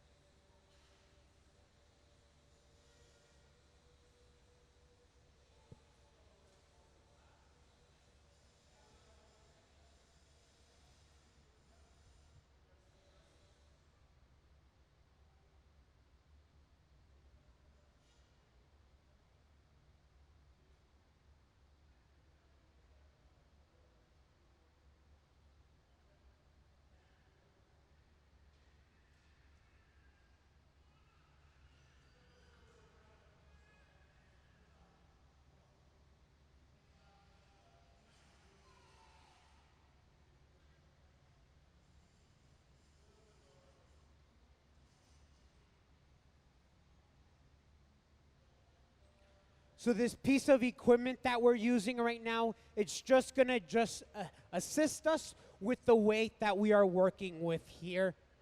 Now, depending on how much glass we gather here on this next piece, we can easily be looking at 20 plus pounds of glass. Now, although that may not seem like a lot, remember that all this weight is on the end of the rod, so it can feel like you're going fishing with two bowling balls on that end of that fishing rod. Now, typically, we take our left hand and we slide it closer to the mass of glass to counteract the weight, but that fulcrum or that center point will probably be in the danger zone.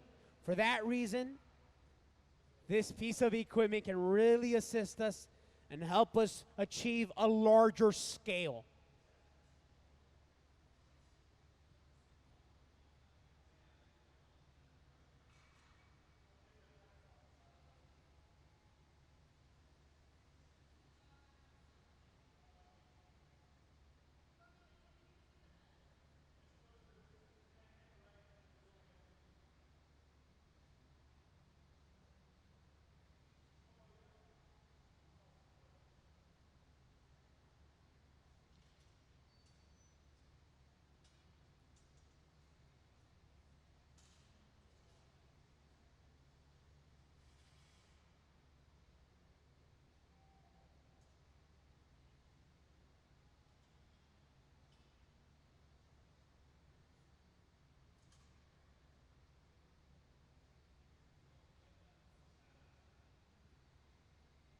And just like the earlier process, the wooden block, a larger scale, and Ben is noticing, ensuring that our bubble is going to blow out like a light bulb, a tube, rather than a potato.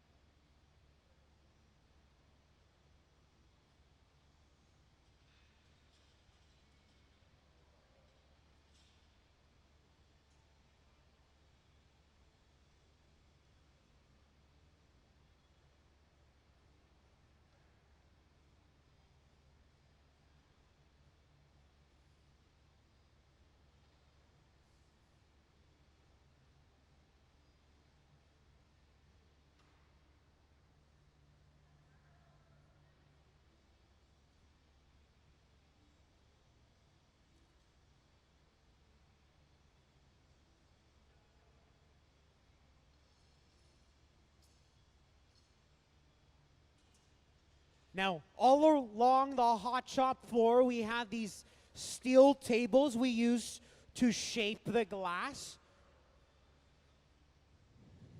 We refer to these as a marver. In this case, Ben is marvering the glass. Now, depending on what we're doing, this table, the steel table, can be our best friend or our worst enemy. After all, it is stealing heat from the glass. It's robbing it of that intense heat that we have.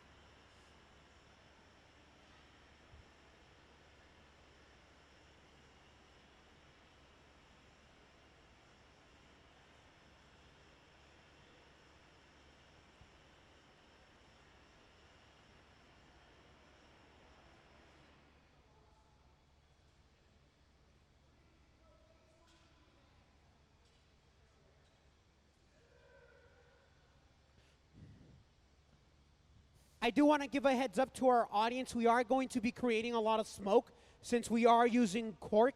We did place it in water to minimize that, but we have also accelerated our fan at the very top to assist us. We also have a fan here. Now we've closed off the right-hand side of the studio because that's where the majority of the smoke will be going, but you're more than welcome to roam to the top balcony of the museum.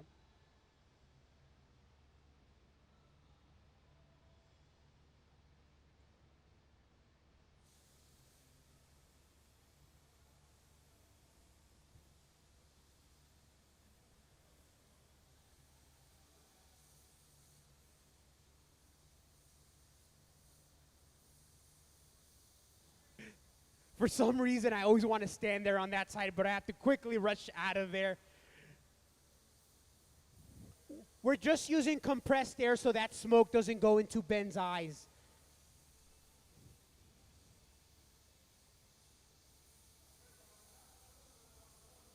And his lungs, too.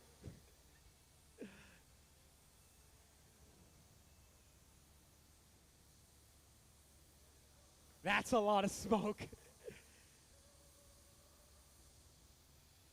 So yeah, definitely come join us this week. We have so many molds to get to. Our visiting artist brought a crate, and I'm talking this crate can take up the full hallway here at the museum. So we have loads of molds to go into. We are also using plaster molds throughout the demonstration.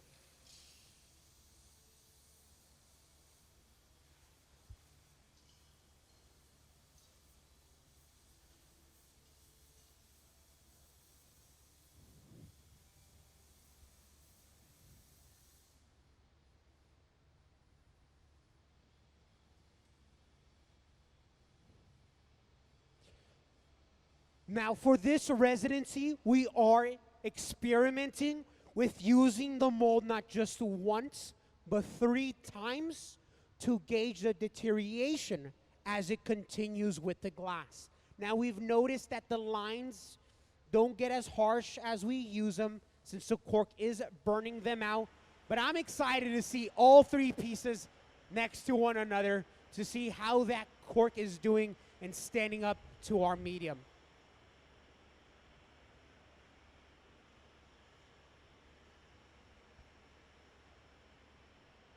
And once again, the colors that we're working with is a white underlay with the transparent green on top. I believe that white was almost like a milky white too.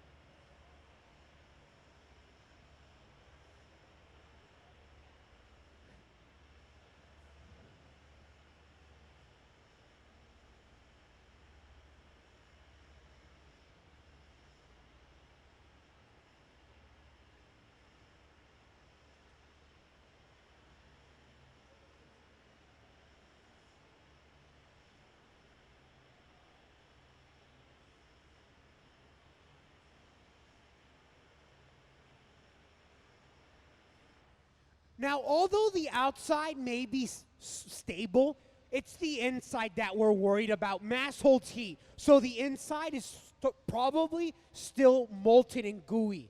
So we're ensuring that we have an even temperature both on the outside and the inside. Once this process is completed, then we can put this piece away into our cooling oven. That oven is sitting on our left with the green number 1. If this sculpture is left out in the open, guaranteed that it will break in the matter of minutes. It will simply get too cold, too quickly. The ambient temperature will shock the molecules into breaking.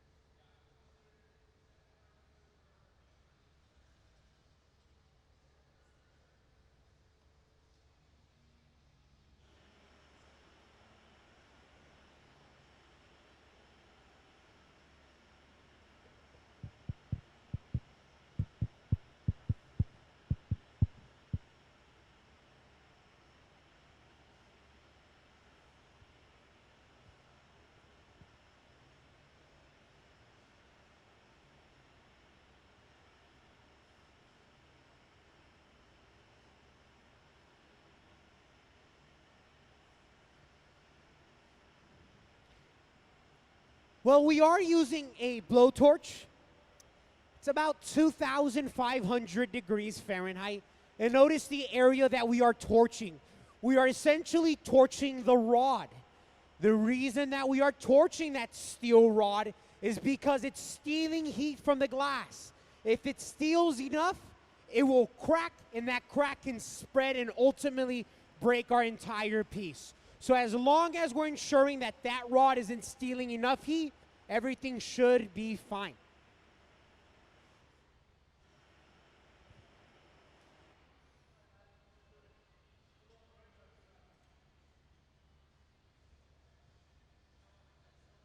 Now to put this piece away,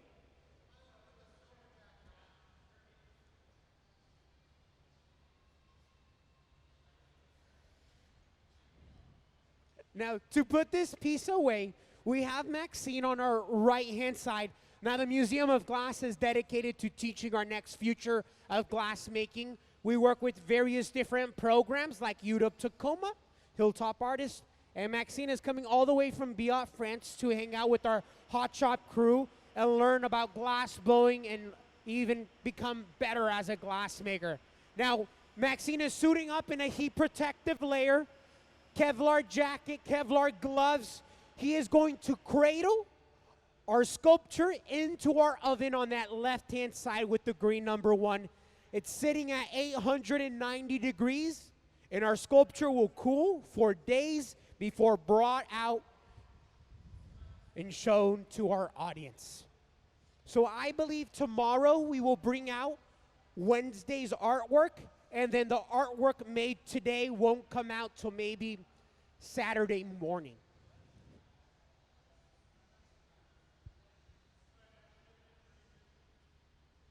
A little bit of water on the jack line, the weak spot we made earlier.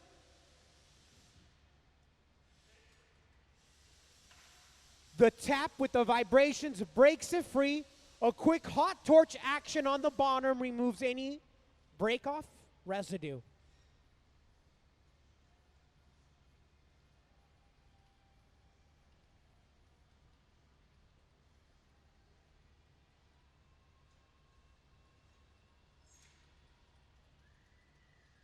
Give a round of applause to our visiting artist, Jeff Martin, and the Museum of Glass Hot Shop crew. They're doing an amazing, amazing job. And that was a lot of glass that we just worked with right now.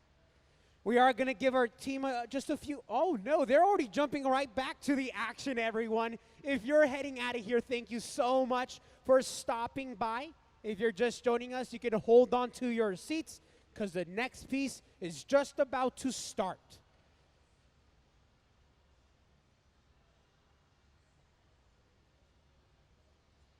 Now, as we begin our next piece, do we have any questions from our audience? Any questions that I can answer right now? Once again, my name is David. I am a local glass worker, and I am more than happy to share my knowledge and experience about glass blowing.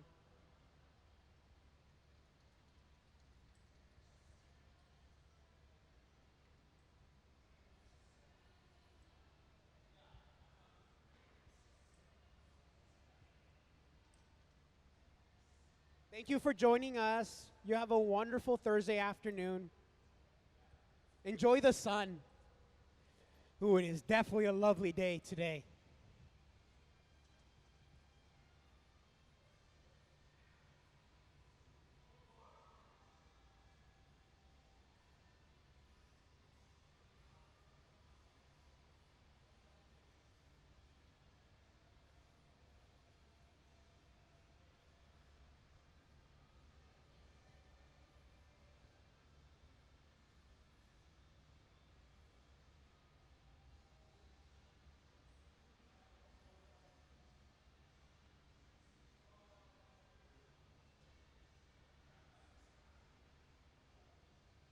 So for our audience just joining us, if you're wondering how our sculpture began, looks exactly what we have on the end of the rod here with Sarah.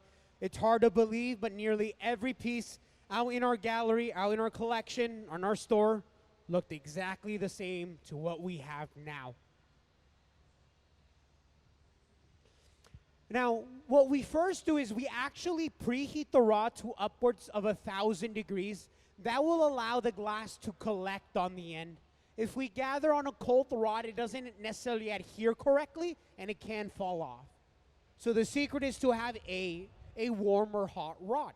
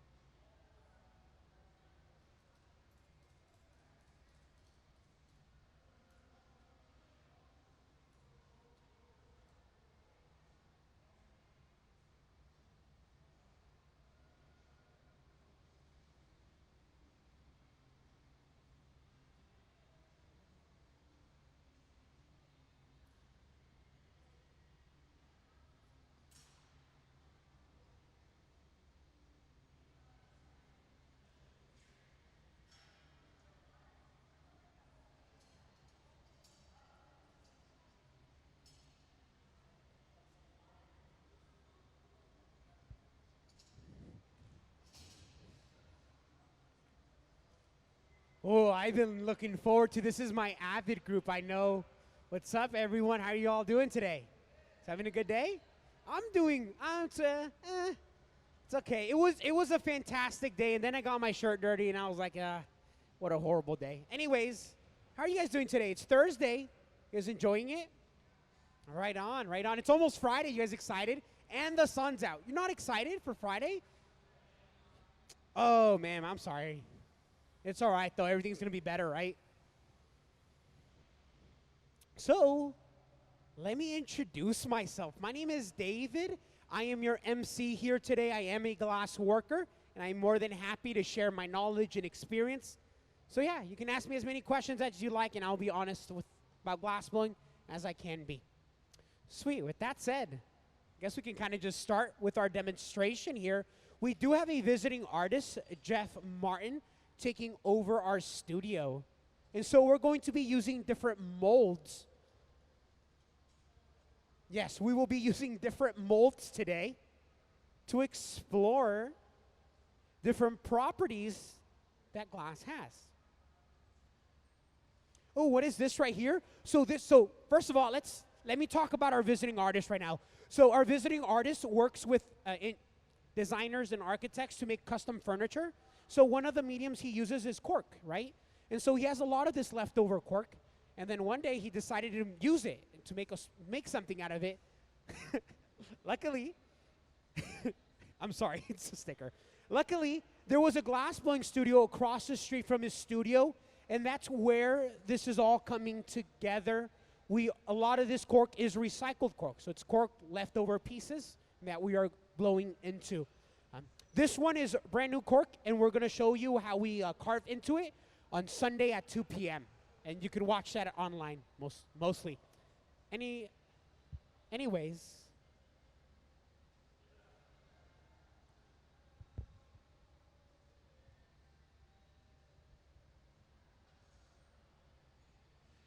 So we are working with color here today, and unfortunately you guys just missed the coloring application, but I can pass out some color. By the way, are any of you guys from around here, from Tacoma? No? All right. Well, welcome here. First of all, I'm going to pass out a little bit of color.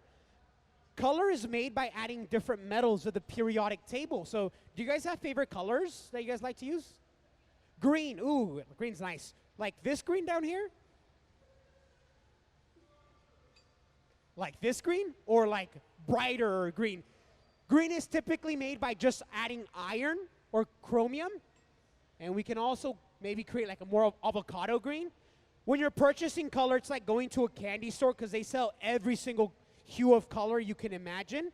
If you like blue glass, we can add cobalt.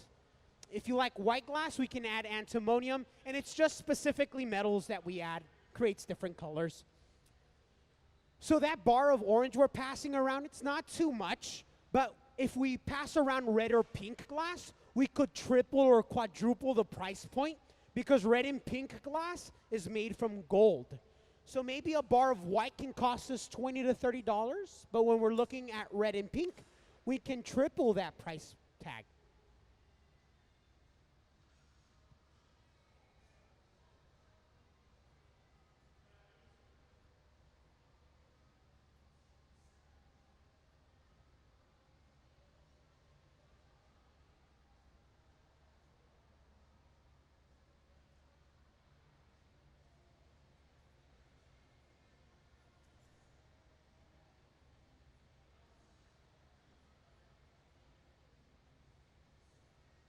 So all my school group here, I just want to remember this because I was part of Avid too, and I believe in college then you get a scholarship from Avid, right? Yes, I remember that. I remember that right off now. So definitely stay with this program, but I do know that you have to have a GPA, a minimum of 2.0. So you do have to have a GPA minimum of 2.0, but you can get a scholarship in college, which is really good because it is super expensive, by the way. But I know most of you already know that, but do you guys have any like plans on any colleges or so? I know it's still a long way away, but it's always good or fun. How long was I in Avid? Since I was like in 7th grade. I was really young. So they did it in The Avid group that I was part of was here in Hilltop, in Jason Lee Middle School, and they do have that program there. Yes. I graduated. Ooh, it's been a while since I graduated Jason Lee.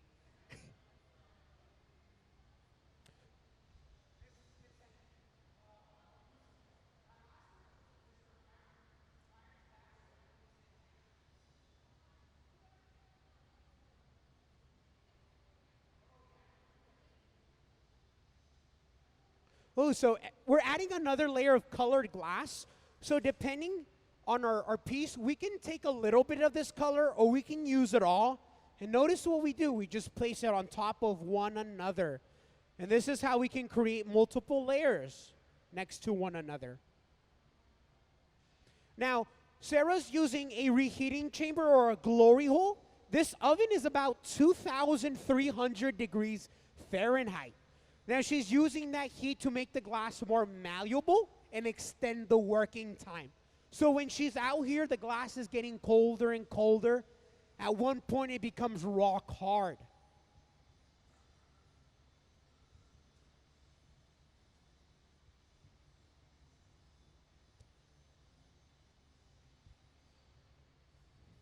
And for my school group, if you have questions, please let me know. Raise your hand or shout my name. I'm more than happy to come over. I'm just going to grab water and then I can make my way over here.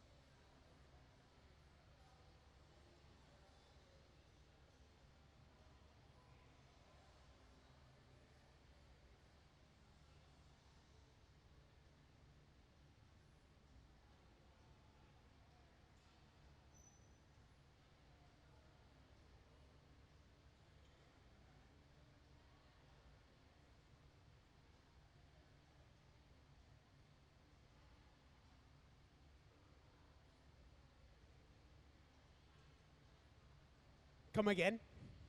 Why do you use the fire for? Oh, to heat up glass, of course. Maybe in specific locations. It's about 2,500 degrees. As a glass maker, you don't get in trouble for using the flames. So that's pretty cool. It's a cool perk of the job. Oh, what's inside of there? Is it like fire or lava? Would you guys like me to open those doors right now? It's going to get hot, but I would love to open them for you all.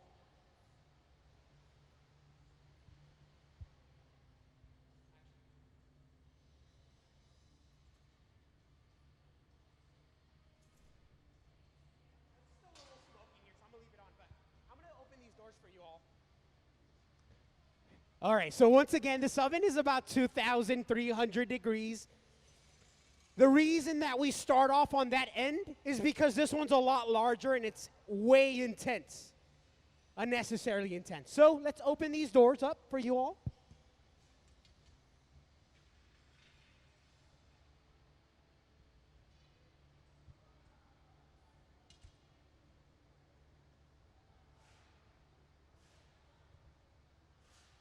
So during the winter, oh my God, it is so good to be a glass maker. But we're getting closer to the summer. It's not as fun. But the museum is built excellently. Below everyone, there is an air system. So there's constant air flowing into our hot shop.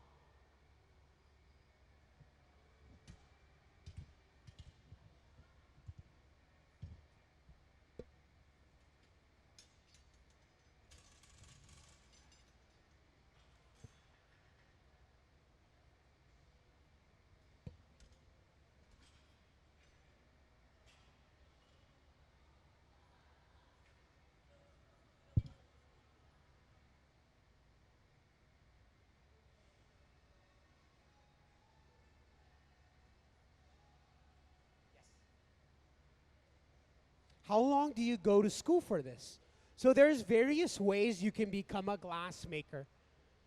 For myself, personally, I was taught through the Hilltop Artist Glass program, so I began to work with glass when I was in 8th grade. It was really fun. I didn't really know what I was doing for like a few years.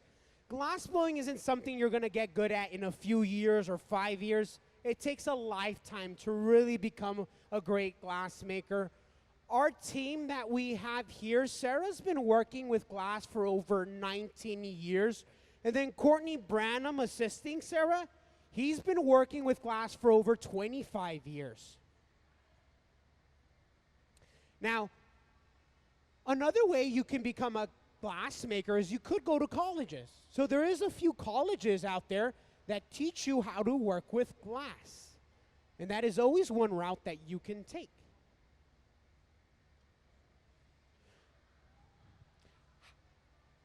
So how does that pole not get hot? So the pole is made out of stainless steel, a very poor conductor of heat. If you take a close inspection, you'll notice that that rod turns dull gray and black towards the tip. That's the danger zone, and we don't place our hand in that area unless we want to go home early with a burn. And I don't want to go home early today. I'm feeling pretty good.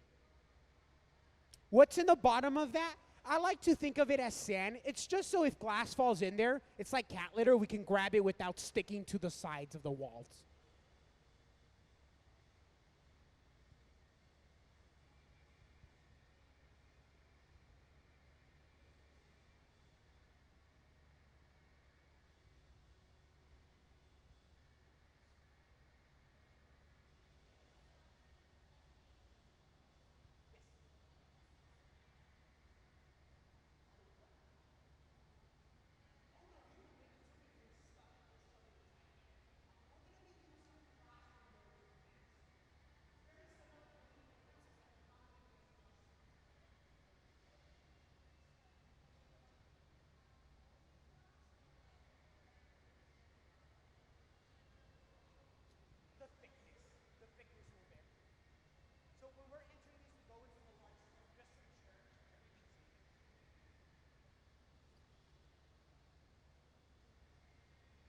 So we've already applied the color. The next phase is the size. How big should our piece be? How much glass do we need to go inside of there? I can guess. I'm sure Sarah's going to take a few more gathers. So she lets the core cool down before she goes back in. That's so she can A, gather more glass, and B, maintain control over the hot layer that she's about to add. And it is up to our team to determine how much glass will fit inside of each mold. Now, have some of you guys checked out the gallery yet? Have you guys? All right. So all the way at the very back, at the Raven in the Box of Daylight by Preston Singletary, in the very back, there is noblemen and women. Those pieces are made in a very similar fashion using molds. The only difference is we're using a plaster mold while Preston uses steel molds. But it's a very similar process that's being shown here today.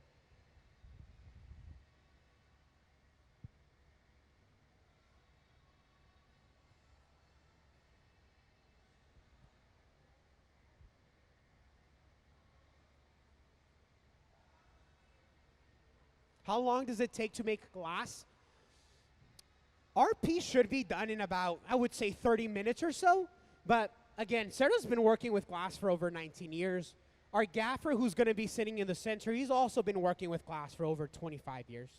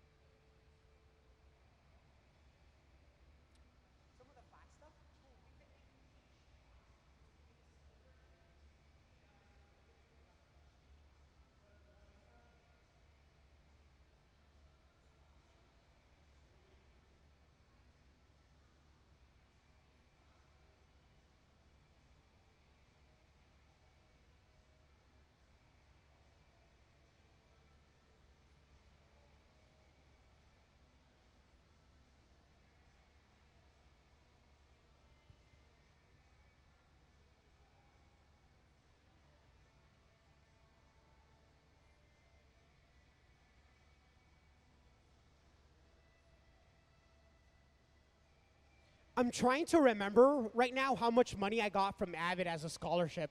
I don't remember exactly how much it was, but it was quite a lump sum.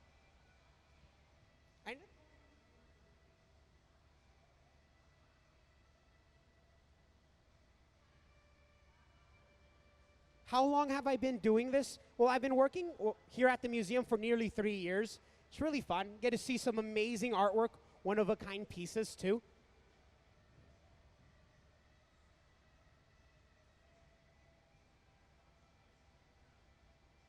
Question, yes?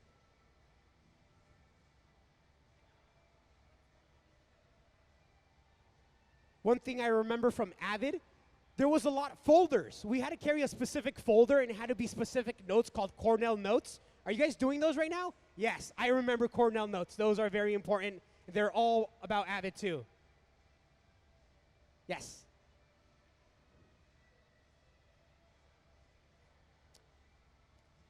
Did I have my own tutor? I don't think so, but there was multiple times where we had like businessmen come and talk to us. I remember that part about it. But I'm sure you guys have like special lectures every now and then given, because I remember those too about like money finances too. I remember receiving some of those classes too with part of Avid.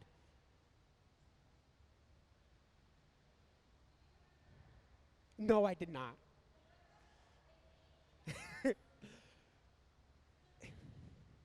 I'm trying to remember if we had like a very special project at the end of the year in 8th grade or not. Because I remember even in high school, they still keep up with you. Like there's a meeting every now and then that you can attend, you can talk, and it's like free tutoring and stuff. And like I said, if you continue with this program and you can get a 2.0 and above, you can be given free money to go to college later on.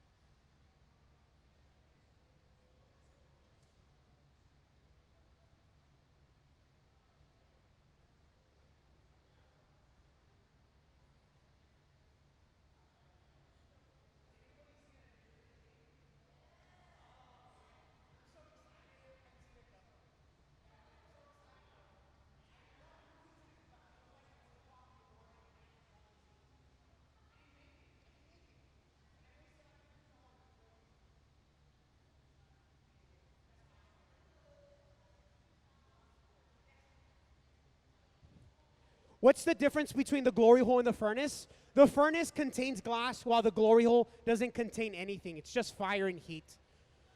So our furnace that we have on our left, that furnace will be on for 10 years before we turn it off.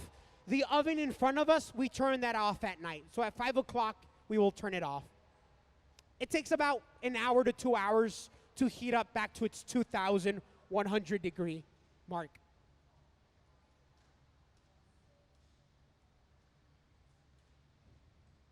So that is our recycled glass here at the museum. So that stuff right there, that can be reused later on.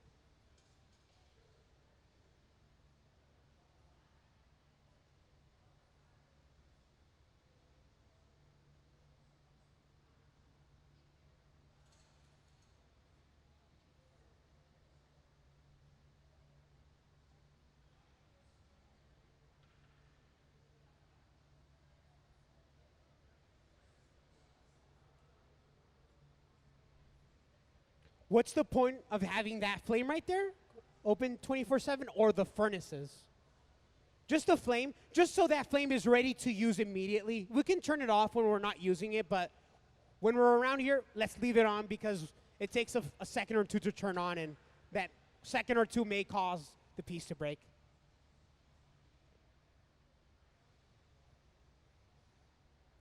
Oh, you saw them using water. At which phase? Down there, right? So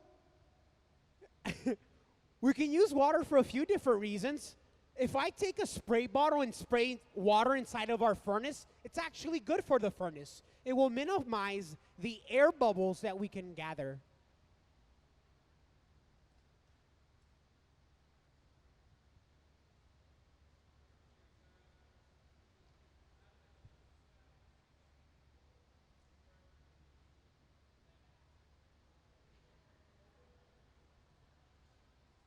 Oh, and this is the actual glass blowing part. Sarah's blowing through that blowpipe. She's expanding the bubble. Now we've created a jack line. The jack line is the weak spot or a crevice. It's how we separate what will be the usable glass or sculpture from the steel rod. So we have already separated that designated glass.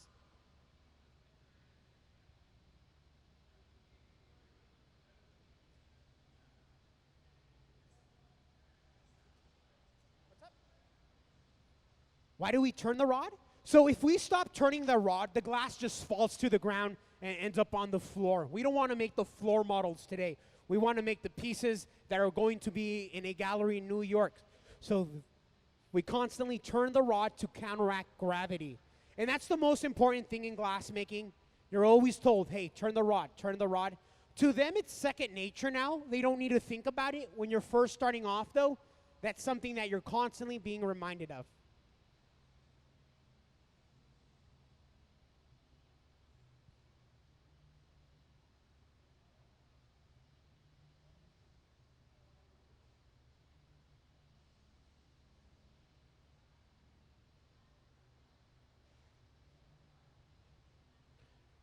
How long does it take for the glass to cool down? So it depends on the size of it.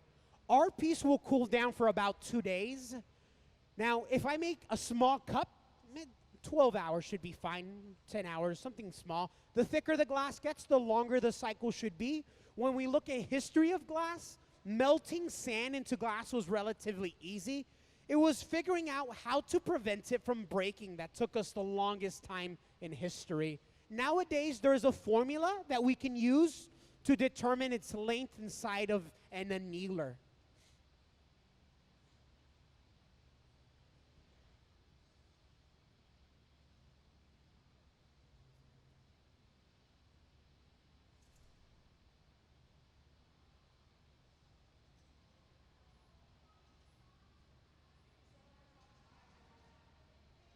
Enjoy the rest of Tacoma, everyone. Bye now. Take care.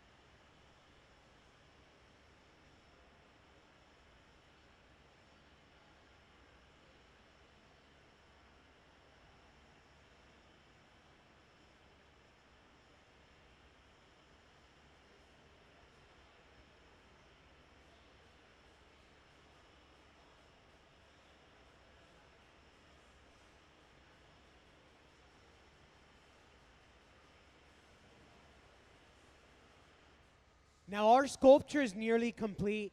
It just happens to be that the inside is probably still molten. So we're just going to even out the temperature and then load it away and begin the next one. We are working with a white underlay and then a transparent green on top of that. But notice that that bottom half still red and orange because that is still hot.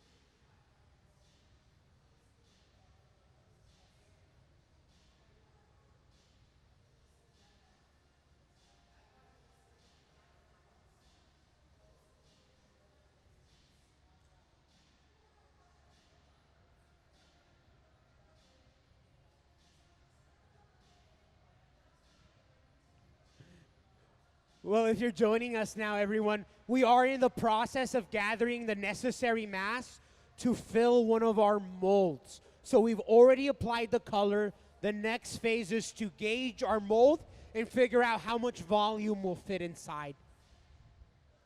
And that just takes experience by our hot shop crew to determine that.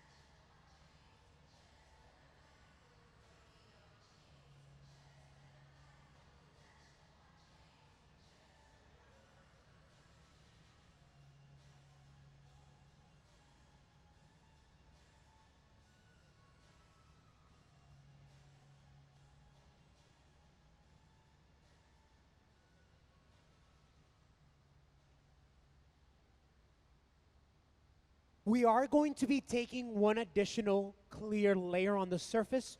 We are just creating a break-off area right now. This will allow us to gather more glass without having the trouble of creating this jack line or weak spot when the mass is a lot larger.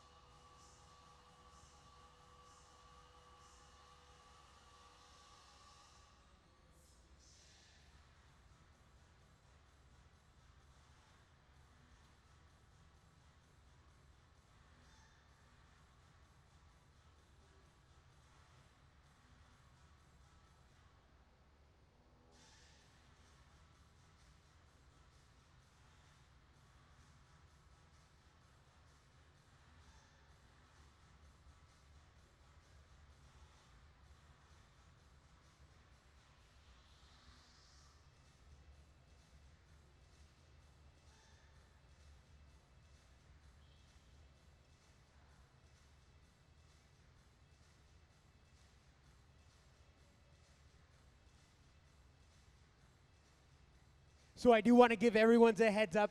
After this gather, we are going to be using powdered crushed up glass.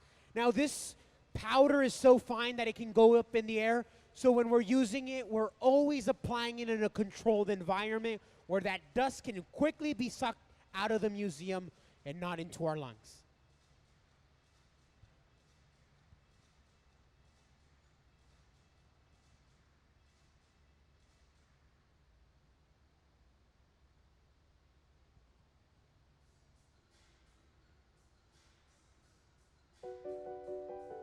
Powder is the smallest size of colored glass available and can be very versatile when used in the creation of artwork. Powder is made by crushing frit in a ball mill. When used like frit, the powder is rolled through.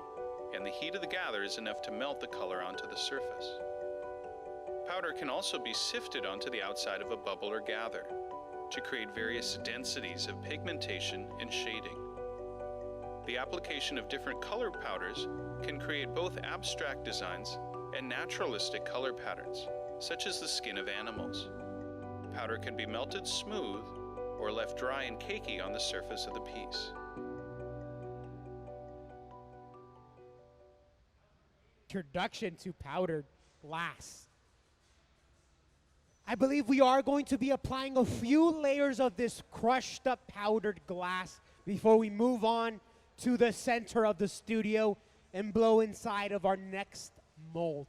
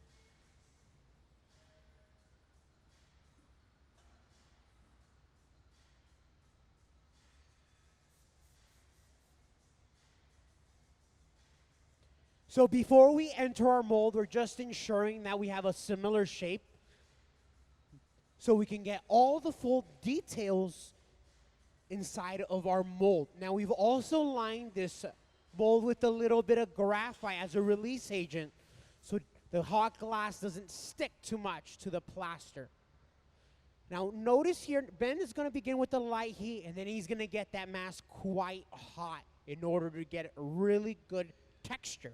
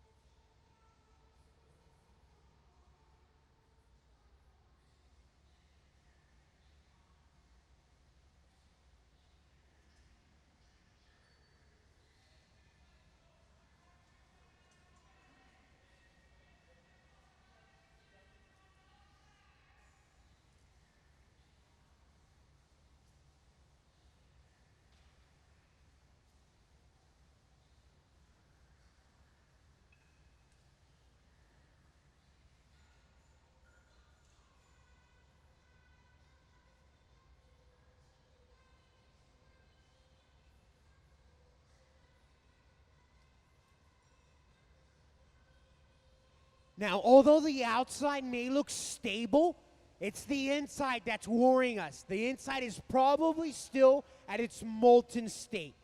So we're just going to hang out here for a while, ensure that the temperatures are more similar.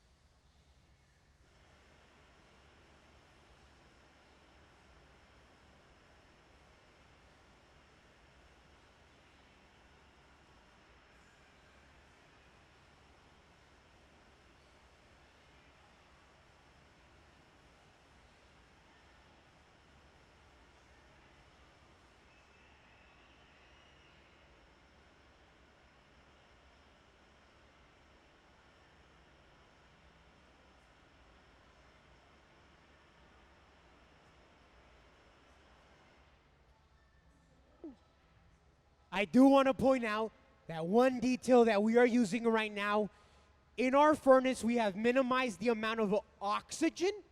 Now, the color, that powder glass we used on that surface, when we deprive it of oxygen, the molecules of the metals rise to the surface in search of oxygen, and they leave this metallic look on the very surface. And that is by minimizing the oxygen amount. And we're going to view that. We call this a reducing effect, or even produces a metallic surface.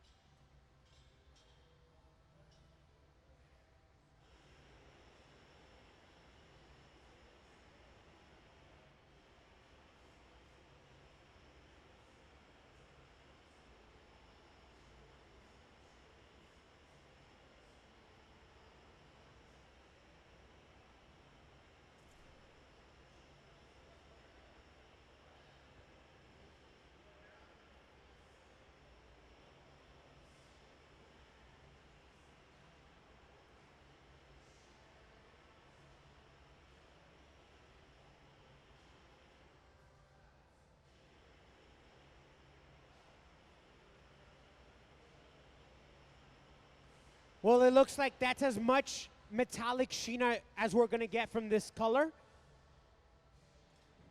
We'll try to give it another go, see if we can get more of that metallic glow coming from it, but if not, we're just going to put this piece away. Now Maxine has suited up, heat protective layer, Kevlar jacket or welding jacket, Kevlar gloves, face protection. He's going to cradle this, he's gonna baby this piece all the way down to our annealer. That's the oven on that far left-hand side. Ooh, that looks a little bit better. Some more of that metallic. So we now prepare our oven on the left, sitting at 890 degrees. It will be the home of everything that's produced here today.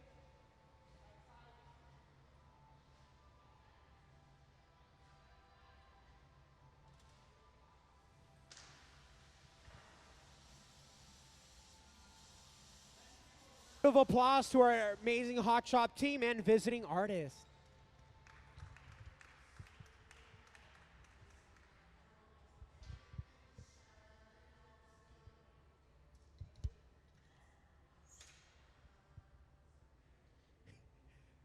Thank you all so much for joining us this afternoon live glass blowing demonstration. Unfortunately, there is just not enough time to make another one. So we are just going to start up our cleaning process up now. Thank you so much, everyone.